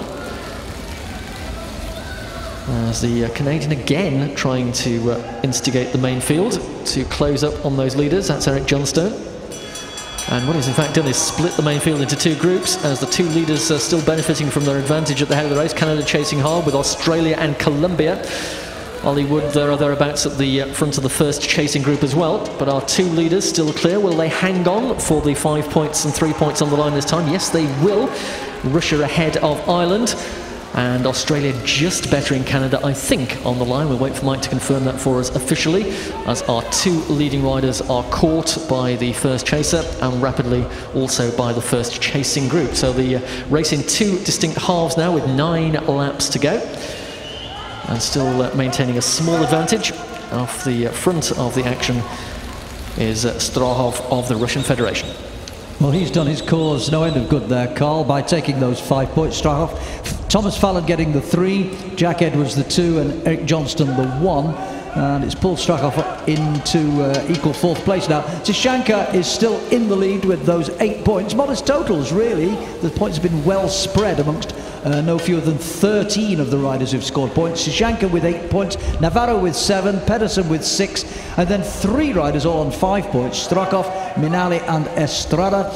Jack Edwards with 4, Patrick Miller with 4, and then we've got Levasseur and Fallon on 3, and Oliver Wood and Kim on 2 points. The only other scorer, Eric Johnston, that was him getting his first point in that last sprint. One more sprint to go. Yep, 6 laps to go, and we have got 2 leaders. Belgium and the Russian Federation are the riders at the front of the race. Strahov, and the rider from Belgium is up there with him as well. They are making the running at the moment. And the rider trying to chase across them and succeeding in latching onto the back is the best placed of these 3 at the moment. It's Navarro of Argentina, so he's in 3rd place now. The current leader, the Belarusian Tishanka, is also trying to get his share of the final sprint as well. He's chasing in 4th spot. It's 4 laps to go, so 1 kilometre to the finish line in the men's Omnium point race. Russian Federation, Belgium and Argentina still the leaders. Belarus chasing.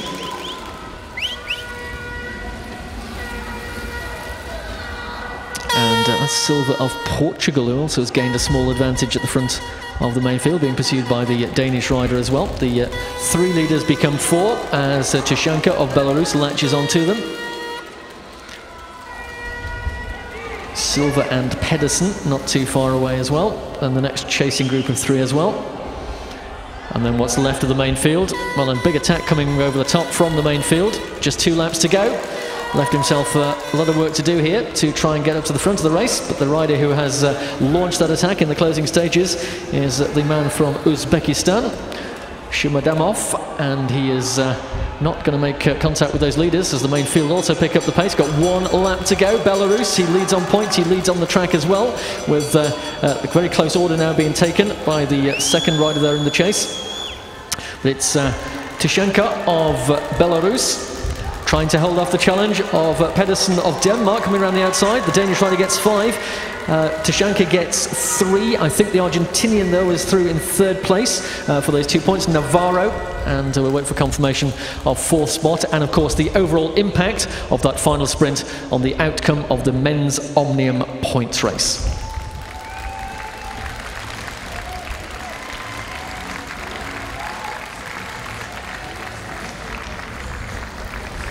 Well, the final sprint result has come up, and Pedersen getting himself another 5 points, which has done his cause no end of good, I'll tell you. Tishanka got a mere 3 points there, and that was crucial. Navarro taking 2 points, and De Wilde taking the 1. I say crucial because ultimately Pedersen and Tishanka have finished level on the whole event with 11 points apiece. But in the event of equality on points, it's always the rider who has finished ahead of the other rider who gets the superior placing, and obviously Pedersen beat Tishanka in the final sprint. Therefore, Pedersen is the winner of that 2nd heat, although he's level on points with Tishanka, who has to settle for 2nd place. Now, Navarro, who was 3rd in that final sprint, has also finished in 3rd place with 9 points, and Strakov, Minali and Estrada all on 5 points. I haven't got their precise placings confirmed yet because they'll have to check through the photograph, because they're on equal points, to see where exactly they finished in that final sprint. Okay, so Pedersen therefore winning the event, and that means in the greater scheme of things, if you win an event you get 1 point. He was 6th in the earlier event, the flying lap, so 6 and 1. Pedersen is on 7 points. Tishanka will get 2 points for finishing in 2nd place, but he was quite low down in the Omnium, wasn't he? I'm just checking my hymn sheet. Yeah, he was only 15th. So 15 and 2, that's 17 points. He'll be lower down. On the other hand, Navarro was 11th in the flying lap. Third just there, 11 and 3, 14 points. So he will go ahead of Shashanka in the overall situation. But we'll confirm all that when all is done and dusted and everybody's added up all the points. That'll be a little bit later in the proceedings. So they have one more discipline to do today. That's the elimination race, which is part of this evening's hectic session. So we'll see them later on tonight. And then, of course, 3 more sessions tomorrow for them all. In the meantime, the next item on the track is back to women's sprinting and 2 repechages to find 2 more riders to go through to the 6 earlier qualifiers.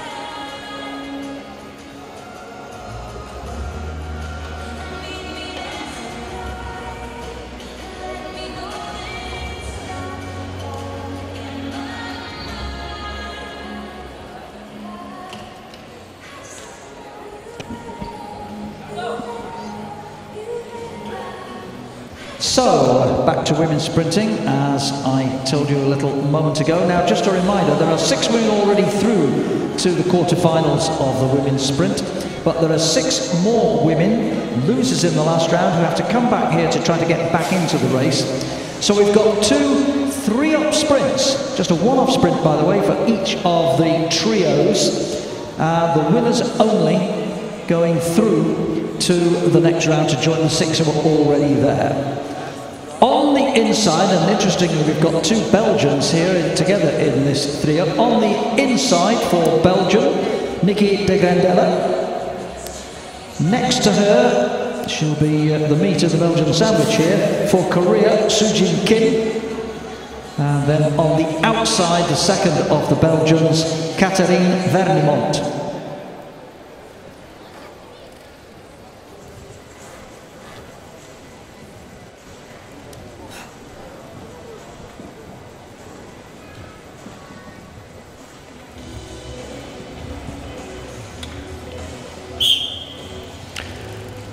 So off we go for the first of 2 repechage heats to determine the last 2 riders to qualify for this evening's semi-finals in the women's sprint competition. As Mike correctly observed, 2 riders from Belgium here, Nikki de Grandella and Catherine Renemont, and the opponent Soojin Kim of Korea.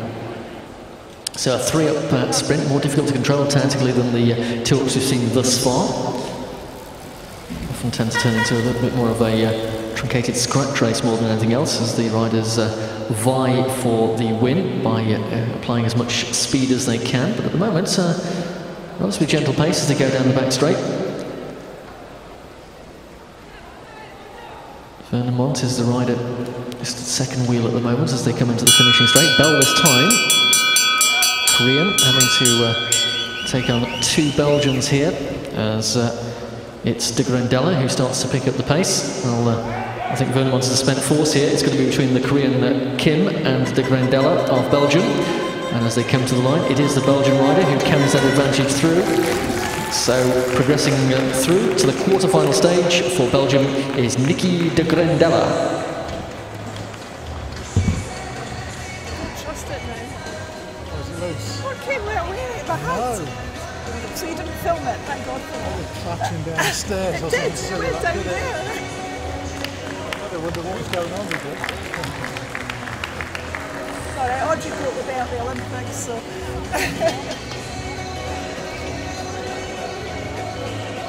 Need a spanner. 13 no spanner for that one. Sorry? 13 no spanner for that. Yeah.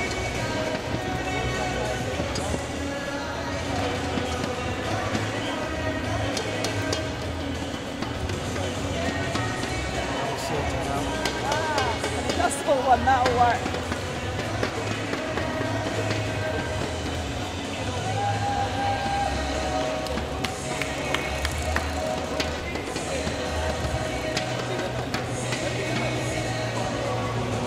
Right, here we go for the second of these two repechages.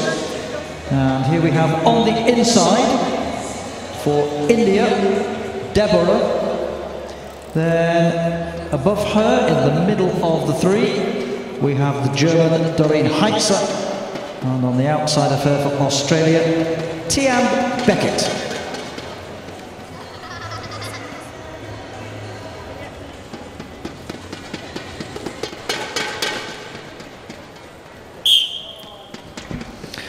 So one more quarter-final place at stake here as Tian Beckett decides she wants the lead position as they head away from the line.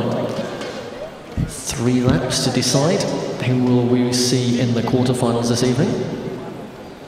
When we get to the match sprint stage, it becomes best of 3 from the quarter-final stage onwards. Deborah of India occupying 3rd place at the moment. Heitzer of Germany is keeping an eye. Now Heitzer drops inside the sprinters line. She's first to get there. She comes out again to try and push the Australian up the track. Deborah still sitting just below the blue line. No rider yet committed to a move here. They'll have the bell and 1 lap to go this time. Heitzer of Germany leading Beckett of Australia. Off the final bend, now the German still looking behind, starting to wind it up. So too does Beckett. Deborah has left herself quite a gap to close here. So it's Germany versus Australia, and the Australian rider on the outside. Well, the Indian is closing that gap down relatively quickly, but it may not be quickly enough to get first spot on the line. Good ride by the Indian, it almost got 2nd spot, but the win and the only quarter-final place to be secured has been taken by the rider from Germany, Doreen Heitzer, who will progress to the quarter-final stage of the women's sprint competition.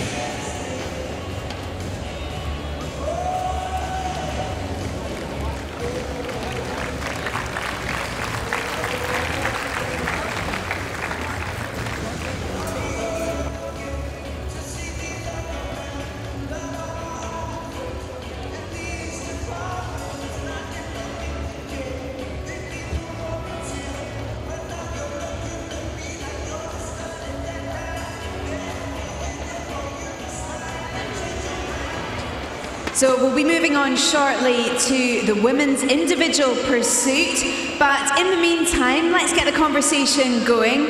We said if you wanted to ask us any questions, tell us anything, you could get in touch with us on Twitter, just using the hashtag JTC2013. And I think we have had a few tweets in. Don't know if you're here. Let's have a wee look up at the screen. Good luck to Paddy Miller in the points race and the rest of the Omnium competition. That was from, missed it. Flupton says, Danny Can safely through a round of 16 match sprint at JTC 2013. Relax now until quarter-finals tonight. Yes, Danielle's having a wee rest, I think, at the minute. And one more. Reto, we're flicking through them. I can't read them that quickly. Danny Can safely through to, that's one we just had. Anyway, so if you want to send us a new tweet, you can. You just need to use the hashtag JTC2013. We'd be happy to answer any questions you have or pop your tweet up there on the screen. Going ahead now, though, to the women's individual pursuit.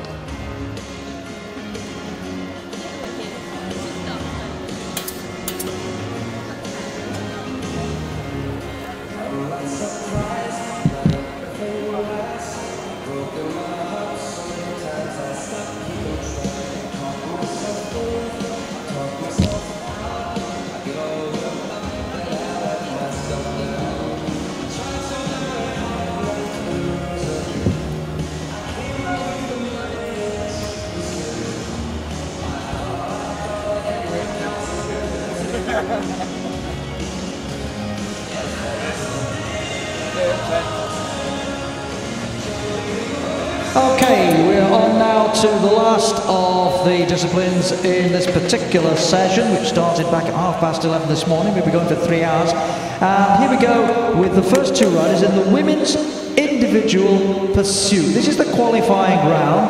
We have 28 riders. They will cover 8 laps of the track only, just 2,000 metres. The 2 fastest at the end of all of that will compete for gold and silver tonight. The 3rd and 4th fastest will run off for bronze. The first heat then in the home straight for the United States of America, we have Bailey Semien, and in the back straight for France, Manon Bordieu.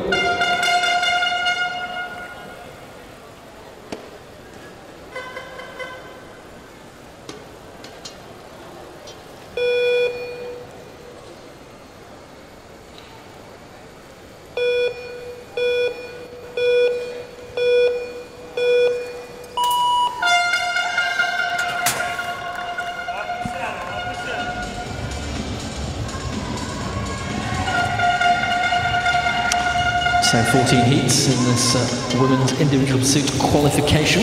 Fastest 4 riders will contest the medal rides this evening. Fastest 2 for gold and silver, 3rd and 4th fastest for the bronze medal. Point of reference for you, the current world record in this particular discipline was set by Amy Cure of Australia in Montechiari in Italy. Her time 2:22.499.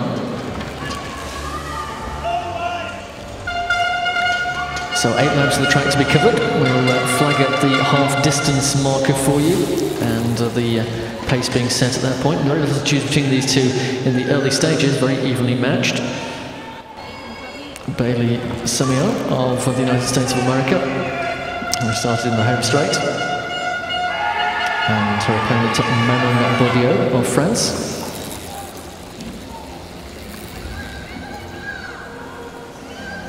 When we come to their starting stations this time, it will be that half-distance checkpoint, 1:17.112 for Semien, and 1:16.843 for Bordieu.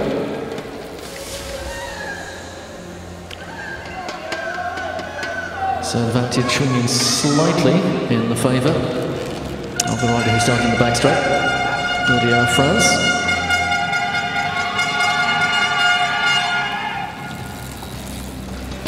And that advantage illustrated on the track when you glance across the relative positions of the riders at their starting stations.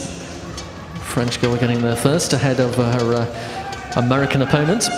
Both riders, of course, have a coach at trackside to keep them on schedule.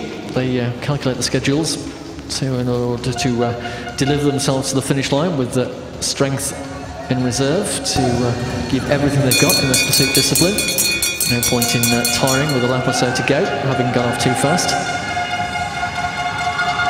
So some riders will go very quickly in the early stages and then moderate their pace later on. Others will save something for the second half of the pursuit.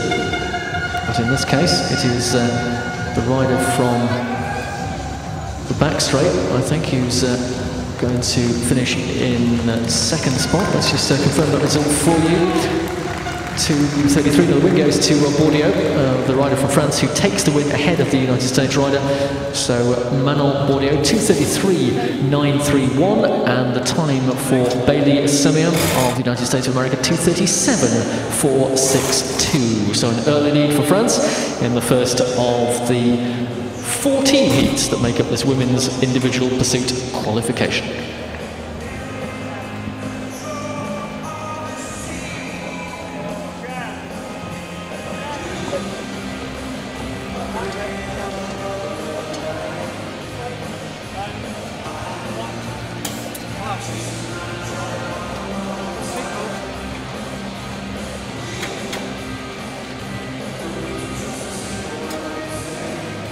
Get the flag up.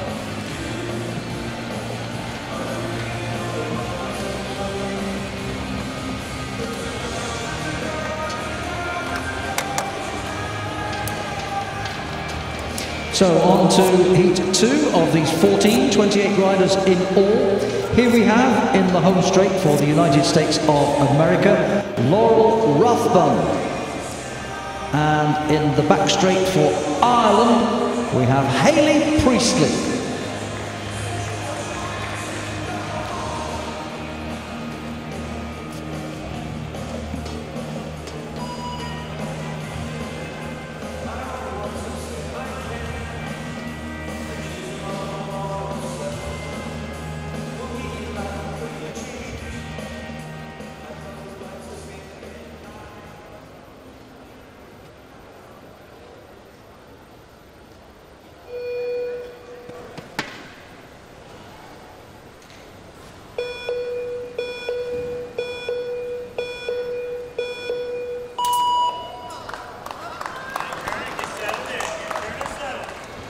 So heat 2 underway. Laurel Rathbun taking on Hayley Priestley, United States versus Ireland on this occasion.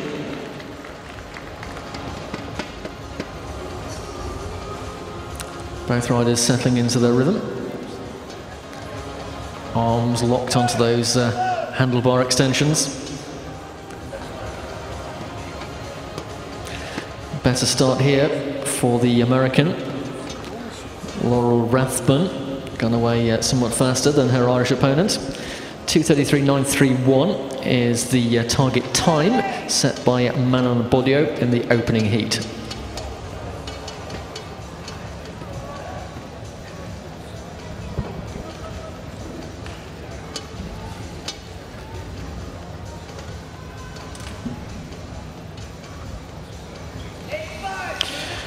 Well, we're pleased to report our Twitter feed is red hot this morning, and the latest contributor to that, Emma Poulsen, bringing forward support for her best mate, Hayley Priestley, and wishing her the very best of luck for this pursuit. So thank you, Emma, for tweeting. And if you'd like to do so, of course, we'll keep reminding you of the hashtag you need to put into your tweets so we get them and we can feed them into our system from time to time, just to make sure you are paying attention to these Junior World Track Championships. I'm sure you are. So this pursuit continuing here. We're approaching in fact, we've approached and passed the halfway point while we were dealing with tweets, and at that point, Laurel Rathbun had clocked 1:18.918, and Hayley Priestley, the aforementioned, 1:21.897. So at the moment, the advantage just in favour of Laurel Rathbun of the United States of America.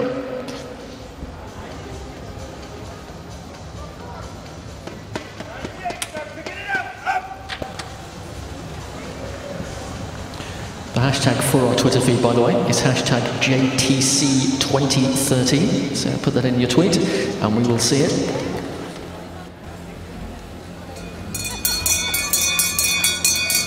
So into the closing stages of this second heat in the women's individual pursuit qualification round. Fastest 4 will contest the medals this evening. And it is still the American here, Laurel Rathbun, who is getting the better of Hayley Priestley of Ireland. Stops the clock in the third fastest time, 2:38.282 for Rathbun, and 2:43.519 is the time for Hayley Priestley of Ireland.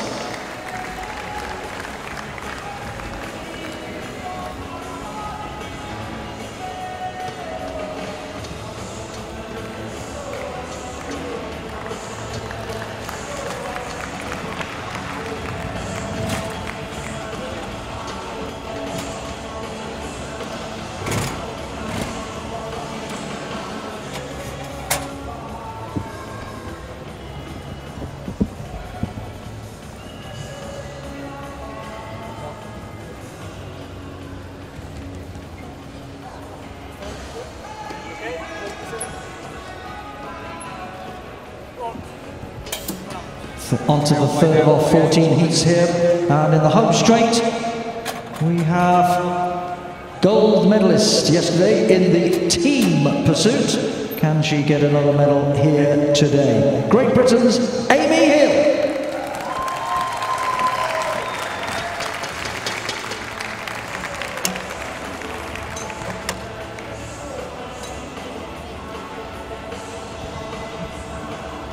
And in the back straight for Ireland, we have Rachel Mellor.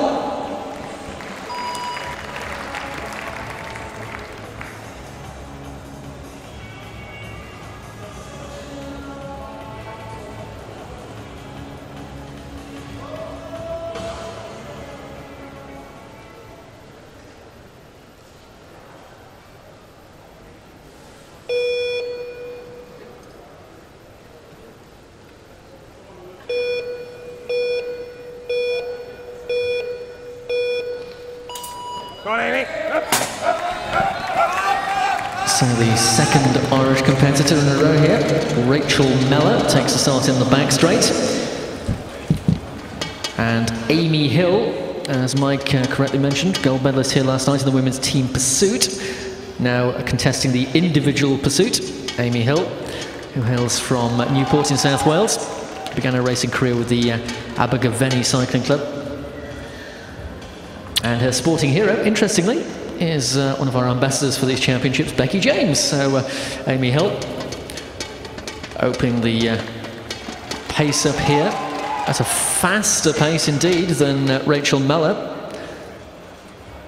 Mellor's deficit more than 2.5 seconds just at the moment. So a very fast start from Amy Hill, but I'm sure this is all to plan. Matt Winston, the coach for the Great Britain team here, already tasting great success yesterday with 2 gold medals. And had a chance to speak with Matt this morning, and he's looking forward again to more success here today. And at the moment, Amy Hill is going well indeed as we approach the half distance point in this 8-lap 2K pursuit. We will find that Amy Hill, as she closes in on the back wheel of her opponent, clocks a time of 1:15.584, and it's 1:22.837 for Mellor. Remember the time to beat, that's set by the rider in the opening heat, Manana Baudio of France, 2:33.931. Well, Hill looks as though she's on a very good schedule for that at the moment.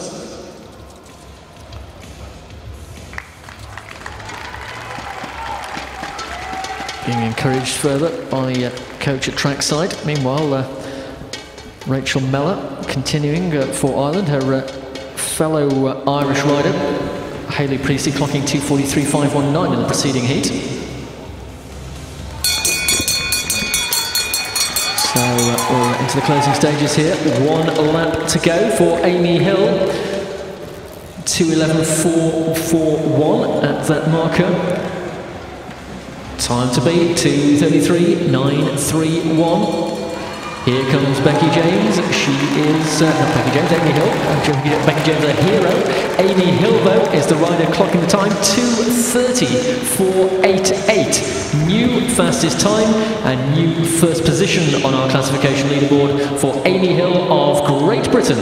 And the time for the rider from Ireland, as she approaches her finishing station, will be 2:50.083 for Rachel Mellor of Ireland.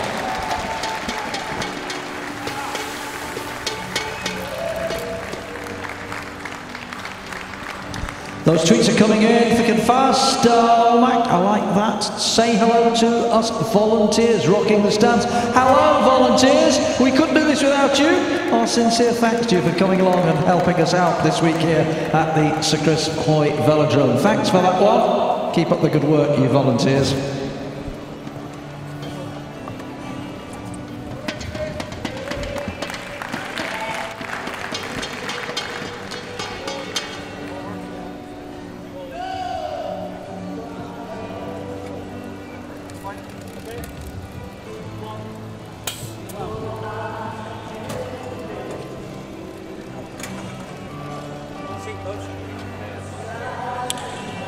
Well, that 2:30 ride by Amy Hill, pretty impressive. Amy Quals, Australia, world record was set 3 years ago in Montechiari at junior level, 2 minutes 22.499. That was very impressive. I was there watching that and indeed commentating on it. I remember it well.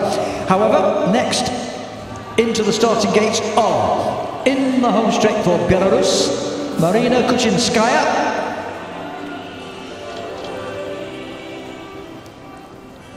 And in the back straight for France, Claire Comparat.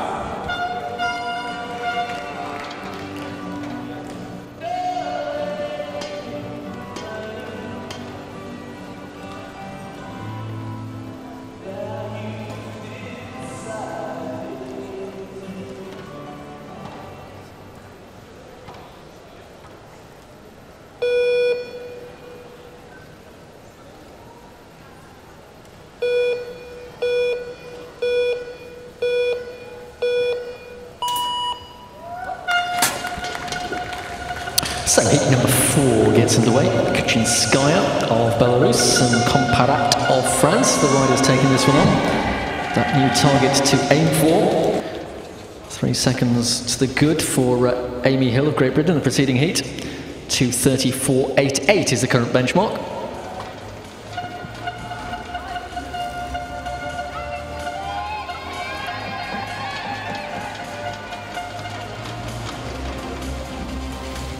Well, very little to choose between these two in the opening couple of laps.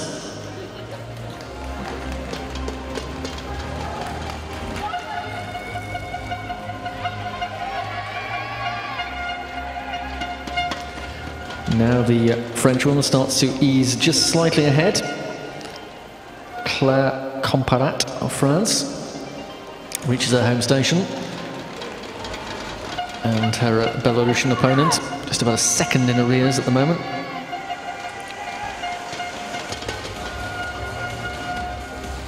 Well, the Belarusian rider just glancing across the track there. She's aware of Comparat's greater pace at this stage.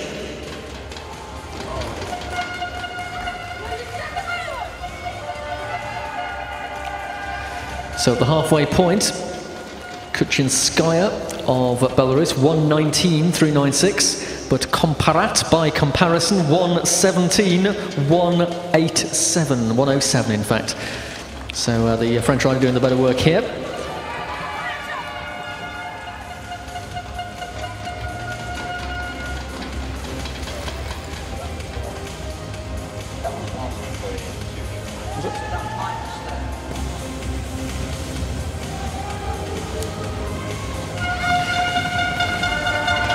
So Comparat of France continues to make ground on her Belarusian opponent.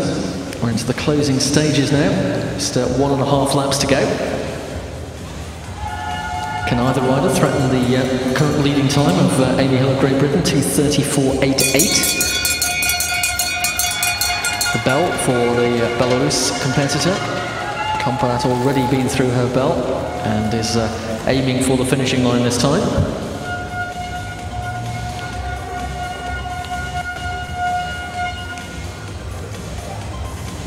So Claire Comparat of France clocking 2:34.289, best for 3rd place at the moment. And Kuchinskaya of Belarus, 2:41.687, classifying her 6th at this stage of the competition.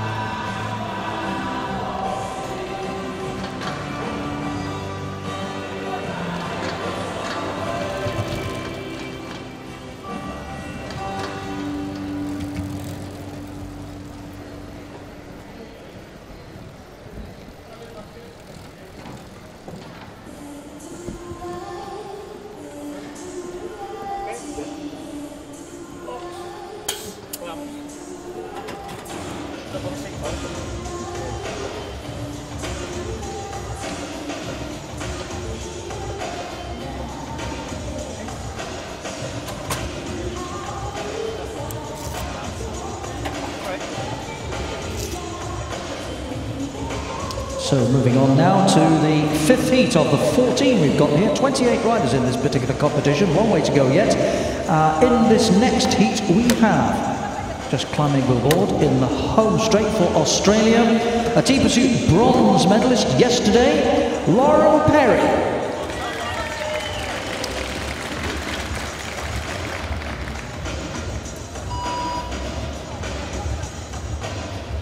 And in the back straight for South Africa, Sonja Kritzinger.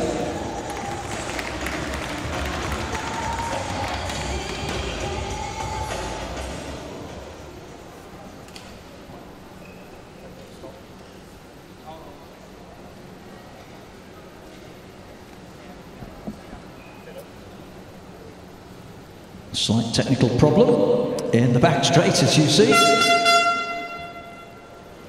The gate just slipping away from its apparently secure position. Obviously they're designed to cater for the banking of the track, even the home straight, of course. As you know, these indoor tracks at 250 metres, even the straights are not level, they are banked, and the starting gates are manufactured to take that into account, and in fact you can slightly adjust them depending upon which track you're on, because there is a slight variation from one indoor track to another. And you adjust them so that they are actually perpendicular, vertical, but even so, accidents can still happen, and it went sadly awry there for a moment. So, in a moment, Sonja Kritzinger hopefully getting safely aboard. Lauren Perry awaiting the start with great patience, just concentrating on the effort that she knows she's going to have to make.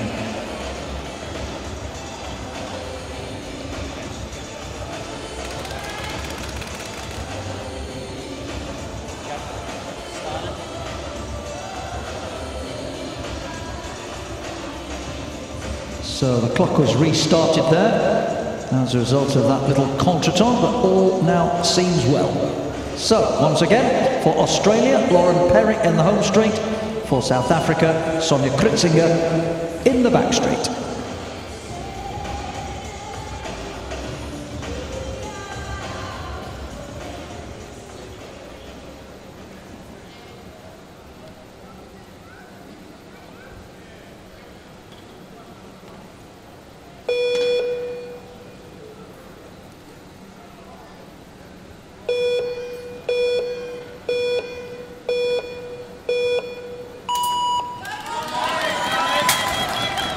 So eventually underway, following that slight gate mishap in the back straight for Heat 5 with Lauren Perry of Australia taking on Sonja Kritzinger of South Africa. Still Great Britain's Amy Hill, the rider with the fastest time, and still by 3.43 of a second, occupying top spot ahead of Manon Bourdieu of France.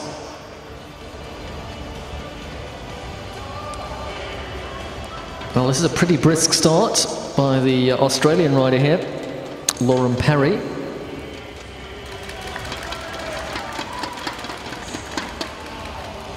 It's already within a quarter of a lap of the rear of her opponents. Of course, if riders are caught in this qualification round, they will continue to record a time. Reason being, of course, it's the top 4 riders, based on their time, who will progress to the medal rides this evening. Certainly Lauren Perry is making the better effort in the first half of this pursuit.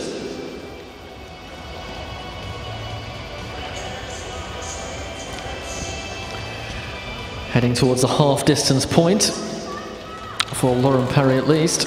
And 1:14.992 the time for Perry. That's inside the time posted by Amy Hill at that point.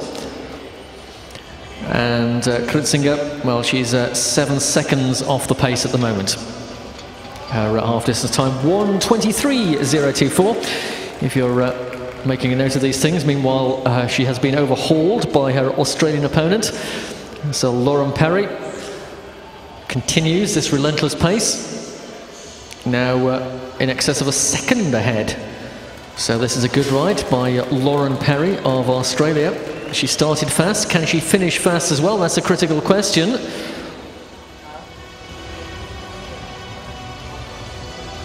She's notching up the laps here at great pace. She's got 1 lap to go in the bell this time for Lauren Perry. And almost 2 seconds faster than Amy Hill at that point. So it looks like we may be seeing the new leader of this classification with inside half a lap to go to the finish line. Lauren Perry of Australia heads for the line and will stop the clock in a new fastest time. First sub 2:30 ride of this competition. In fact, it's 2:27.890, 2.5 seconds faster than the previous leader Amy Hill. And the time for the South African rider in the backstraight, Sonja Kritzinger, was 2:38.929. Good enough to classify her at the moment in 9th spot.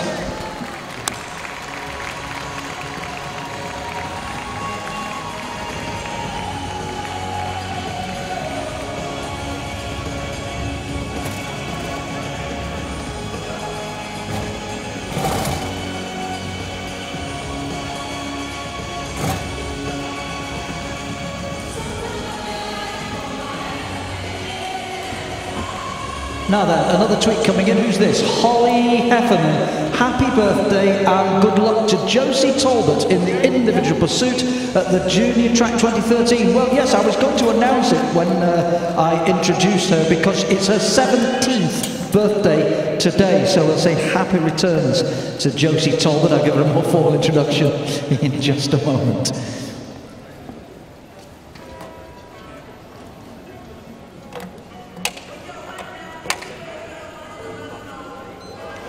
So the formal introductions, and yes, the birthday girl on the home straight, in the home straight for Australia, 17 years of age today, Josie Talbot. And in the back straight for South Africa, once again, we had a South African in the back straight in the previous heat. This time it's Chante van der Merwe.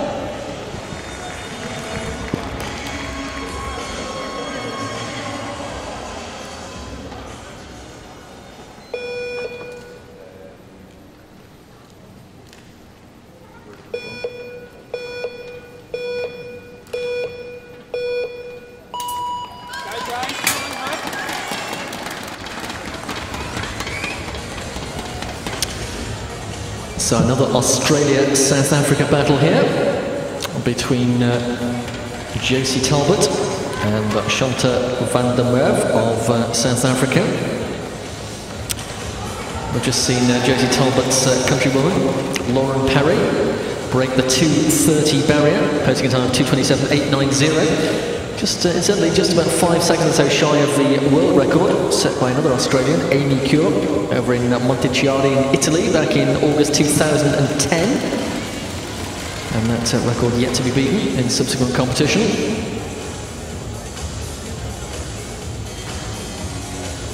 So as in the preceding heat, it's the Australian rider who has made the fastest start. Josie Talbot, well, you can celebrate your birthday in better style than progressing to a medal ride in the individual pursuit.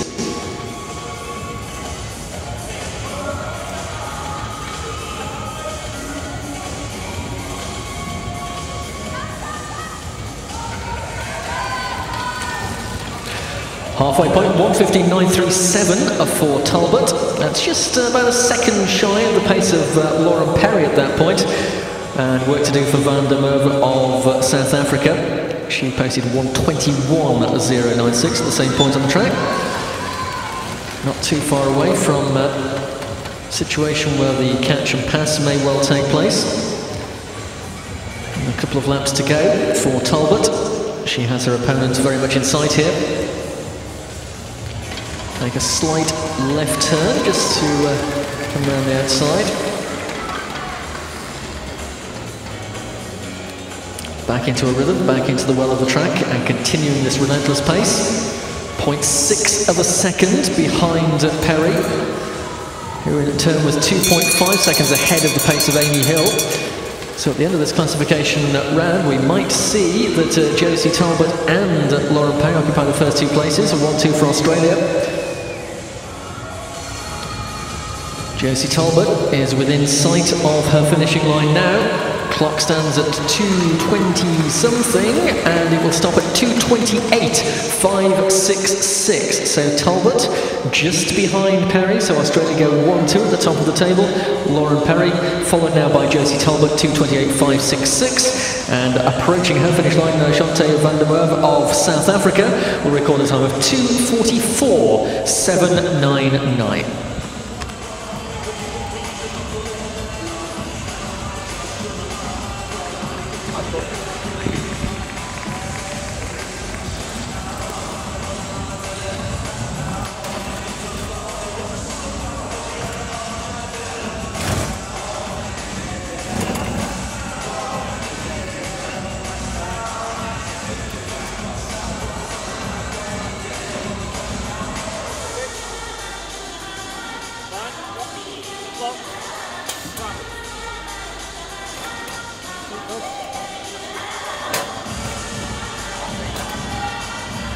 Heat 7 next then of these 14 heats, so coming up to the halfway point in this women's individual pursuit qualifying. Just a reminder, it's the fastest two who will ride off later in this evening session for the right to take gold and silver, and the third and fourth fastest from this qualifying round will ride off for the bronze medal.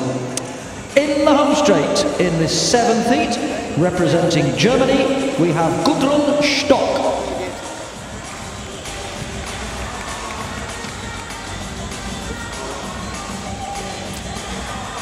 And in the back straight for Belgium, it's Jessie van den Bulke.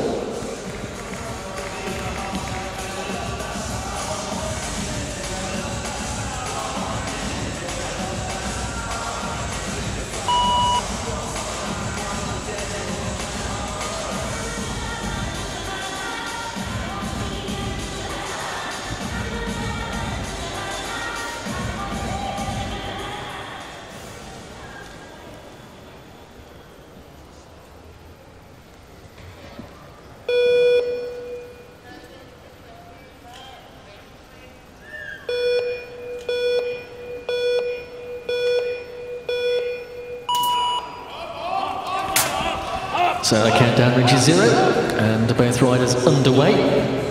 First half lap or so out of the saddle to get on top of the gear. And they'll settle into their rhythm, stretch out on those handlebar extensions. It's the German who is first to settle, Anna Knar. In fact, that's next heat. Gudrun Stock, I should say. And Jessie van den Bulke, the rider from Belgium. Her opponent, just to remind you of the top 4 classification places. It's Australia 1-2 at the moment with Lauren Perry 2:27.890. Josie Talbot 2:28.566. Great Britain's Amy Hill lies third with 2:34.88. And in 4th place for France is Manon Bordeaux with 2:33.931. Reminding you that the top 4 places, the top 4 qualification times, will ride for the medals during the course of this evening session, which begins at 7 o'clock.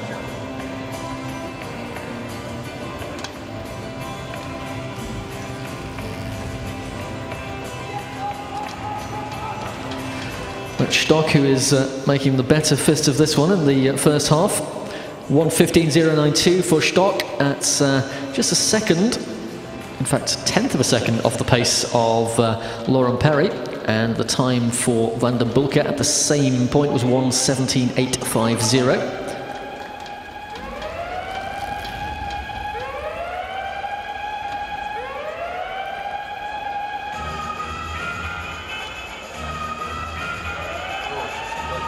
So the Belgian here, perhaps setting the steadier pace. She's never been ahead in this particular match, but the German, who set off very quickly, is now falling off, not literally, but falling off the pace that she had in the early stages, and now more than 2 seconds behind the leading rider, Lauren Perry, with still a lap to go. Well, she'll finish ahead of her Belgian opponents, I suspect, but the problem, of course, is challenging for that top 4 place. She needs to go faster than 2:33.931 to be in with a chance for the medal ride. We're only halfway through this qualification round, remember.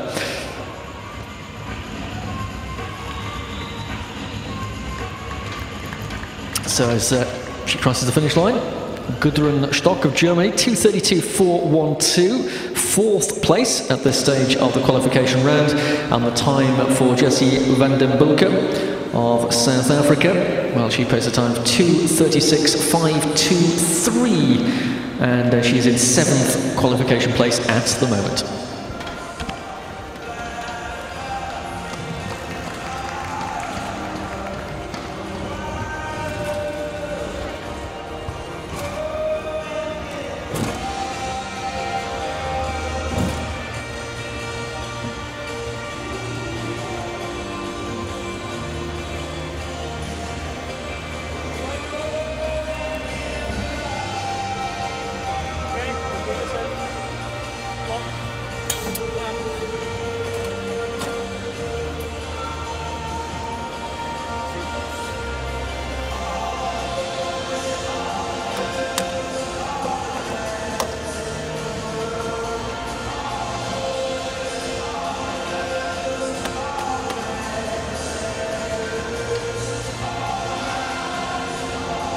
So that's 7 heats gone. That means another 7 heats to go, another 14 riders yet to attempt to qualify for the medal rides tonight. Heat 8 then, in the home straight, we have for Germany, Anna Knar.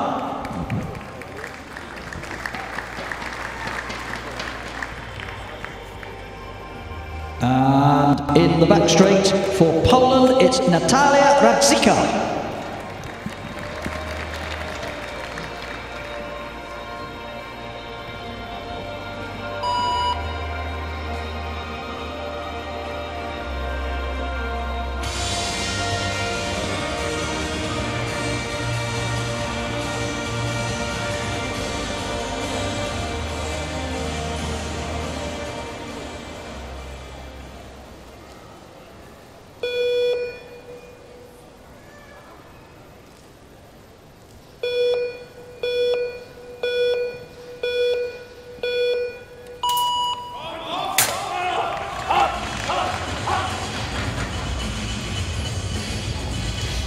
So heat 8, we're at the halfway point, 7 heats gone, 7 to go.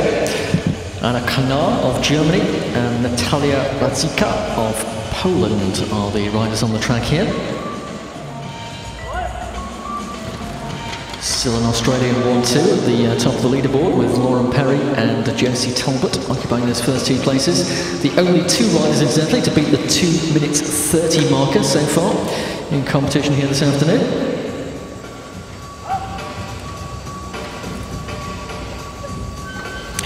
Well, we saw Stock in the preceding heat go off very quickly and just lose the pace a little bit in the second half. And it's her German compatriot here, Anna Knar, who's made the fastest start ahead of Natalia Radzika. We'll see how that plays out as we head towards the halfway point in this 2-kilometre pursuit.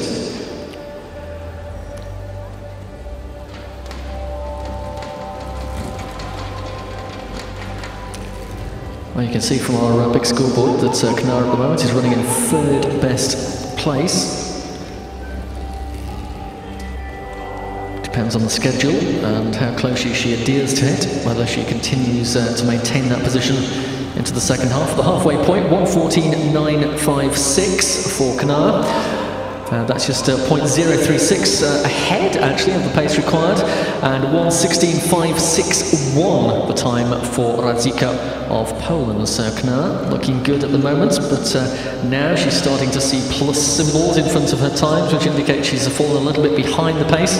So almost a carbon copy of the ride we saw in the preceding heat, with Gudrun Stock, who just fell behind in the second half of the 8 laps of this pursuit.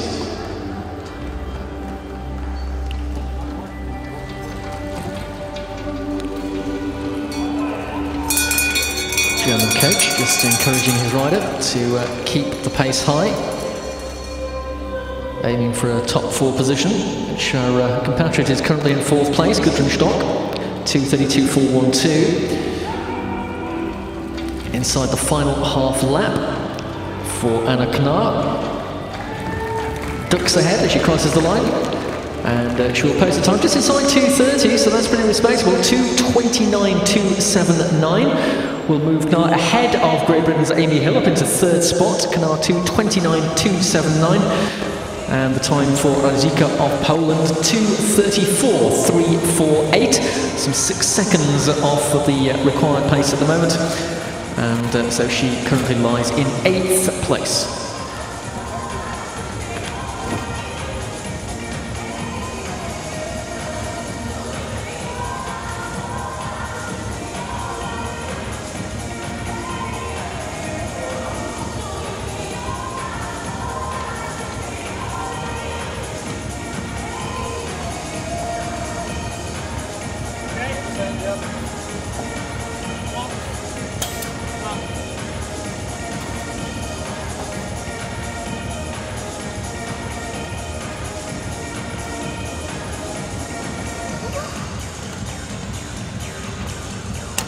Swiftly on to heat 9 of these 14.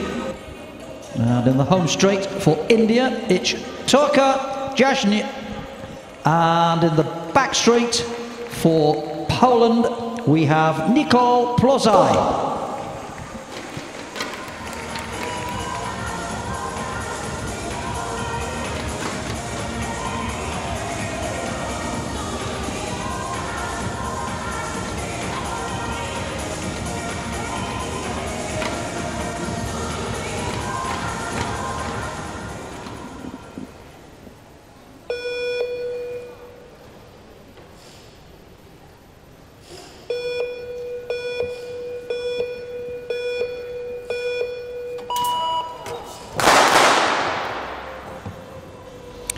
Well, problem there for the rider in the home straight.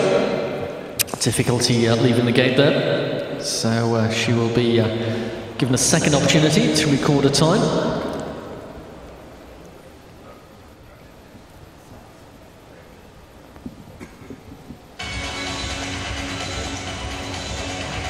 So it's the rider from India who had the difficulty there. Bike being repositioned in the starting gate. And her opponent from Poland will return to her starting station in the back straight, and we will restart heat number 9 once both riders are back on board their machines.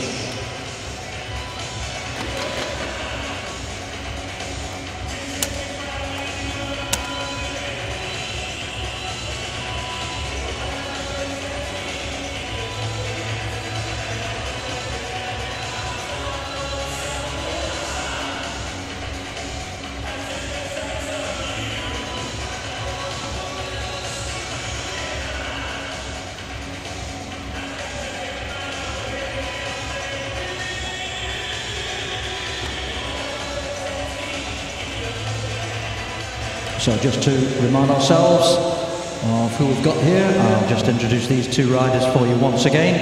At the second time of asking, in the home straight for India, Turka Jasny, and for Poland in the back straight, Nicole Plozaj.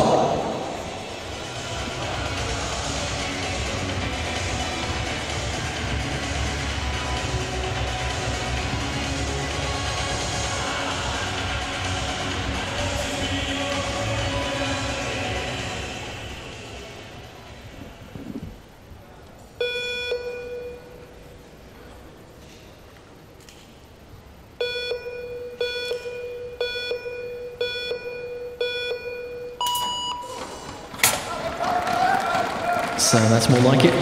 Jasnit of India safely away from her starting gate this time. And her opponent, Plozaj of Poland. Heat 9 of the 14 that make up this women's individual pursuit qualification round. Still the Australian 1-2. And with Anna Knar of Germany moving up to third spot after the last heat. Great Britain's Amy Hill still retaining a medal right place at the moment in fourth place in 2:30.488.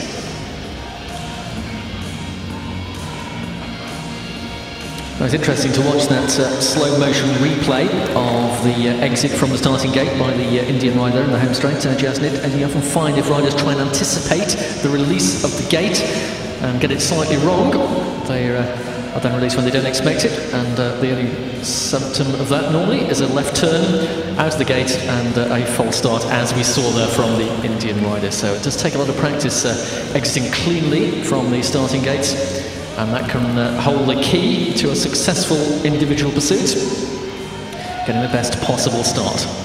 And as you can see, it is the rider in the back straight, the rider from Poland, Repechage, who is doing the better work at the moment. So we head towards the halfway mark, 1:20.480 for the rider from India in the home straight, and 1:16.213, 1.2 seconds off the pace of the current leader, Lauren Perry, for Repechage of Poland.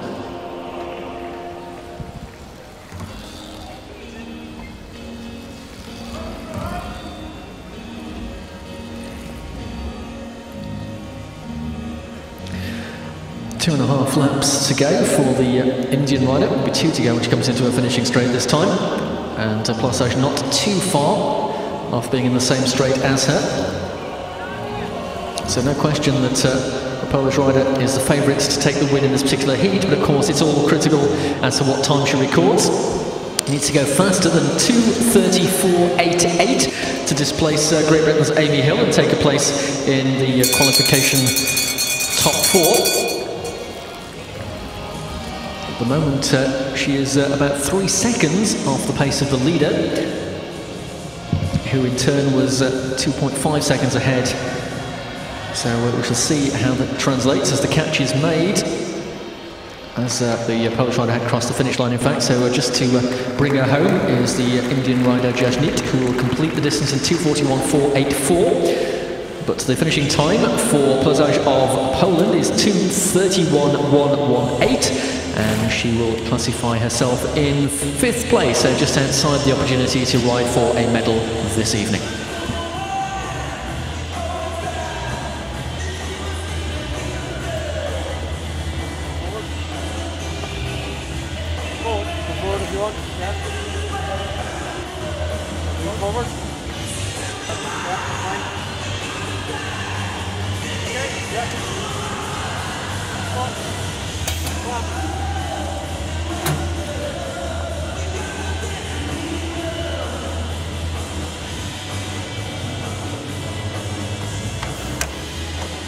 This is the 10th heat of the 14 that we have in this discipline, the women's individual pursuit qualifying round.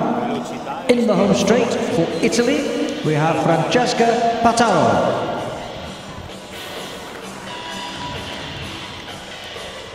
And in the back straight for Canada, it's Ariane Bonhomme.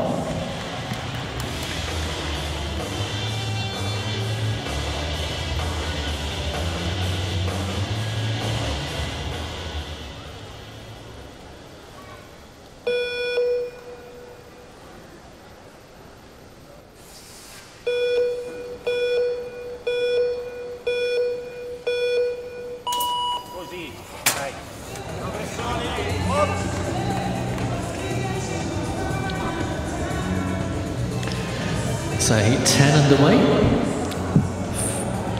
4 more heats to go following this one, to challenge that Australian domination at the top of the leaderboard at the moment. Positions 1 and 2 held by Lauren Perry and Josie Talbot.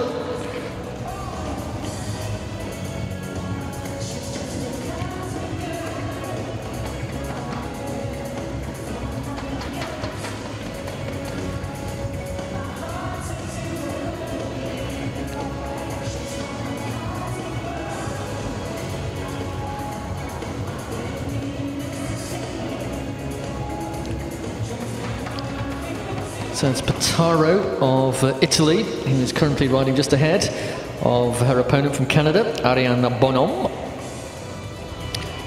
Not too far away from the halfway point. 4 laps gone and 4 to go. When we reach that marker, it will give us a reliable indication of the pace of these two. Looks like Pataro is continuing to increase her advantage here over her opponent on the track.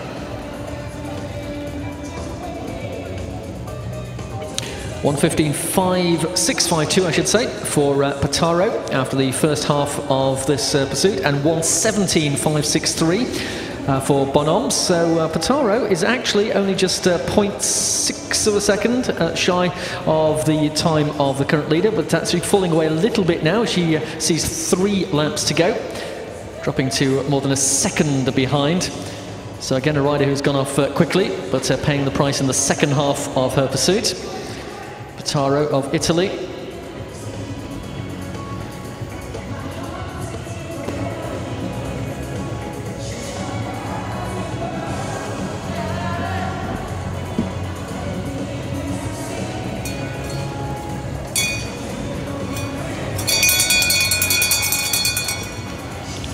So Pitaro of Italy continuing to gain ground on Ariane Bonhomme of Canada.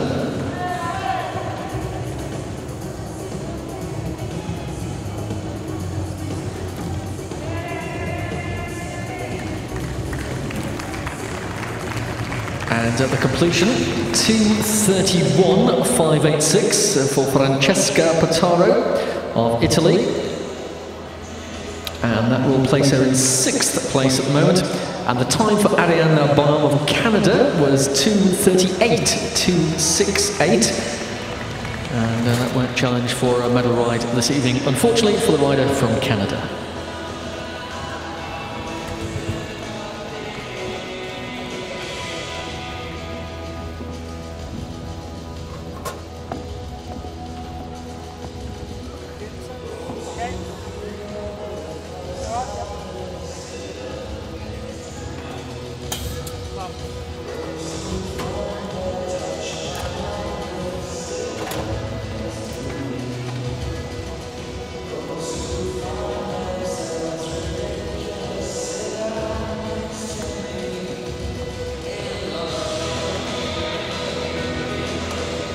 Heat 11 of 14 coming up now, folks.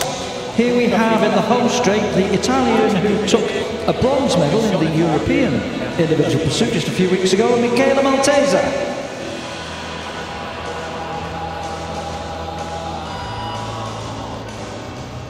And in the back straight, representing the Russian Federation, Anastasia Yakovenko.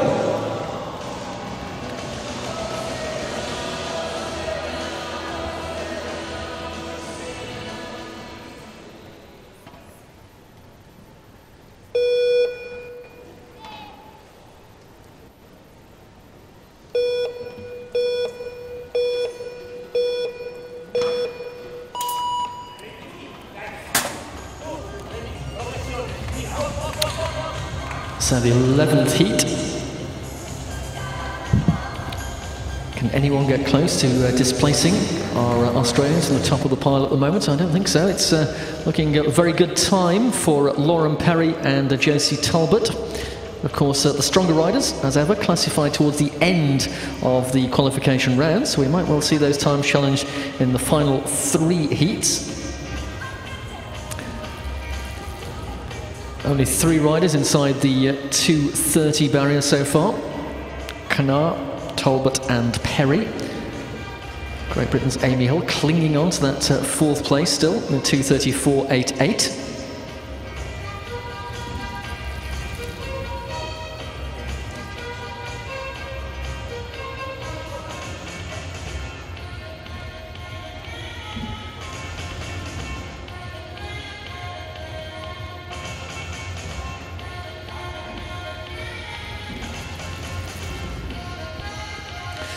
So approaching the halfway marker for these two, Maltese of Italy and Yankovenko of the Russian Federation.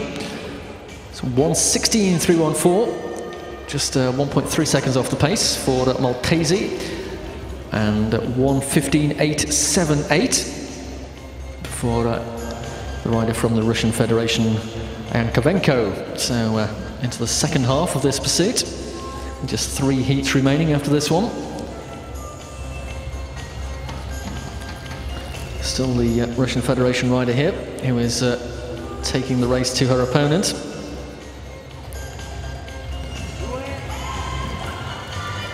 Oh, despite that bronze medal at the Europeans, Maltese of Italy having to give best to her opponents at the moment.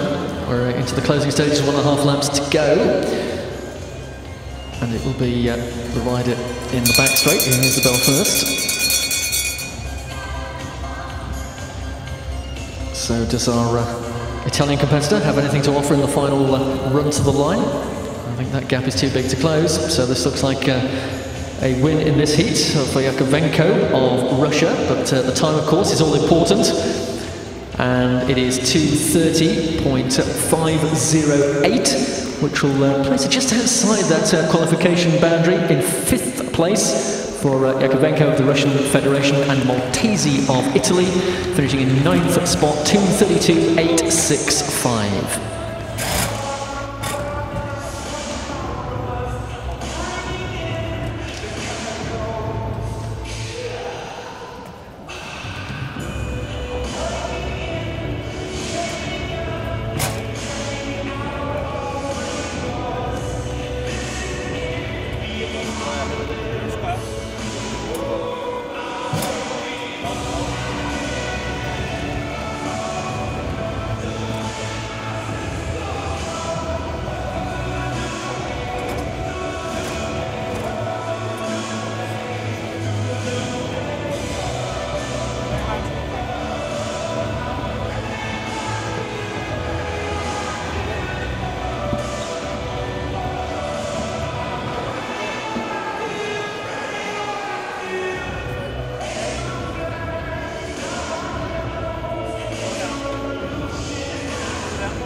So on to the 12th heat of the 14 here in this, the last of the events for this particular session before we take a break. And in the home straight, we have for Great Britain a team pursuit gold medalist yesterday, Hayley Jones.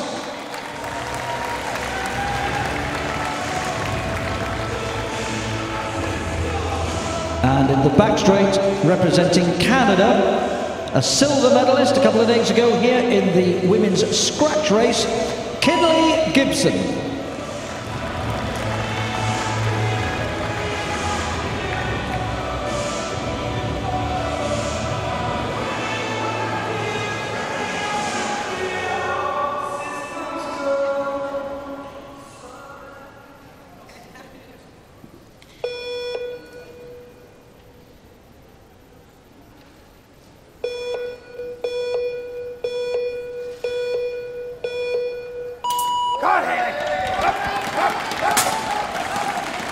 So the next heat in the way, heat 12, just 2 more to go following this one.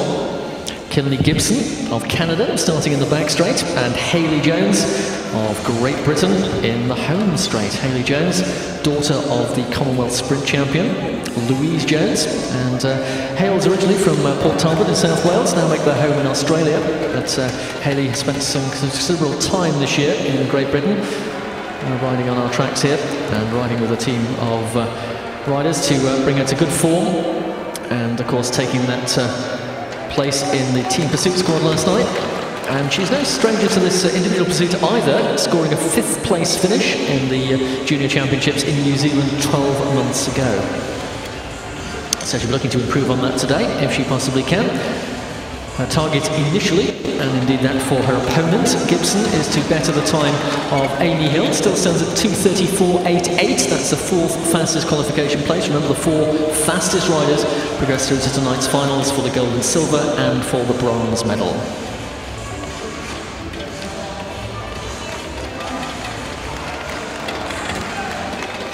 So Hayley Jones, 1:16.469 at the halfway marker, 1:16.077 for Kinley Gibson. So the Canadian just a slight advantage ahead of Hayley Jones at this point.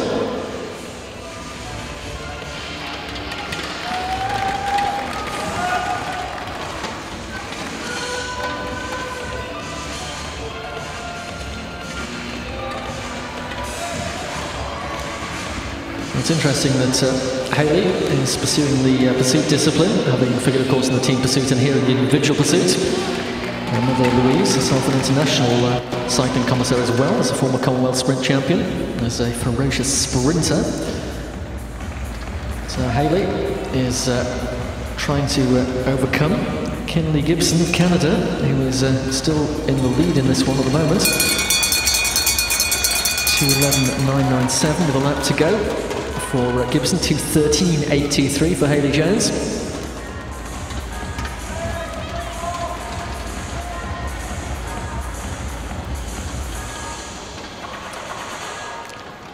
So a bit of bell for Gibson. In fact, she's already through the bell. She's completed her ride, as has Hayley Jones, who finishes only in 11th place, unfortunately. 2:33.650 for Hayley Jones, 2:31.111 for Gibson. Beating Jones, but still not scoring a classification place for the medal rise tonight. She finishes overall in 6th place, still with a couple of heats to go.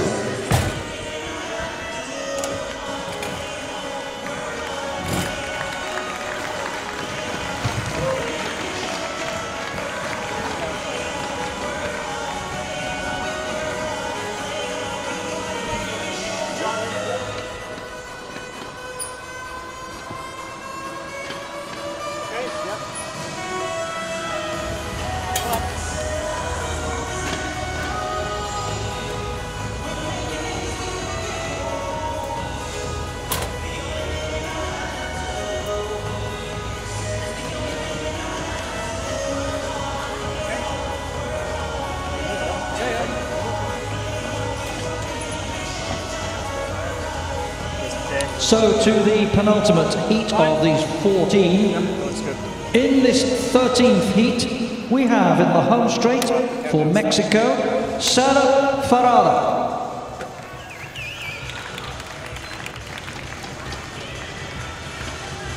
And in the back straight for the Russian Federation, a bronze medalist in this discipline 12 months ago in New Zealand, and a silver medalist yesterday here in the team pursuit, Natalia Mozharova.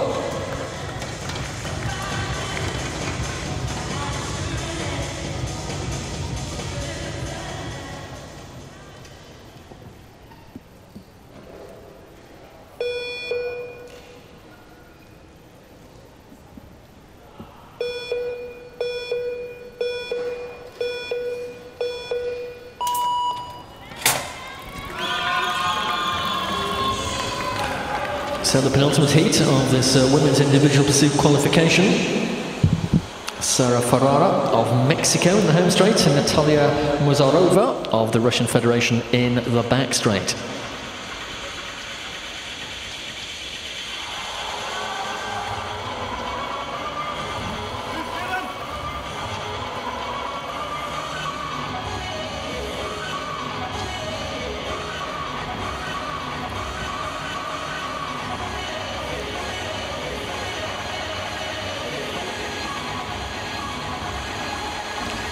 So the Mexican running just off the pace of her Russian Federation opponents in these early stages.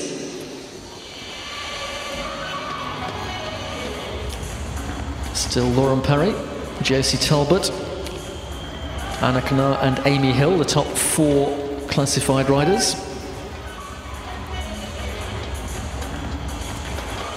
So in order to displace them, 2:34.88 is the target. That was a time set by Amy Hill, who currently occupies that 4th spot. Remember, the fastest 4 riders contest the medals this evening.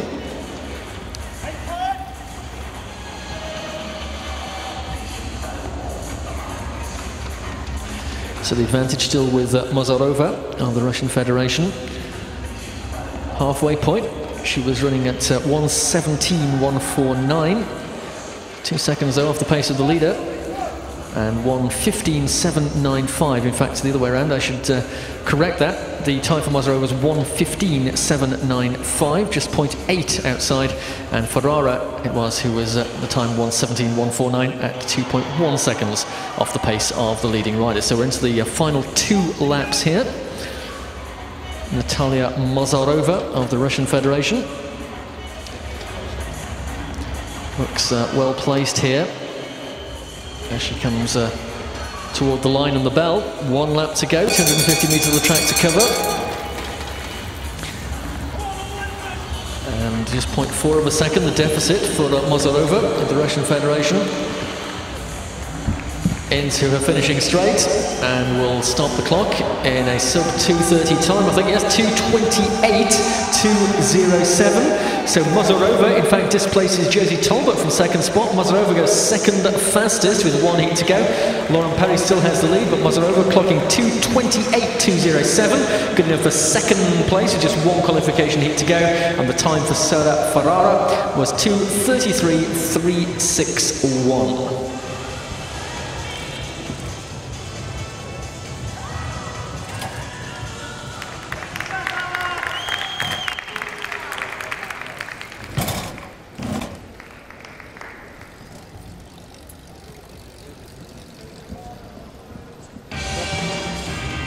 One more heat to go. We'll introduce the riders in a moment.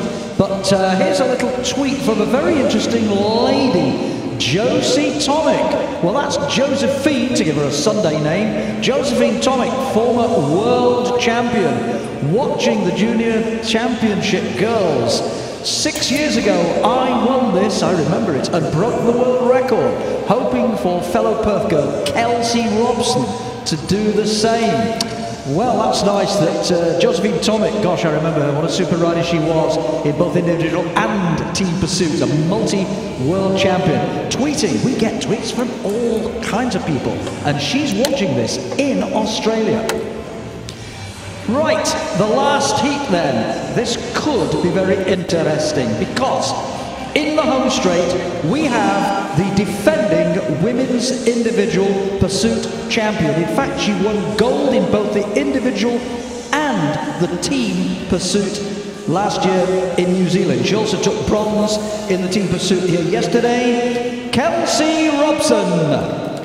And in the back straight for Colombia, celebrating her 18th birthday tomorrow, a gold medalist in the scratch on Wednesday, Jessica Parra.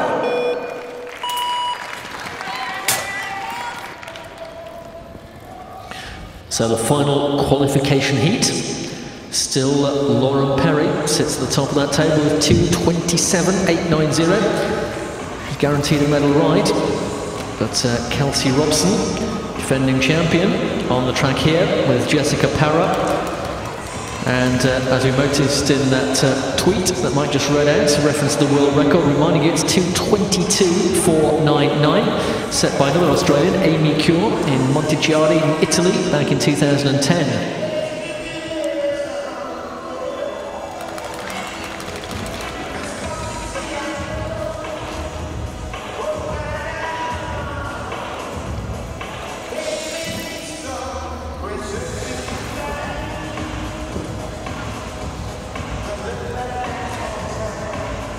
Well, despite the build-up, at the moment, it's actually the Colombian rider who has a small advantage ahead of Kelsey Robson, but early stages yet. And the pace of Kelsey Robson may well slowly increase as we get towards the closing stages. Still the Colombian, slightly ahead. In fact, 5th place overall for Jessica Parra, but we're not yet at the halfway point. 1:17.355 for Kelsey Robson, 1:15.173 for Jessica Parra. Well, we could be looking at a slight surprise here. Australia is sitting in 1st and 3rd place already with Lauren Perry and Josie Talbot. So Kelsey Robson, the defending champion, is not getting the better of her Colombian opponent here, Jessica Parra. In fact, she's some 4.3 seconds off the pace of the current leader, is Kelsey Robson. And the coach imploring the Colombian rider to keep it going in the back straight because she's got the upper hand here.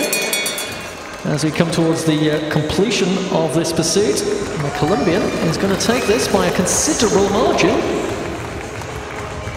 Jessica Parra. Time, remember, is all important for those medal places. Encouraged across the line, 2:28.754 for Parra, and that moves Parra into 4th spot to ride for the bronze medal against Josie Talbot of Australia. And the gold and silver will be contested between Natalia Mozarova of the Russian Federation and Lauren Perry of Australia.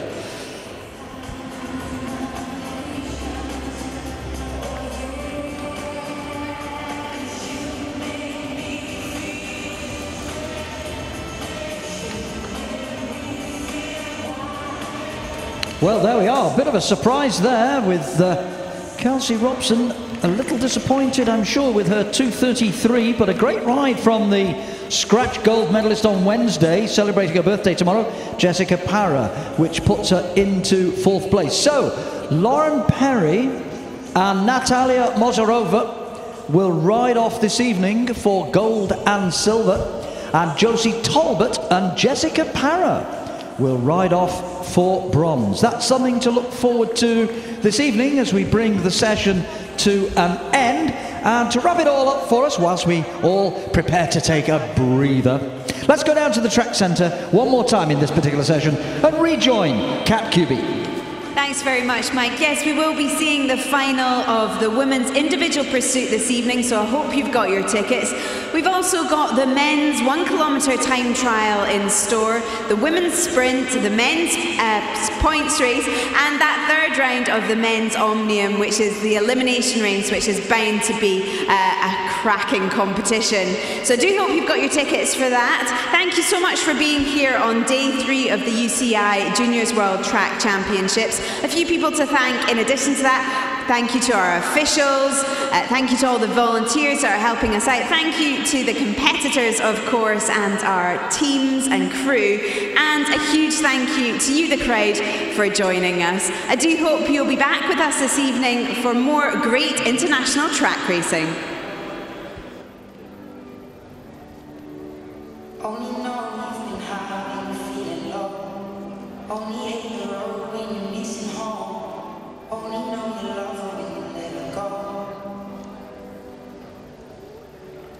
And you let